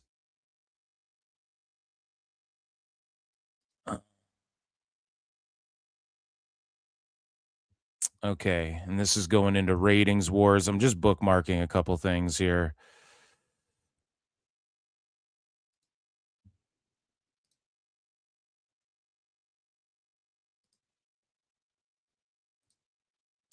Okay, guys. Yeah, we'll jump back over to that. So I asked you guys in a poll in the chat, what pay-per-view PLE are you most excited for this Sunday? 1 for NXT Heatwave, 2 for AEW All In, 3 for both, 4 for neither. I should have put AAA on there, but I put my vote in for All In. I'm most excited for that. Like, Heatwave will be good. What will be the better show? Maybe. But All In, I think, is going to be the most fun to watch and laugh at. And I'm going to have the most fun watching that. So, again, 11% across the board, tied. All In, both, neither, are all tied. And then Heatwave got 68% of your guys' votes. So shout you out, PWT Universe, for voting, or Club PWT for voting on that. Oh yes, man. CWJ for 2 sweet says, so Dave Meltzer did not debunk this in real time. Shocker. Well, thank you for bringing it up. And guys, like, subscribe, super chat in, become a member, gift a membership, patreon.com/ProWrestleTimes if you want to support the show, or just hit like, retweet the shit. I really appreciate it. God bless you all. Let's get into this next one. Thank you, CWJ, for that super chat. And thank you for setting up what we're about to get into. Ladies and gentlemen, it is time for my new favorite segment. And it doesn't just destroy the credibility of people like Tony Khan and Dave Meltzer and BJ Bethel himself, but it destroys the credibility as it pertains to WWE, but it also destroys their credibility when it comes to AEW. Ladies and gentlemen, it is time for Dirt Sheet Fails. So BJ Bethel came out with this report, and he said that ESPN is going to drop WWE, and we covered it in WWE News Time Cop. And basically what he was saying was this: ESPN is not happy with WWE being on ESPN. And this is shit that I've heard Freddie Prinze Jr. say and all this stuff, right? And BJ Bethel reports that ESPN is going to end their deal with WWE at the end of the year, or whenever it expires. They don't want to work with them, and it's already a known thing. So basically, he pulled a Nick LoPiccolo. What BJ tried to do was invent a fake story similar to the story about AEW, where apparently WBD looked out for Tone and said, hey, we're not going to renew your shit. You can go look elsewhere. We'll sell you back your stuff. And then none of that has been proven wrong. But this ESPN story was absolutely proven wrong here. Okay? And so we covered it earlier, but ESPN allegedly wants to ditch WWE when the deal is up, and they're over it. And it hasn't lived up to what they expected. And same with Netflix, but that got debunked, which we covered earlier. And Bethel didn't report that one, but that was the rumors. Oh, they're unhappy. CW's not happy. And then what happens? CW starts running PLEs on the fucking network, and they are integrating the stars into shows and all of these things. Netflix, oh, the rumors are they're not happy. The rumors are they're not happy. All of a sudden, they're really happy, and they're making more content with wrestlers. And, you know, these stories get debunked of Netflix not being happy, and it's a long-term thing, and any expert breaks down why. And same with ESPN. Oh, you know, it tanked, and ESPN, it's not doing as good. They launched a whole new app and used WWE as like the launching pad of like, hey guys, join this fucking app and watch wrestling. And they did WrestlePalooza because they needed a big event to launch the app and all of these sorts of things. And so that's what they did. Okay. So seemingly everything's going swimmingly with ESPN. And you see Danhausen all over ESPN. You see people online going, fuck, I'm tired of seeing WWE guys all over ESPN. You even have real sports fans saying that, which isn't a good thing, but clearly ESPN's happy with WWE, or they would, you know, they treat it like WBD treats AEW. Point blank. In whatever capacity they could do that with, because it's vastly different relationships there. But anyways, so BJ Bethel puts out this report. ESPN is going to ditch WWE. And so this is what came of all of that. SE Scoops is where BJ Bethel works for. And I don't know what order to do this in, but back August 25th here, yesterday, Meltzer said what posted this. Do you know how down bad you have to be to do an anti-WWE story and have the Wrestling Observer contributors immediately shoot down your fake story? Well, that's just a day that ends in the letter Y for Tony Khan's pathetic high school sports reporter fraud, BJ Brothel. And everybody's calling him Blowjob Bethel and By Job Bethel and BJ Brothel and all of this stuff. I'm not going to do that. I'm going to take the high road here at PWT, okay? Philip Marks is going to take the fucking high road. But this guy, Josh Nazen, goes, regarding the story circulating today, stating ESPN has already chosen to not renew the WWE deal that expires in 4 years. I'm told by someone that would know the claim is completely baseless. So BJ's like, oh, yeah, man, they're going to fucking end this relationship with WWE before the deal's even up. It comes up in 4 years. Meanwhile, Nick LoPiccolo says, yeah, WBD's like, there's 1 year left on this shit or so. We're not going to renew you with the option. Go and do your thing with AEW. And everybody melts down. And how could it be true? And how dare you? So this Josh Nason guy is a contributing editor and podcaster for The Observer. You know what I mean? So even The Observer are saying that this shit is completely false. Okay, and BJ, who grew up just down the road from WDTN Studios in West Carlton, Ohio, I'm pretty sure, worked previously at Cox Media Group as a digital specialist in the sports department where he covered high school sports and the Dayton Dragons. Now, so he's a high school reporter, bro. Now, as we go through all of this, remember that this guy is the person who invented the fake HBO Max 500,000 viewers for AEW on HBO Max. This is the same guy who invented that Dave Meltzer's ran with, that all these jerk-offs, fucking Bix and Span felted Bethel over this as well, which we're going to get into here. Meltzer said what goes, acclaimed SE Scoops high school sports reporter BJ Bethel didn't know that Ben ESPN email address. I think BJ has me blocked. Yeah, I don't even think I've ever interacted with him, but he didn't know that Ben ESPN's email address is publicly listed on press releases. This is how much of a fraud he is. So again, Dave Meltzer uses Bethel's numbers to go, it's possible AEW does 470,000 on Max. Okay, Jon Alba signal boosts and dog whistles this shit. Jon Alba has responded favorably to fucking Bethel and used his report. We're going to get into Alba in a second, too. His ass ain't safe. One of my original fools. Actually, I think he's a new school fool, but either way, here's Bethel saying, like, he goes, I tried contacting ESPN through support.espn.com/ he dropped the link. So he went to the support.espn.com. You know where you go to say, hey, why can't I log into my account? Failure. And you talk to a fucking bot? Or some fucking dude in India. Thank you, sir. He doesn't even know. It's an AI fucking bot. Like, that's who you contacted. Last night, also left a voicemail on a support phone line. A support phone line.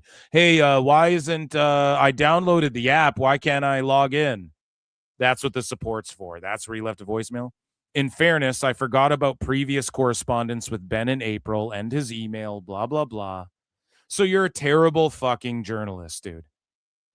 ESPN, WWE reached landmark rights agreement as ESPN platforms become exclusive U.S. domestic home of all WWE premium live events, including WrestleMania starting in 26.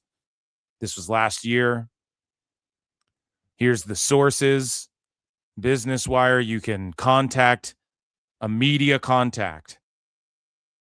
WWE media contact. TKO investor contact. They give you 3 contacts just on this fucking article. just publicly listed. And we knew this was going to happen here at Club PWT. We fucking knew that these real sports journalists were going to, real MMA guys are going to start destroying Dave. This is who, these guys all have the same bubble of people blocked, like myself. And you got Jacob, Bix, this asshole, Bethel, Elbu, Dave, Tony. And they're all fucking, Tony Khan is who I'm talking about. And they tag each other in fucking tweets and they respond to each other and take each other seriously. And Dave calls everyone frauds, but he'll quote tweet Elbu, who's licking taint. And Tone's telling fucking Bix to unblock Soda 2, and fucking Jacobs Dave's responding to him and calling people fed brain, and fucking this is who Bethel's who Dave uses to say that AEW could possibly do 500K. It's not impossible. It's just incestuous, dumb fuckery, and it just makes everybody look foolish. And Bethel's timing, like, Tone, fire this guy. Is this your man? Apparently, Bethel knows Tone from back in the day or something, probably the message boards.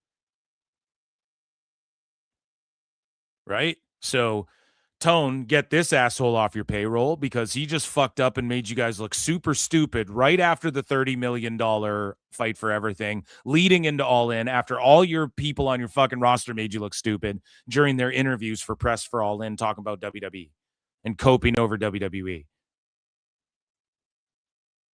This guy just fucks up, puts out this story, and gets fired from his job. Bethel literally gets fired from his job because of this. Okay, so this is kind of all over the place, but we're just going to do this in order here. And even the Observer, this post is unavailable because it's fucking deleted from SE Scoops. They fucking deleted it, and they had to, and they fired his ass. So BJ Bethel, you know, this guy from Ben ESPN, this guy publicly comes out. So again, Warner Brothers, nobody publicly comes out and says shit. Sean Sapp has a fucking source where allegedly they told him that in no professional capacity did Warner Bros. Tell Tony Khan anything. Okay, so Nick said that it was a hookup, that they warned him, and it wasn't a professional anything. They're at a fucking dinner. Tone, we're not picking up your shit in a year. How dare he say that? Fake news. How dare he fucking, this is insane. Look at Bethel. Where's the same well, he did get the same reaction, actually, from the fucking wackos, but you don't see no sickos keeping the same energy. They're going to defend this asshole. And you don't see Dave fucking slaughtering this guy and having a fucking 12-minute meltdown, and he's unable to speak BJ Bethel's name. Dave uses BJ Bethel as a source himself. So Ben Cafardo from Ben _ESPN, ESPN Ben, goes, there's no truth to the report that we have decided not to renew. They never checked with us before publishing, and had we would have told them that was completely false. Failure. Failure, retard Bethel. Alert. Retard alert, class. So you're a phony fraud journalist. Huh. Go figure. Go figure. And so Meltzer said, I promise you that you can afford better paid off journalists than this pudgy little hobbit who needs to use website contact pages, BJ Brothel.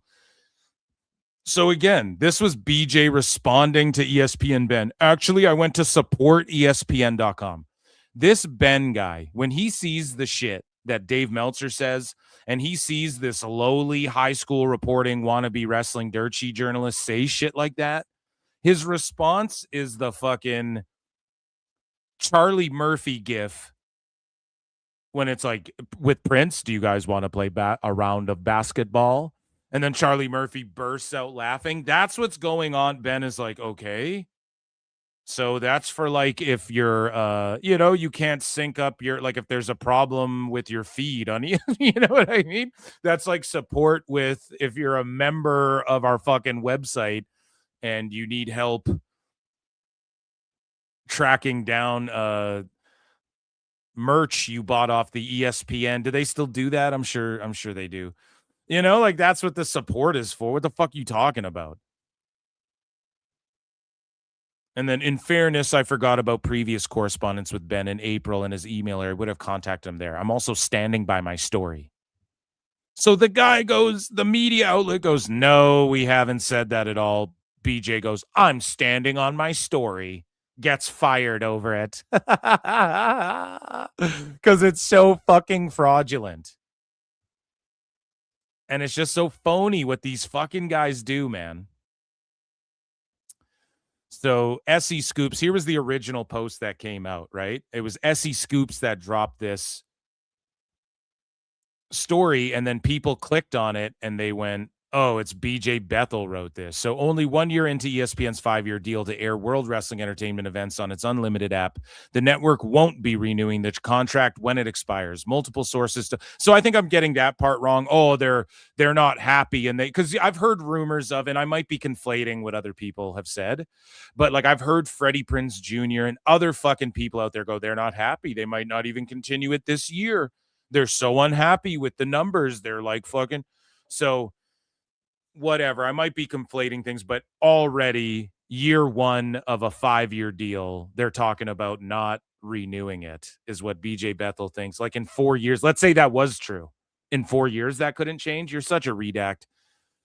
Multiple sources told SE Scoops the deal faced multiple problems. Turns out, nope, wrong.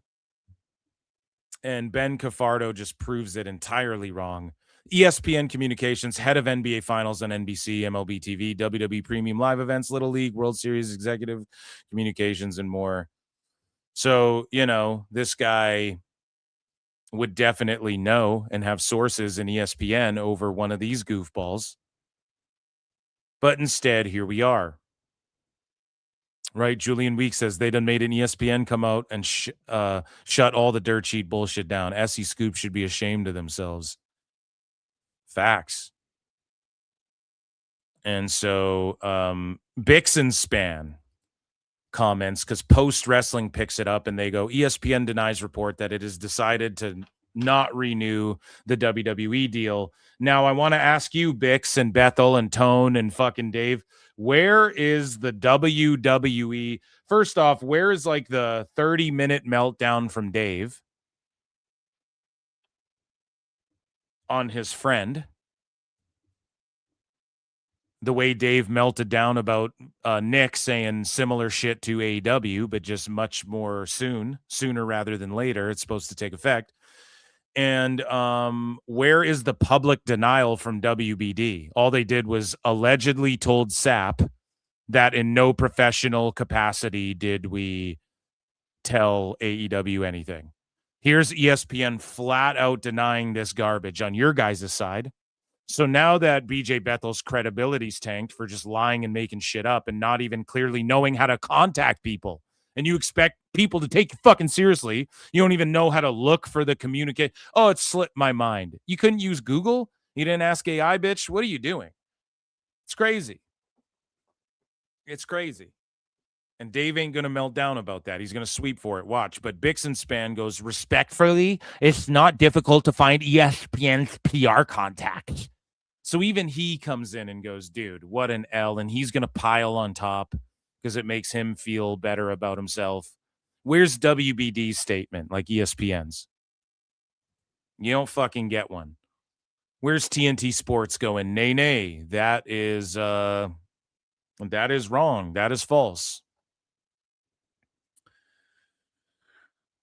And then Meltzer said what goes, I cannot stress how hilariously stupid and brain damaged you have to be as a reporter to claim that you have sources connected enough with ESPN while simultaneously admitting you used a website support form because you didn't have the publicly available ESPN.com email. And it is fucking hilarious. It's an epic fail that he used the support email, and now people are memeing. Epic fail. Failure. And they're like going to do support for like their Xbox or whatever. I just seen different people posting like them talking to AI chatbot support and being like, look, I'm investigating, I'm doing journalism about whatever the fuck. And they're just making fun of them. It's so funny. So BJ Bethel, a professional wrestling journalist, Only 1 year into ESPN's 5-year deal to air World Wrestling Entertainment events on its unlimited app, the network won't be renewing the contract when it expires. Multiple sources told SE Scoops the deal faced several problems, including the current media market, culture, and synergy issues between the two companies. Oh, you mean like Danhausen? And the failure of cable providers to pick up the cost of the app for customers. So he's just a fraud. And then this is Chris Benoit's brain scan.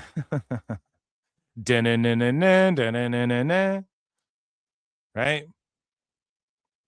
And so Brandon Thurston posts this from yesterday. ESPN denied a report saying it's decided to not renew WWE PLE rights when the deal expires in roughly 2030.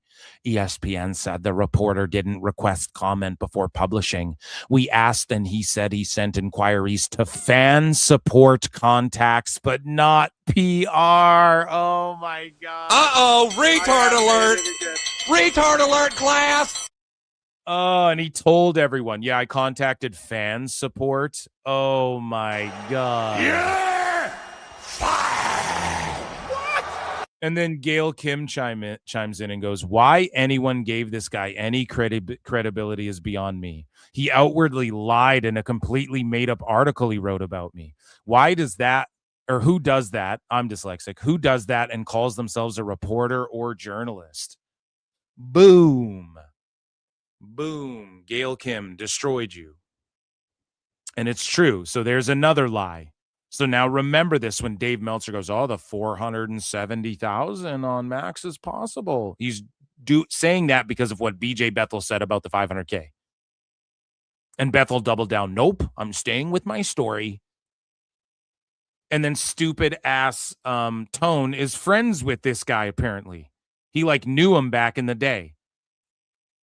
And people are like, he's from Ohio. So they like Tone didn't go to school in Ohio. It has to be a message board, in my opinion. That's allegedly, in my opinion. I think it's from a message board. I don't know for sure, but it would make a lot of sense. So Nick LoPiccolo chimes in. And again, he did the same fucking thing, but he actually has sources. He's actually credible. He's actually spot on in a lot of his analysis. And he would actually know what people in Warner Bros. Are doing. Bethel does not. None of these dirt sheet writers know a goddamn thing about the entertainment industry. They certainly don't know shit about wrestling, but the entertainment industry especially. So Nick said, hey, WBD gave Tone a heads up. They gave him a good hookup. Everybody melts down. He becomes he who shall not be named. People can't fucking speak his name. People try to get him fired from fucking jobs. All of these sorts of things. That may have happened previously. I don't recall, but either way, it was just handled very differently. With Bethel, he gets his ass full-blown fired, and ESPN comes out and goes, nope, that's not true. It's crazy. And so Nick he's obviously mad. He goes, all of you are fucking embarrassing. None of you know what the fuck you're talking about. Tags BJ Bethel, Jon Alba, Raj Giri, Dave Meltzer, or have any credibility. ESPN had to bitch slap Bethel. How are you not humiliated you even entertain this? The guy lives in Ohio. Ohio. And so what Nick is talking about here is that Dave has entertained the ESPN's not happy. He said that for a long time. Bethel claims he has sources. Dave entertains shit that Bethel says. Alba, who's about to get slapped around more here, which, God, I love seeing pompous Alba get smacked around. And then I don't know what Raj Giri said. Maybe he was like, oh, then that would indicate this, or so. I have no fucking clue. Nick just doesn't really like Raj. I like Raj Giri, but I also just bookmark his like ratings tweets. I don't really know. Is he commenting on ESPN and shit? I don't really see too many tweets like that. So from Raj, mostly it's just like ratings discourse. And then whenever he's talking shit to Dave, that's what my algorithm feeds me. So I'd have to see, right? I'd have to go on Raj's Twitter, shout him out though. But basically John gets smited because John, and he tries to cop out. You guys will see. We'll read the fucking tweet. And Nick LoPiccolo goes, what a fucking bitch. And Jon Alba blocked Nick LoPiccolo. And I destroyed Alba recently too. He had no response to what I was saying because it was just, he doesn't think logically. He just speaks as though like he knows shit. He understands shit. It's like, dude, Tone gives you access. Shut up. You work for Sports Illustrated. That's a whole dead scene. But he ended up blocking Nick LoPiccolo because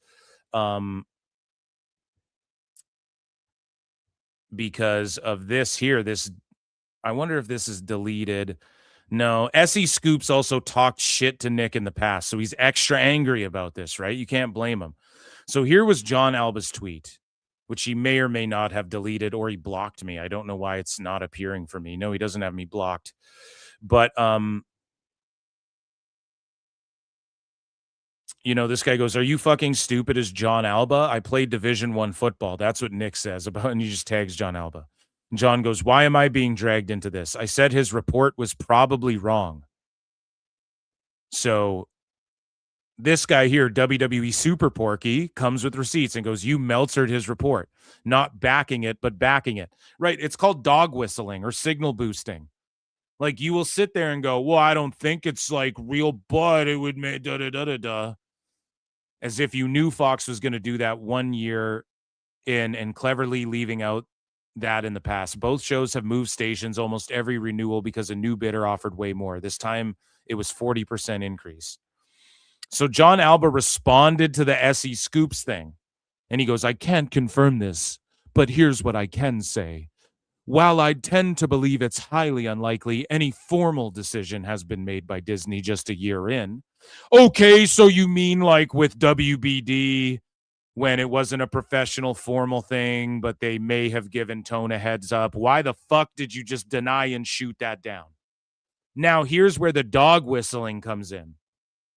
Fox very much informally knew within a year it wouldn't be renewing WWE. The decisions were made until years later, though. So he's sitting there going, "I highly doubt it, but it would be exactly like what Fox did," which the Fox shit wasn't fucking true either.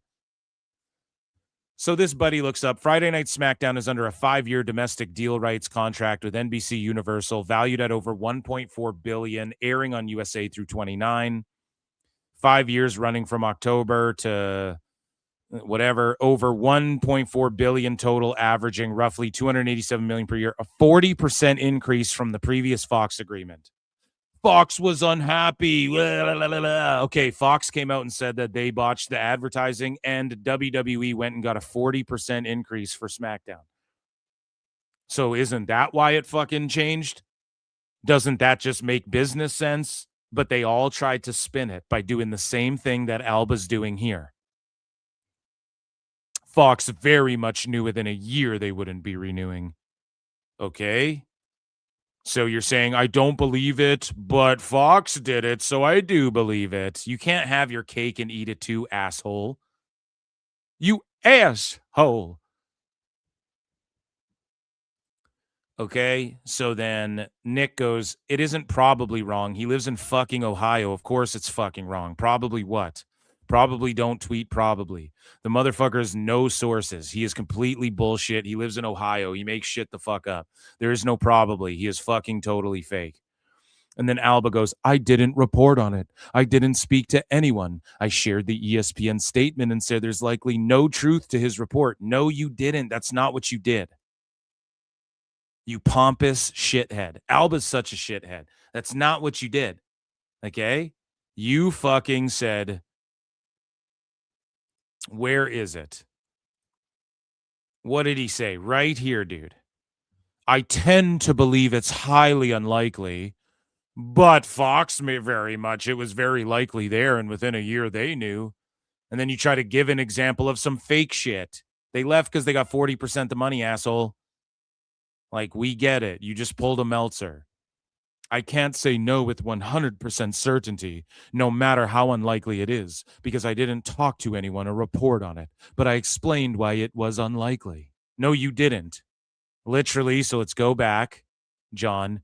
You said, "I don't believe it because it's unlikely, but Fox very much knew and no decisions were made until years later." So you said it was unlikely and then followed up by explaining why it is likely that it would happen.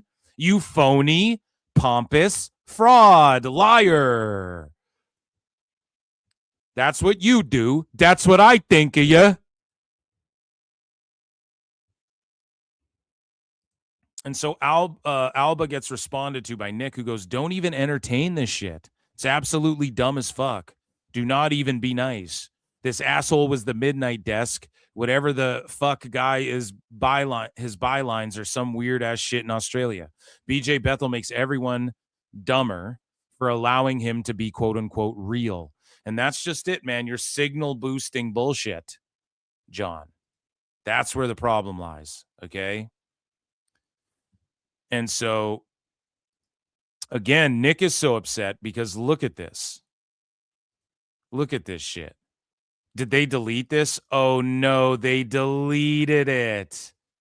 Oh, my God. I pray he screen grabbed it. Nick, did you screen grab it, buddy?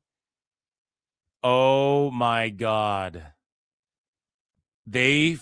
Oh, my goodness. That is disappointing. And so Nick LoPiccolo goes, Jon Alba, you are dumb as fuck. Right? Responding to Alba again. So, yeah, that was his first response. Jon Alba, you are dumb as fuck, right? So what happened was this was not deleted before. Nick LoPiccolo quote tweeted this old tweet of SE Scoops. Okay? And it showed them talking shit to him in the past. Let's find this. I'm going to dig it up. Dig it up, oh, dig it. Dig it up, oh. Dig it up, oh, dig it. Dig it up, oh. We're going to check my guy's Twitter here. We're digging it up like holes. You guys like that movie Holes? Yes. So this is it right here. So they Matt Hardy'd this shit. Look at this. I knew someone screen grabbed it, but they just deleted it today. I'm positive of it because that's why I only bookmarked Nick's response to it. He dug it up from the past, from October. And this is SE Scoops going, hey, Nick, we're lucky to have a veteran journalist and wrestling historian like BJ on the team. This is when Nick was felting BJ before for him spurging out on Nick about the WBD thing. Okay? So these assholes go, we're very lucky to have a veteran journalist and wrestling historian like BJ on the team. He's done nothing to warrant a deletion. Instead of your dilapidated offer, why not debate the man? Happy to set it up. DMs are open. Webmaster Mike. Now you couldn't, and then he got ratioed into oblivion. You couldn't be any more of a You mark. are a naive, brainless, pathetic, idiotic, clueless, dumbass mark. And obviously they're trying to do the Matt Hardy thing. Matt Hardy thinks you're a fucking mark, probably. And follows PWT. Shout out Matt. I'm brother Philip, dude. Phil Hardy over here. But the DMs are open. Now, imagine a debate between Nick and BJ, dude. That would be the funniest shit of all time, as Liv Morgan would say. But Nick also can't just be like stooging receipts of like shit he knows. He can't be putting people on blast like that either. But he's an actual Hollywood agent, and the guy from ESPN's an actual ESPN guy. So they're here defending BJ. He's a veteran journalist and a wrestling historian. They deleted that shit. You fast forward, and here's what SE Scoops is writing now. And you see this here. SE Scoops posted this. Where the fuck is it? They fired his bitch ass. So at SE Scoops, the statement on our WWE ESPN report. Yesterday, we published a report from BJ Bethel on WWE's relationship with ESPN. We are retracting that story in its entirety, meaning it's a fucking complete fail. It is so good. And before a story like this runs, the subject deserves a direct chance to respond, and that step wasn't taken to this. Oh, veteran journalist, wrestling historian, doesn't know how to fucking do journalism or understand shit about wrestling. That step wasn't taken to the appropriate standard. Since publication, it's come to light that this effort fell way short. We ran it, and the buck stops with us. We've parted ways with Mr. Bethel, have had our verification procedures reviewed by an outside partner. How about just don't be a dumb fucking quit hiring fraud shysters and just be objective and actually report. And when you notice BJ Bethel's lying about WBD shit, and then WBD doesn't come out and say anything, so you kept running with it. He was lying then too about the 500K on Max and his fucking sources.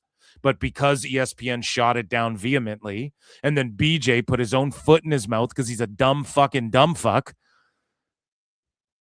he shows everybody the exact link. It's a fan support line or whatever the fuck, where he's talked to an AI person, and it has nothing to do with anything. And then you have to realize, holy shit, he's been reporting for us this whole time that way. The whole time he's been working there, that's what he's been doing for his sources and shit.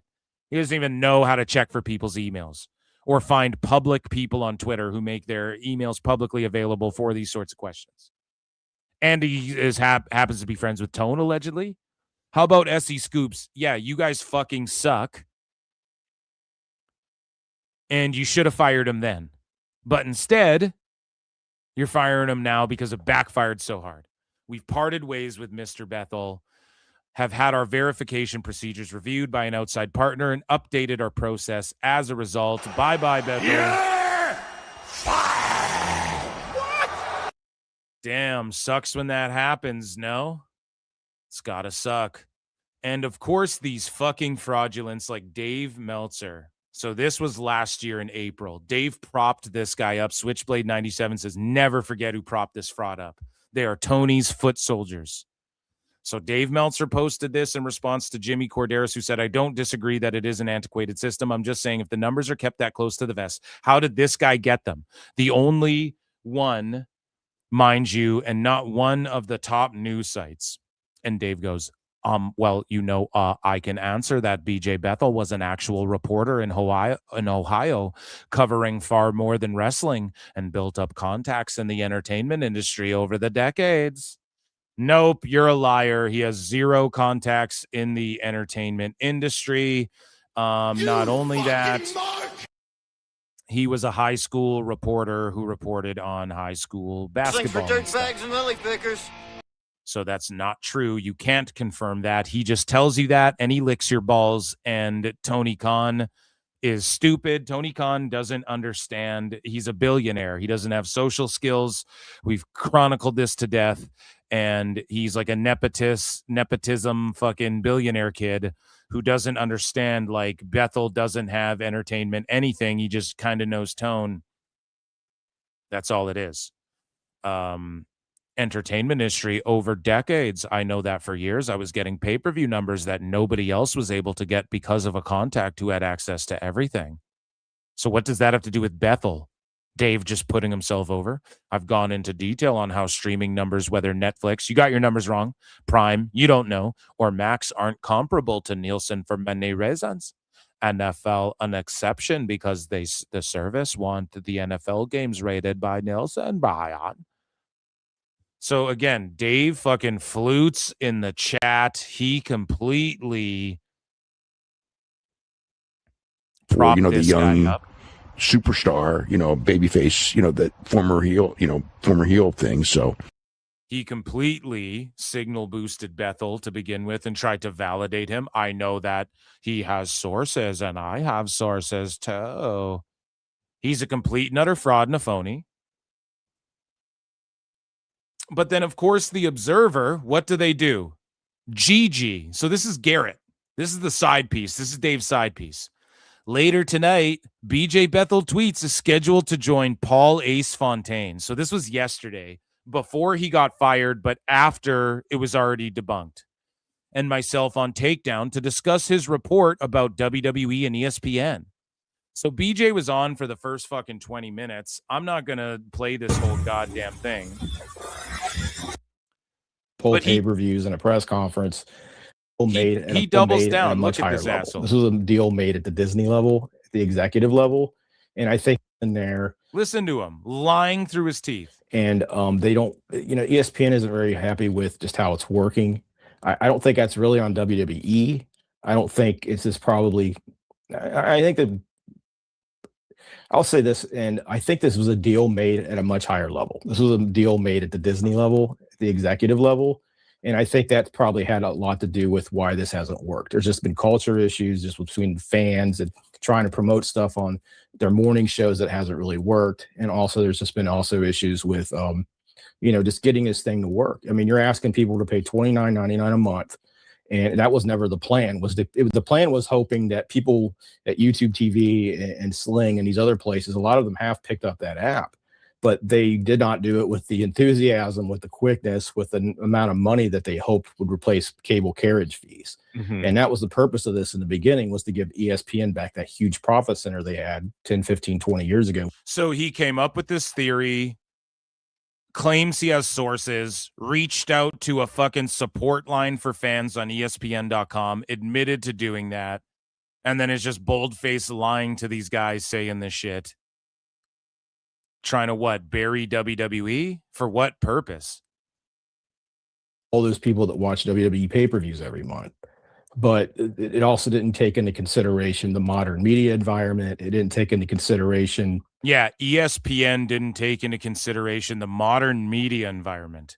The amount of money it takes. If you want to watch all the WWE programming right now, you got to buy a lot of different apps. That's the case with the NFL. It's the case with MLB. Yeah, or you get a VPN. Well, or you can watch Stephanie McMahon's podcast and find the best PPN and advertising. But I think that's some. Did he just call it a PPN? And then look how he takes a shot. Or you can watch Stephanie McMahon's advertisement and get her podcast and get the best VPN. Yeah. Part of it, because if you're asking people to spend $30, they're going to try to find a way to watch the stuff without paying $30. And a VPN is a pretty easy way to do it. Yeah. And it's one-stop shop. Hey, Tony does a fucking pay-per-view every month for $50. You don't think those sickos are going to try and find a way not to pay that every month? You get a VPN, you get everything on Netflix. Go now. Obviously from the... Yeah, fuck this guy. He's just a liar. Garrett, you're a fraud. Oh, buddy. We're looking into you, buddy. Oh, Garrett. Oh, man. Someone let him know. We're investigating Garrett, buddy. Oh, yeah. I just used to laugh. You were the side piece? Uh-oh. No. Poor people don't like AEW. There's something deep and dark and twisted you're hiding too, bud. I can smell it.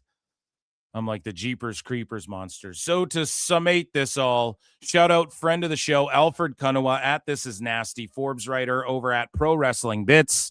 This is my guy. I'll get him back on the show here. He'll come on live here soon.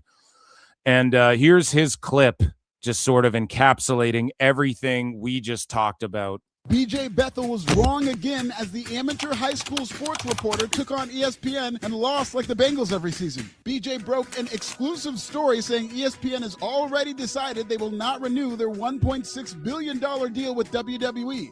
1 year into a 5-year deal. This story is complete bullshit. ESPN's words and mine. There is no truth to the report that we have decided not to renew. They never checked with us before publishing, and had they, we would have told them that was completely false. Batch Bethel is the same weirdo who lied about AEW drawing 500,000 viewers on HBO Max, a report that was immediately shot down as factually incorrect. But it gets so much better. BJ tried to defend himself by saying he stands... Yeah, and Zarian came down and shut that shit down his too. Report because he reached out to ESPN through their customer support desk, but they didn't get back to him. He said this out loud in a tweet, and the tweet is still up. Imagine if I was writing a story about the DMV, and instead of reaching out to DMV Public Affairs for comment, I visited my local DMV in Inglewood, took a ticket, waited 3 hours, and asked to speak with a manager about nationwide smog inspections. Just call WWE Shop's missing order. We'll wait though. And Alfred didn't tag it with, and then nobody responded. And then they didn't even tell me whether or not, right? I do all that, and then they don't even give me an answer. Right? Shop's missing order number to ask how big Batista's dick is. On hold right now. We'll report result when I get it. BJ only proves everything I ever said about the useless and incompetent wrestling media. But bad job Bethel ain't done yet. I spoke with his editor through the SE Scoops support desk, and future BJ Bethel reports include AEW moves 50,000 tickets in 3 days to sell out Wembley Stadium for All In. Ricochet to quit Twitter and never post dumb shit on the internet again in his life. Indiana Fever to focus on rim protector by drafting Enos Kanter. In a bottom-feeding subgenre of wrestling media, which features the worst journalism you will see anywhere in your life across the board, BJ Bethel is in the gutter because BJ... Yeah, absolutely. He's in the gutter. He's cooked. He's finished. He's through. As the mighty Vince McMahon once said,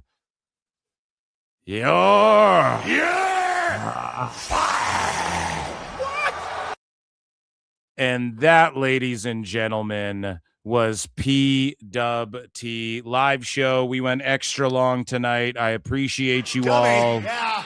I will see you guys tomorrow for Dave Meltzer Dumb Moment of the Week. Make sure you guys tune in for that. That was Dirt Epic Fail. You've been amazing. The PWT universe. The flute. So StreamYard changed the fucking StreamYard mixed up my sounds again, guys. After it worked well for you guys know, we were going on weeks with it being fine. All of a sudden it got we'll hit a sad flute. Just I can't find any of my sound. It's been really annoying. So shout you guys out. PWT's over. I'm Phil S. Marks. You guys are Club PWT. I will see you guys tomorrow for Dave Meltzer Dumb Moment of the Week. Until next time, be good to yourselves and each other. Don't be a BJ Bethel. Peace.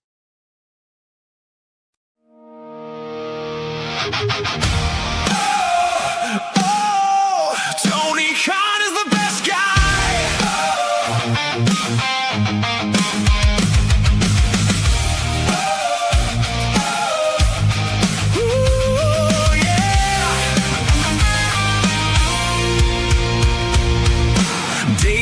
Up on a Wednesday night, got the star ratings ready, feeling just right. Tone booked a ladder match, 12 flips in a row. Dave said 6 stars, brother, let's go. The ratings dipped a little, but that's okay. There's always a reason by the end of the day. When the message boards crumble and wonder why, Dave just smiles and starts to type.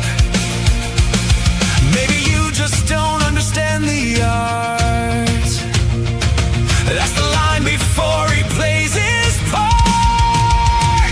Tony Khan is the best guy. Never wrong and he'll tell you why.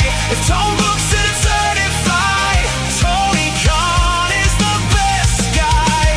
Tony Khan is the best guy. Dave's got another defense to write. Every match is a masterpiece tonight. Tony Khan is the best guy. Tony Khan is the best guy. Tone made another huge announcement again. The biggest announcement since 10 announcements ago then. Dave got excited before it was said. Already handing out flowers in his head. The forums laughed, the podcast cried, the tribal wars burned all night. But Dave was there with a brand new take, explaining every questionable mistake. The critics yell from far and wide, but Dave is always by Tone's side.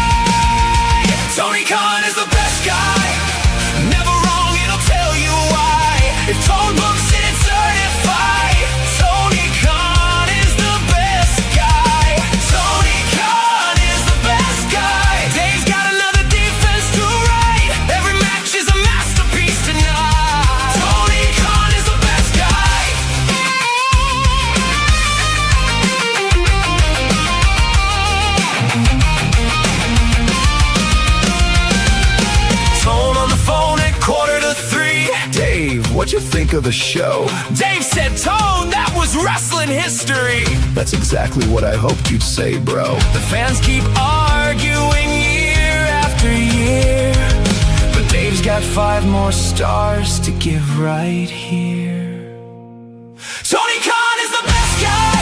The stars keep climbing to the sky. 7 stars, Dave might just try. Tony Khan is the best guy. Tony Khan is the best guy. Tone can do no wrong tonight. Dave's already got the headline tight. Tony Khan is the best guy. Tone booked the match. Dave loved the match. Tone booked the show.